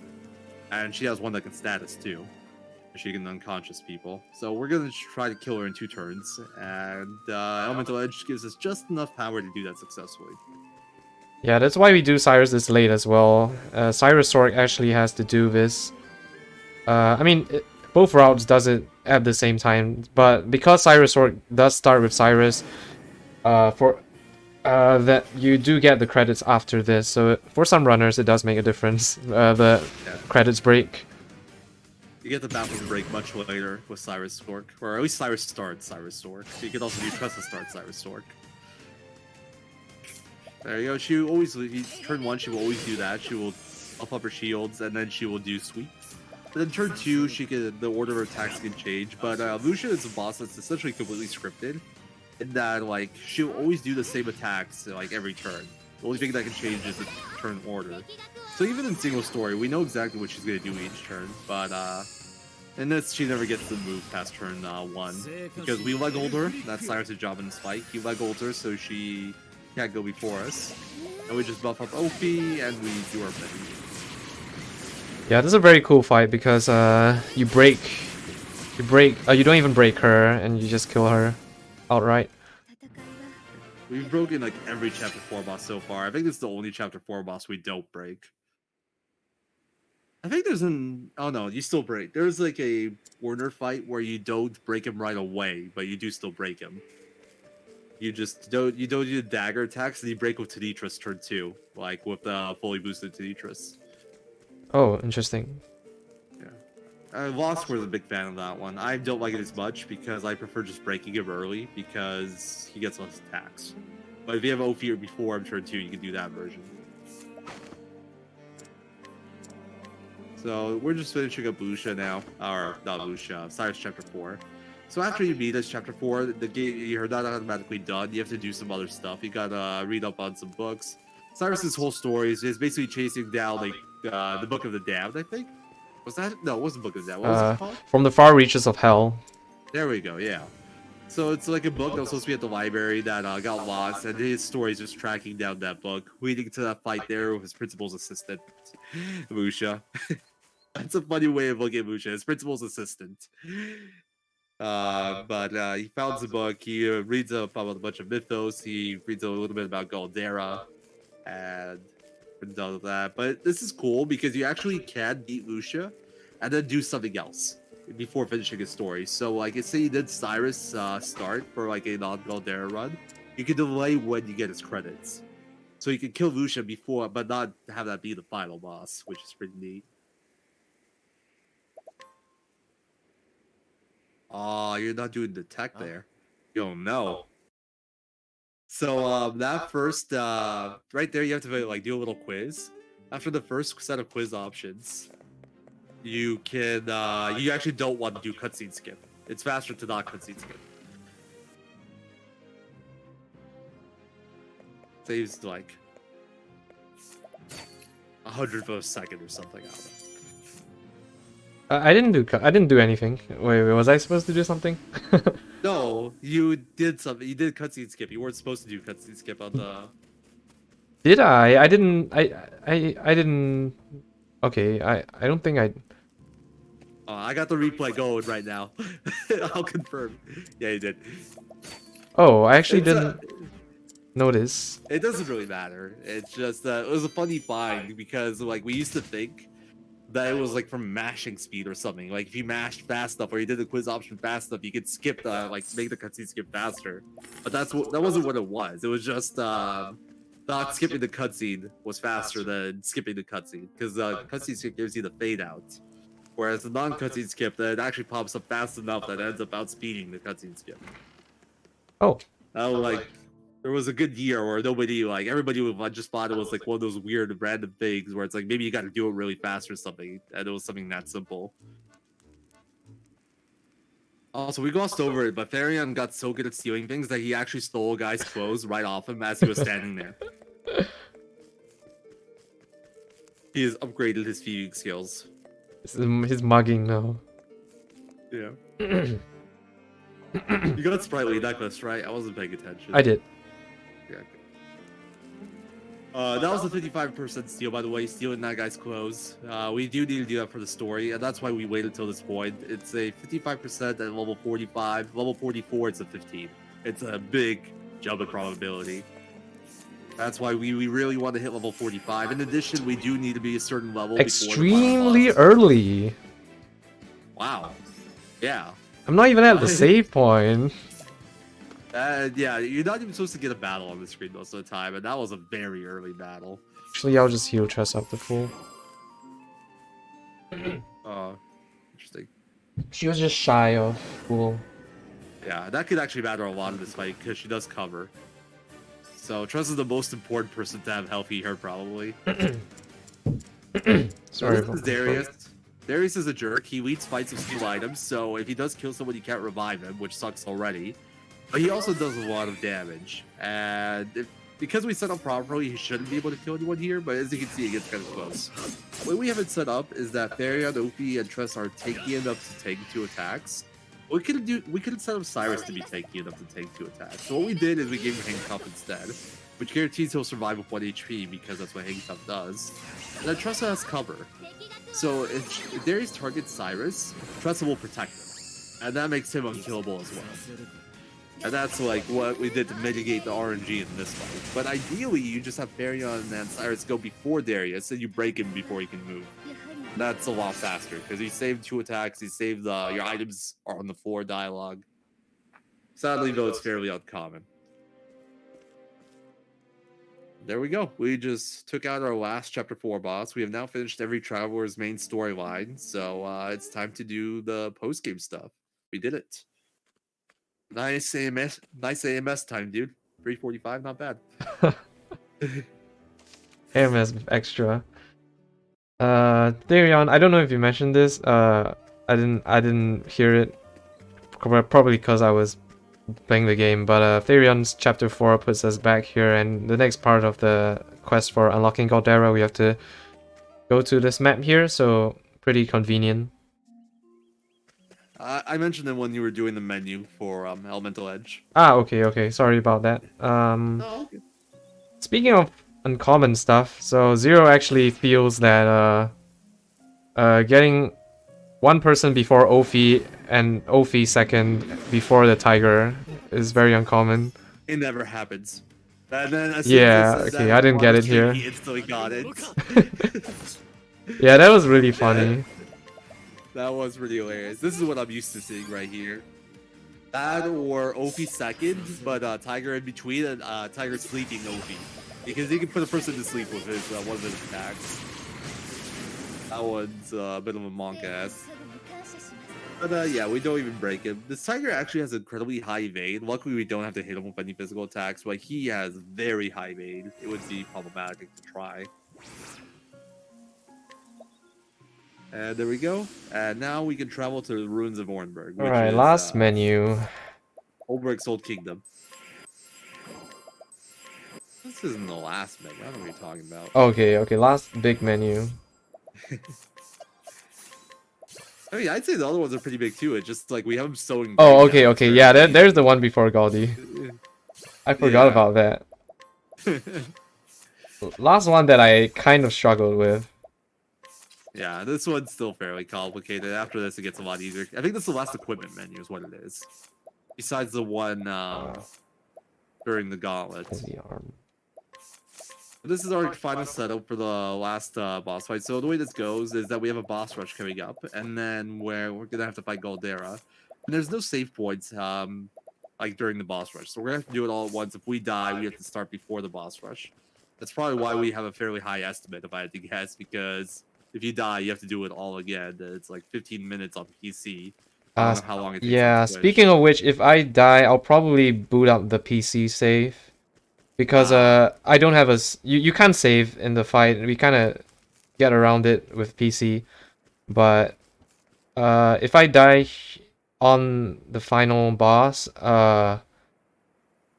won't have time to do the gauntlet again. So I would have to boot up my PC save for that. Yeah, But hopefully yeah, we would don't make have to progress see there. that, of course. I thought we had a bit more time. We would not make it. 410 is actually tighter than I thought it would be. Hey man, you're the one that wants to see that travel banter. This is on you. So this boss rush, it might seem like something that's supposed to be hard. It isn't. This boss rush is very easy. There's like maybe one somewhat tricky fight, but for the most part, it's all very scripted. And we'll be using Balgar's Blade. This is where Rune Lord skills finally come into play. So Rune Lord, like runes, are good, but they're kind of slow, so they're not used earlier. But the divine skill for Rune Lord is called Balgar's Blade, and well, this is what it does. It does a lot of damage. It does quite a bit. You essentially hit with 6 elemental attacks, and also we bought the BTA axe off of some guy, I forgot his name, in Victor's Hollow. Ned. Earlier. Ned, there we go. And that actually buffs ice and lightning. So 2 of these elemental attacks are actually buffed right now. So that's why 2 hits of Balgar's Blade are hitting harder than the other 4. Gives you a nice boost of damage here. Oh, do it. Oh, do it, Simeon. Is he gonna do it? No, he didn't. So I was gonna get double tapped here. You do need him alive for this fight, sadly, because you need the JP that he gains off of this fight. Also, times two trade wins, you can see how strong it is. 22,000. That's the power of all the buffs we stacked on Tressa, and of course both the wind element boosting weapons. She does have like full 9 capped elemental attack at this point or something close to it. We gave her all our elemental augmenters. She'll be using those from now on. Ophi's strong enough that she'll be fine with just the mental belt we stole.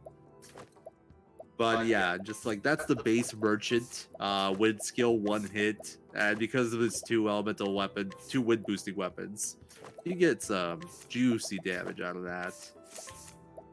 So here's our final equipment menu here. We're giving Ulbrich all our speed gear, and Alphen we're just making very tanky and giving him the double tomahawk. And we haven't really seen double tomahawk, I think, at all before this point, but we're gonna start to see it now. It's gonna be used in essentially every fight from now on, except for 1. Yeah, I should also mention that there's a reason why we're doing these bosses in a certain order. We did Miguel first because we don't usually have characters at full HP and SP before the fight. Nice thing about all these fights is that they give so much XP that you're always gonna level. So it's a free heal after every level. So we do Miguel first because he doesn't do anything. And it's a free heal. Well, that's not the only reason, actually. It's because you gotta be able to hit his weaknesses, and Cyrus can still hit his weaknesses with his Hunter equipped. Yeah. But yeah, and then Simeon, same thing.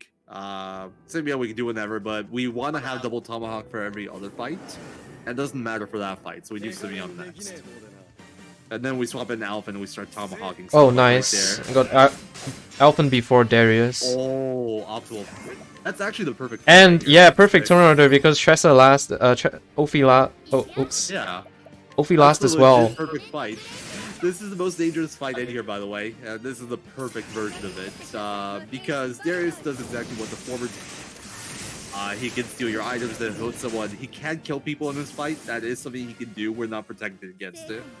And yeah, he can do stuff. But Alphen first with double tomahawk just instantly breaks him. And with OP last, he actually just one-turned him there. Very good fight. Yeah, That's super the dream good. right there. Let's see what we get with Matthias. Not as good. So We essentially want that turn order we got versus Darius in every single fight from now on. The outfit sadly isn't Speedy Boy or anything, but Therion is just normal speed. Luckily, Opie is really slow, so she'll usually go last. Since, you know, this fight where she went first because speed in this game. But yeah, this fight's a joke. Matthias here is even more pathetic than he was in the original fights. This fight's actually easier. More Balgar's blade spam. Next fight's a bit more interesting. We got Shadowy Vaughn coming up, but we got to do a menu before it too. It'll be second to last menu we do. But Shadowy Vaughn, he does come with 2 shadow ads. I think it's 2 skeletons now instead of 2 cultists, which is a nice touch. And those guys serving him earlier, the cultists. Now it's 2 skeletons because, you know, they died. It's kind of neat. But the fight isn't dangerous like that Yvonne fight in that they can't kill you, but it is a little bit on the slower side compared to, like, say, Cyrus Fork, because we don't have access to Lightning Blast on OP. So we have to use a combination, like, we have to use double Stork skills and we have to break the skeletons. But fight itself is pretty straightforward. I think in theory Therion can die. I've never seen it though. Because you almost always break Yvonne instantly. And they would have to like all hit Therion to kill him. Yeah, this is actually a place where we do use a Soul Stone, even though we're done. Like, you'd think that we never need them, but it's just to hit their weaknesses there and a little bit of extra damage. We do need to break the skeleton's skill and trust him next turn, and this will be the one fight in here where we don't use Elemental Break for extra damage. Instead of doing Elemental Break, we're going to be doing a Boosted Ventus, which does pretty good damage, as you can see, adding still a Battle Guards. Help out the Elemental Break buff, or rather debuff on that.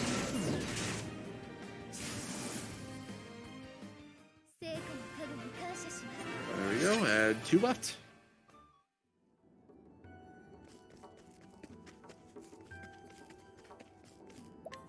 You have a good Curious Bloom count, huh? So you can just do the Curious Bloom version of this. I actually haven't done that before, so I was just gonna do the normal one. Okay. It's same thing, except you just do the break turn 1. There's nothing really to it. But this is one of those fights that can change a little bit based off your resource count, because I hate going for that E-break. Tiger has really high evasion, trust I can miss. That one scares me. Yeah. So this fight you're gonna break with Therion spearing the Tiger and using a concoct with Alvin, because Alvin can hit a weakness without a job attached. But you can use a concoct to do it. So if you have a good Curious Bloom count, what you can do is instead of defending with Therion and doing a 4 spear turn 2, you can do a 3 spear turn 1. And you can use concoct Curious Bloom and Injury Seed, which does a 3 hit fire attack instead of a 2 hit fire attack with Nox Roots, and break him turn 1. Instead of waiting 1 turn. And ultimately, though, the difference is non-existent. It's very, very, very small. And here's Werner, aka it's time to sacrifice Therion for the greater good. So we haven't mentioned it yet, but there is a Warp Master. I just had a brain fart. That happens. That does look like a bit of a weird turn order. Jabeta turn order. There's a skill called Fortitude. And the way that Fortitude works is, like, essentially the lower HP you have, the more damage you do. Up to 3x damage at 1 HP. I think it's still like 3x-ish at like a little bit over 1. But the point is low HP, what you do, so you want to be as low HP as possible. And Therion's going to be using that skill. So we actually want to kill him off here, and then we're going to revive him outside of battle.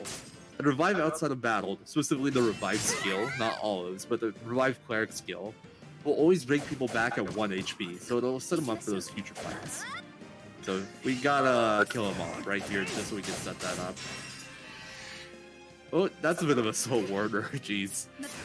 Yeah. He did not cooperate. This is about as slow as it will ever be. It's just turn order based. Ultimately, once again, it's like it's a difference of like maybe a few actions. I think the fastest possible Werner fight, you do this in like 4 or less actions. It's not that big a deal. So there we go, boss gauntlet done. Now it's time for the real stuff to go. The scary stuff. Oh man. So before we do that, don't forget to revive. I said you did it right when I said that, but I have a stream delay. So we're gonna do one last menu here. We're essentially gonna set up our party for the second phase of that fight. And Cyrus for the first phase as well. What we'll be doing is we'll be equipping Hang Tough to everyone, probably Cover to everyone. The idea behind that is that everybody will survive at least one attack, and then they'll cover the people that might get targeted twice, and keep everybody alive that way in the second phase. In addition to that, we'll be setting up Cyrus with Elephant. That's important for the upcoming fight. And Faria will be getting BP Eater here, and the 4 Master Skills to learn Fortitude. And physical prowess as well, because those will be used in the final fight as well. Farian will be our main damage dealer in the second phase. So we just got to set up all these skills, all these equipped skills, and we will be good to go. Pretty cool menuing tech here too. It's like you can be very precise with the menus here because everything will always be in the same place. I'm not used to this. Oh yeah, because of the early Haunted, so it's all a little different, huh? I usually have just take your time. Okay, this looks good. Yeah, that does look good. Hey, at least you didn't forget to do the party menu like I did once on World Record Base. Okay. Oh. I is stressful. I is stressful. Alright. You focus, I'll try to just explain the fight. So I is the first phase of this fight. That's 500,000 HP. The thing about I is that it has the ads and stuff. It's right there. So we want to do the fight in a very specific way, because once you kill that ad, it'll summon more if it ever gets a turn. So the way we want to do it is turn 3, we want to let the eye go, then we kill the ad, and then turn 4 will break it. The other part of this fight that we have to maintain is setting up for the kill on the ad and keeping everybody healthy enough to survive 2 free attacks from the eye. So there will be 2 heals you do. One on turn, well, they can both be turn 2. But one will be over Rev Jam Doter's combo. Doter's is the divine skill of Apothecary. What it does is when you use an item, it'll apply to all your characters.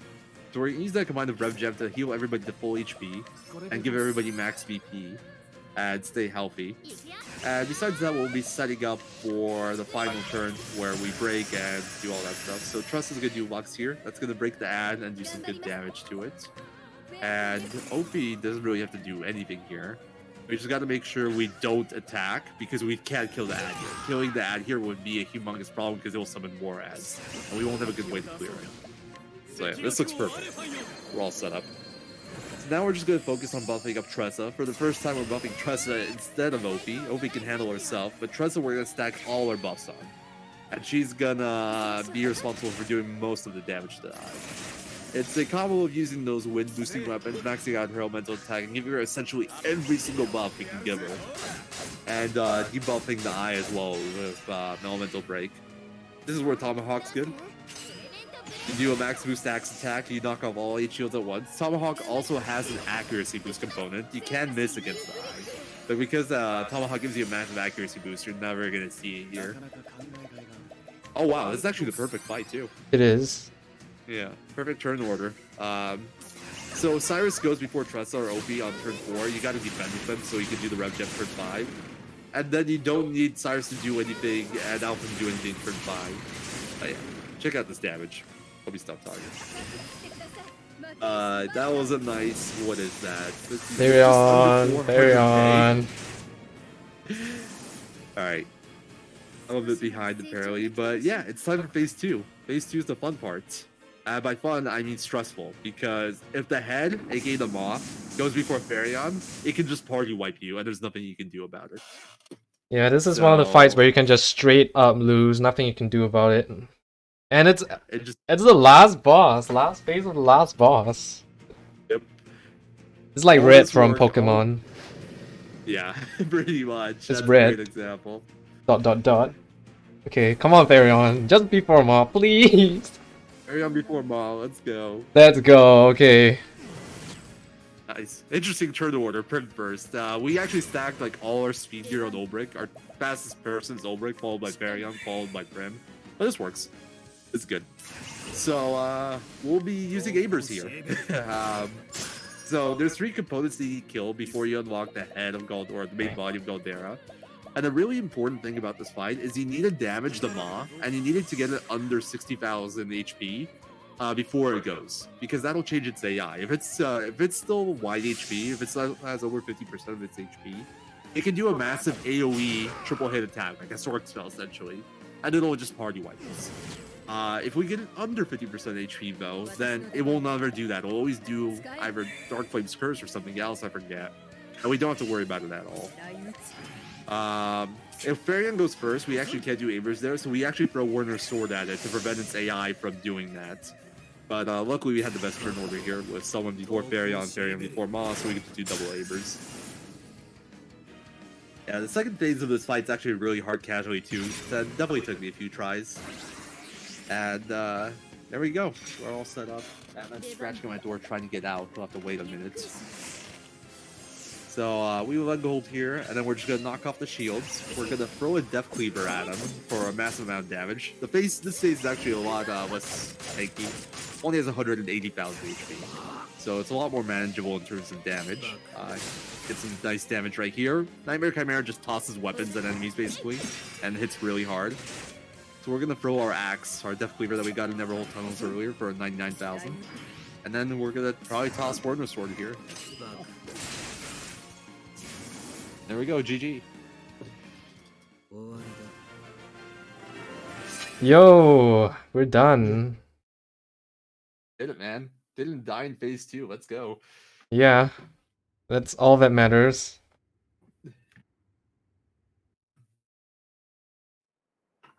Time's coming up after this text box, so there we go, when it pops up. 403, nice. It's not too bad.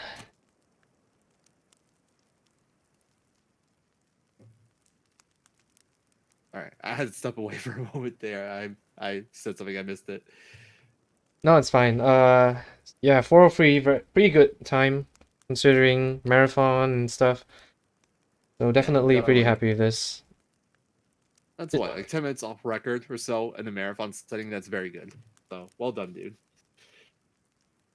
All right, yeah, that's Goldera for you. I want to give a big thank you to Zero. I know it's pretty late for him, but It's not late. It's early. It's 6:30 in the morning now. Zero's one of the most knowledgeable Goldera runners. He also created this route, so it's definitely very helpful to have him around here. And you guys can imagine how stressful it is to commentate this run alone. If I had to do that, commentating this run alone while executing it. So you already saw that I made some mistakes here and there, but it's even harder to play really optimally if you're constantly talking, because there's a lot of areas where you have to pay attention to turn order and stuff like that. Yeah, so really a big really lifesaver that Zero was able to be here. Sanjan as well, even though she wasn't able to come in the end, but Sanjan was also supposed to commentate along with Zero. She's also one of the top Goldera runners. So thank you, Sanjan, for agreeing to commentate as well. And yeah, shoutouts to the entire Octopath community. Thanks to SpeedGaming for having me, and Zero. Anything you want to say, Zero? Just if you guys like this, if you guys would like to get into Octopath Traveler speedrunning, or just like even the game casually, I do recommend joining the Octopath Traveler speedrunning Discord. There's a link on speedrun.com, and it's a great community. Everybody's very friendly, lots of fun, and we'll get you started. And also shout out SpeedGaming for having us, and shout outs for Quadra for this great run. Well done, man. Thanks, Zero.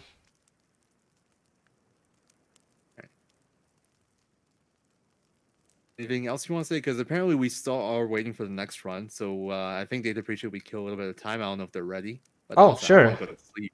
It's Yeah. 6:30 in the I morning. know what we can do. Let's go. All right, what are we doing? Oh, Golden Axe time.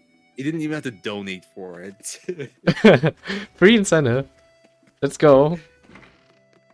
We gotta Hold get. on, I was gonna say we should do this with many people, but the thing is that glitch breaks, I think, when you enter a house, so we can't. Let's see if Albrecht has any good stuff. No, I can't learn Brad's Thunder. Yeah, it's just short. Give him Nightmare Chimera, I think. Let's Oh. toss something at her. Oh, okay, I could, yeah.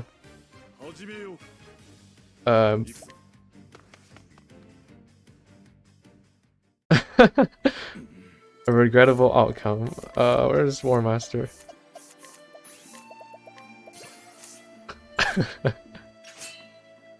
Alright, let's see what I can throw at her. What do we have? I'm not sure how much we actually have because the I accidentally used the pen. Oh, you boosted it too. Oh no. Lizard King's axe, Wolf's bow, Gideon's dagger, Miguel's spear. Those are... I actually wonder if this will hit max damage or not because we are damage capped at the moment, but Ulbrich isn't that strong right now, and our weapons aren't the best, and we're not boosting. So I don't know how much this is gonna do. I actually have no idea. All right, let's throw. I don't know. Wait, do we have 3 divine blades, or did I see that wrong? No, that's one divine blade. We have 3 long swords. Let's throw that. 184. Oh, she healed herself. She healed. No, he's gonna win. Let's throw a bow because that's totally possible. Oh, it didn't kill. Yeah, I think like the really weak weapons are actually like really weak. You really don't do anything. I gotta heal your SP now. This is a great use of our time. He's so dodgy. Yeah, War Master, man. He's a War Master. He got to be able to. Let's throw a staff. You know. Wow, this lady is strong. Let me give you that. I'll give you that. Wow. Oh, she healed herself again. Oh man, she's gonna out endurance you at this point. Good thing she doesn't like hit you or something, right? This fight would have been over already. Let's try dagger. Okay, sure. Speaking of poison's actually kind of good in this game, at least when they use it on you. You take like 1/6 of your HP. I think on like standard enemies it takes like 1/6 too, but on bosses it's like 1/100. Alright, no more playing around. Oh, it's serious time now? What are we throwing? I guess it's the biggest thing we have. Oh, Miguel Spear is the highest. Yeah, Miguel Spear. Yeah, let's throw Miguel Spear. 75. And you could exit the battle and take the BT blade off Therion. Oh, I could. I'm gonna redo it. I regret suggesting this now. Wait. I have to do this too. Oh man. You gotta get him to 1 HP too, so you can get fortitude.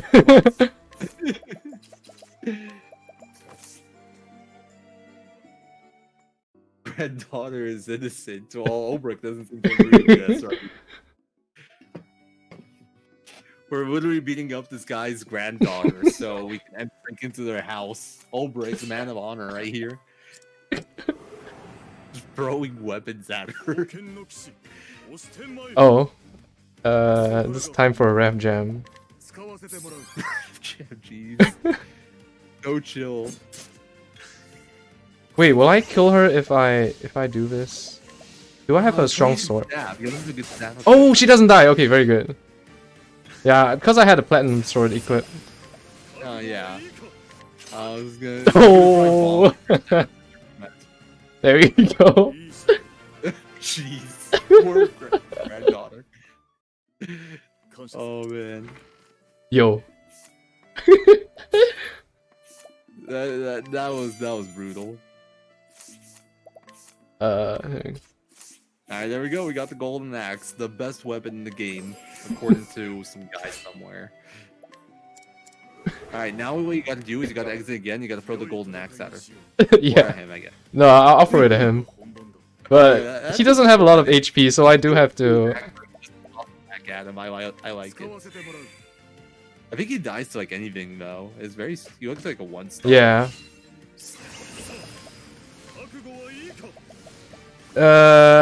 No, I'll take off my sword. We're not gonna throw the golden axe at him. No, I'm gonna take off my sword first, so I don't break him. Oh, is he even sword weakness? I don't know what his weaknesses are. Should be sword though.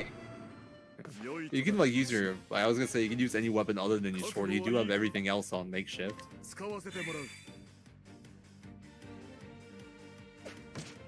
And we're just here. We finally beat the Dark God, so now we're free to beat up old men and their granddaughter. Oh, he's not weak to sword! See, I kind of saw this coming. Oh, and it kills him too. No, I wanted to throw the golden axe. Let's go find some random NPC to kill us. Jeez.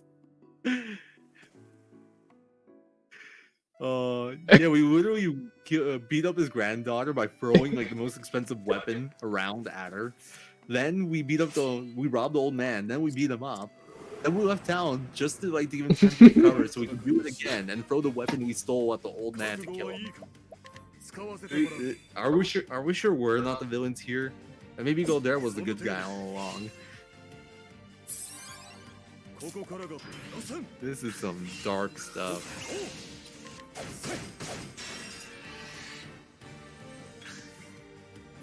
Bonk, bonk, bonk. Where's the Viper dagger?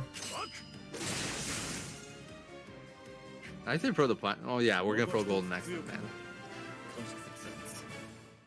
Okay, I'm not gonna break him probably. I'll just throw it at him. Yeah, I don't think he can break him. I think he's too squishy. Ulrich is growing too strong. Golden axe is yeah. Physical gear. You have the mighty belt physical belt.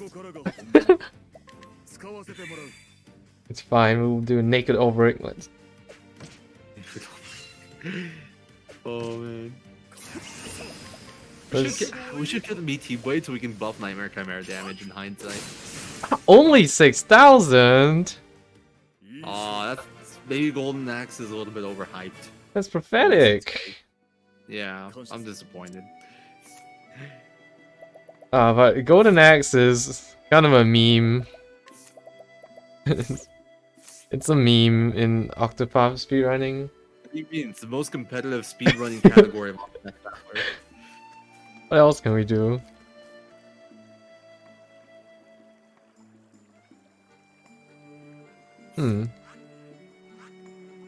I actually don't know how to beat Direwolf. I could try to beat Direwolf. Alright.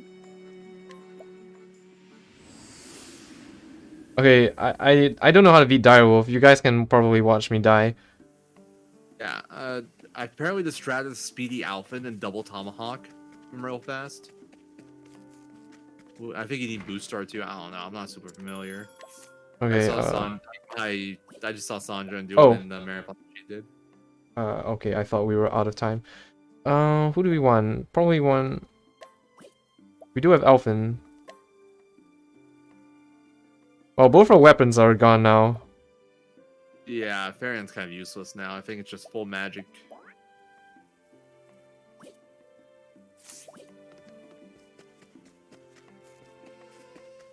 Do you choose Haunted just because you like Haunted?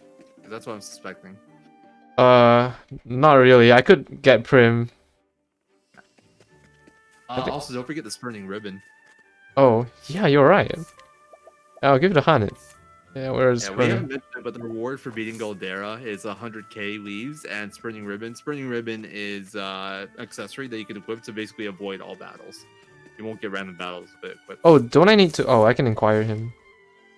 Yeah, you have Alpin. Do I have to start any quest, or can I just go there? No, you can just go as soon as you just need to get the Inquire. Oh, do I have to speak to that guy at the start of Whisper Mill? No, you can skip him. Okay. This was part of my all side stories routing that I never actually got to doing. I check stuff like this. Alright, how do I beat this guy? I'm not sure. I should save. Let's save.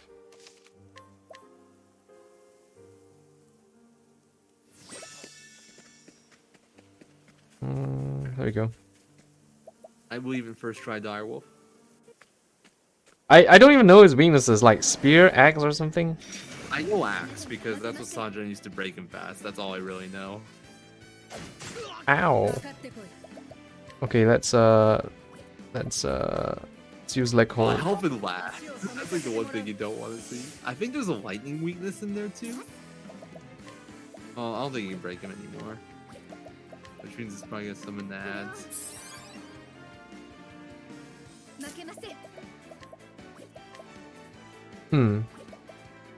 Oh, I don't have any more palms. I used it all on Obrick.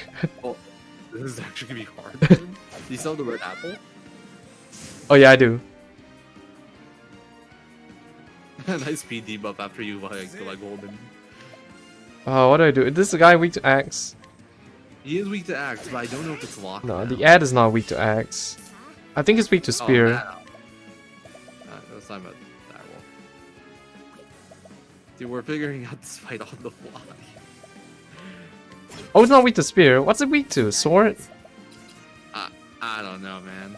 Probably weak to sword. Yes, the sword weakness. Okay, thanks, SRD.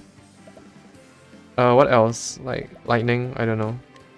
I think like one of them at least is weak to lightning. I don't know which one though. I think the main one. This is actually about to get real spooky. These guys hurt. Ow! Yeah. Ouchie.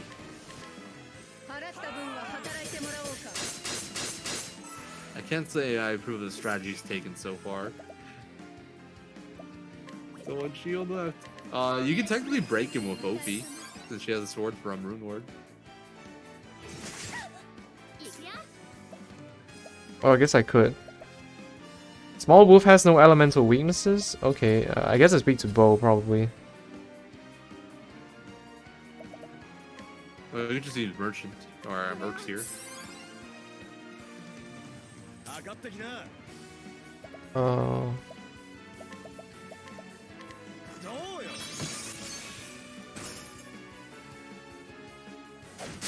I like the concoct usage.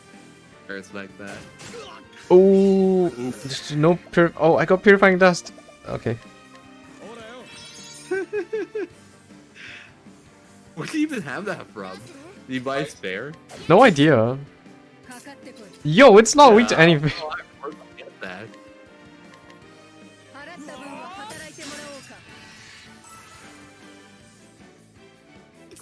Oh, I'm terrored. I can't break, but it's okay. I'll do it next turn. What else? What other weaknesses does he have? Probably axe.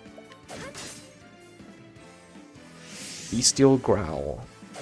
Ow, okay. That hurt. Is... No.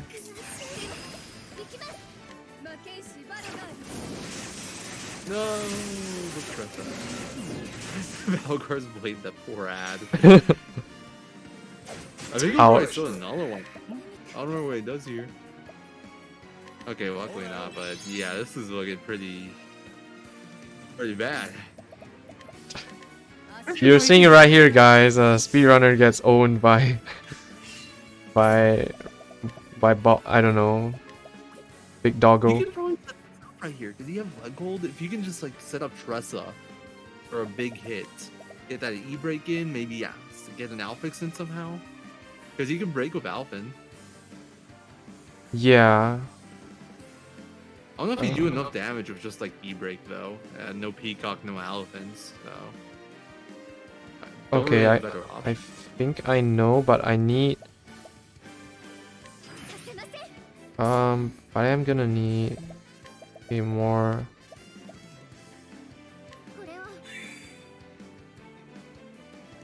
She only has 2 BP. Okay, yeah, I think that's enough. Ophi.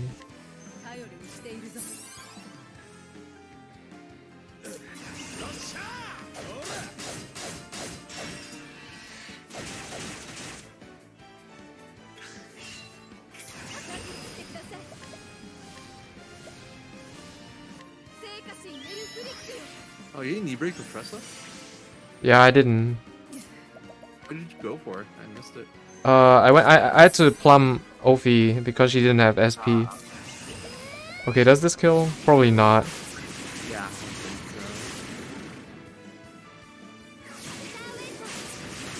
so. I mean, we're probably gonna die here. Wow, he's still in the white. Okay. I think that's just like just under half. I think he has like 260,000 or so. No, we're probably dead here. He's probably gonna AoE in some more ads and we're gonna die. Yeah, probably. Ouch. Yeah. I think this one's a goner. Okay, well, it's okay, guys. We beat the Dark God. We don't have to beat this random wall. It's fine.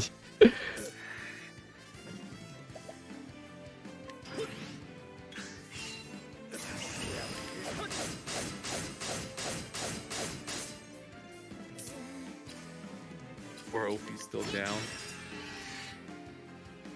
I don't even have ref jams and stuff. Yeah, you're pretty low on the resources.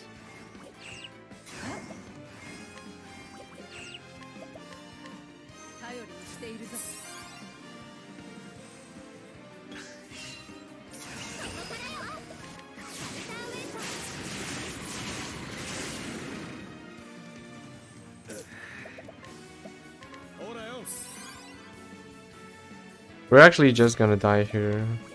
Yeah, once he uses Savage Claw again. we just...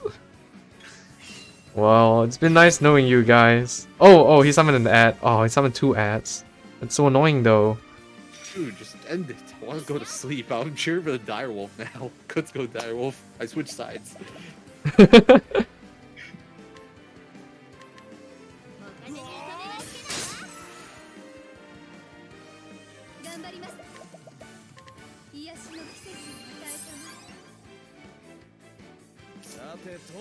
Oh, okay.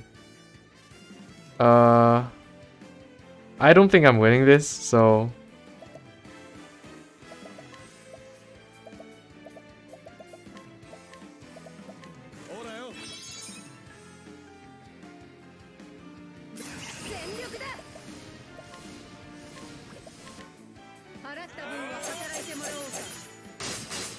Okay, we'll try a bit more. If not, we probably just have to call it.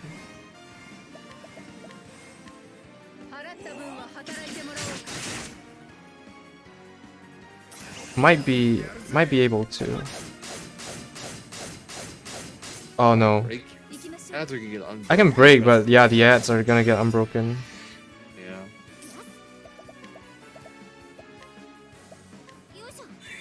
Trade Tempest. Actually, I don't think she even has enough.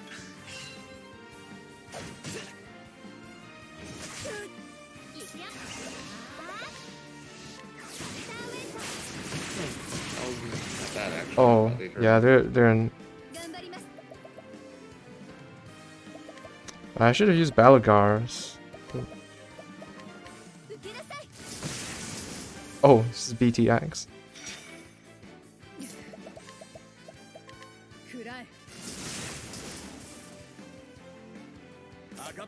I actually killed the ads.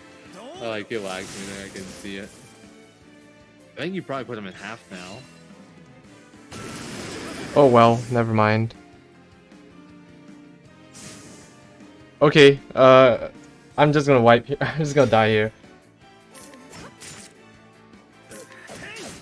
Yeah, because the next run's ready. I was just kinda just stalling for time. Thanks, thanks for everyone for putting up with this bad gameplay. Next time we'll beat the Direwolf. We'll prepare a little bit better. Direwolf harder than Goldera confirmed. Definitely. Alright, thanks everyone for watching. Thanks again, SpeedGaming, for having us. Thanks, Zero. You can go to bed now.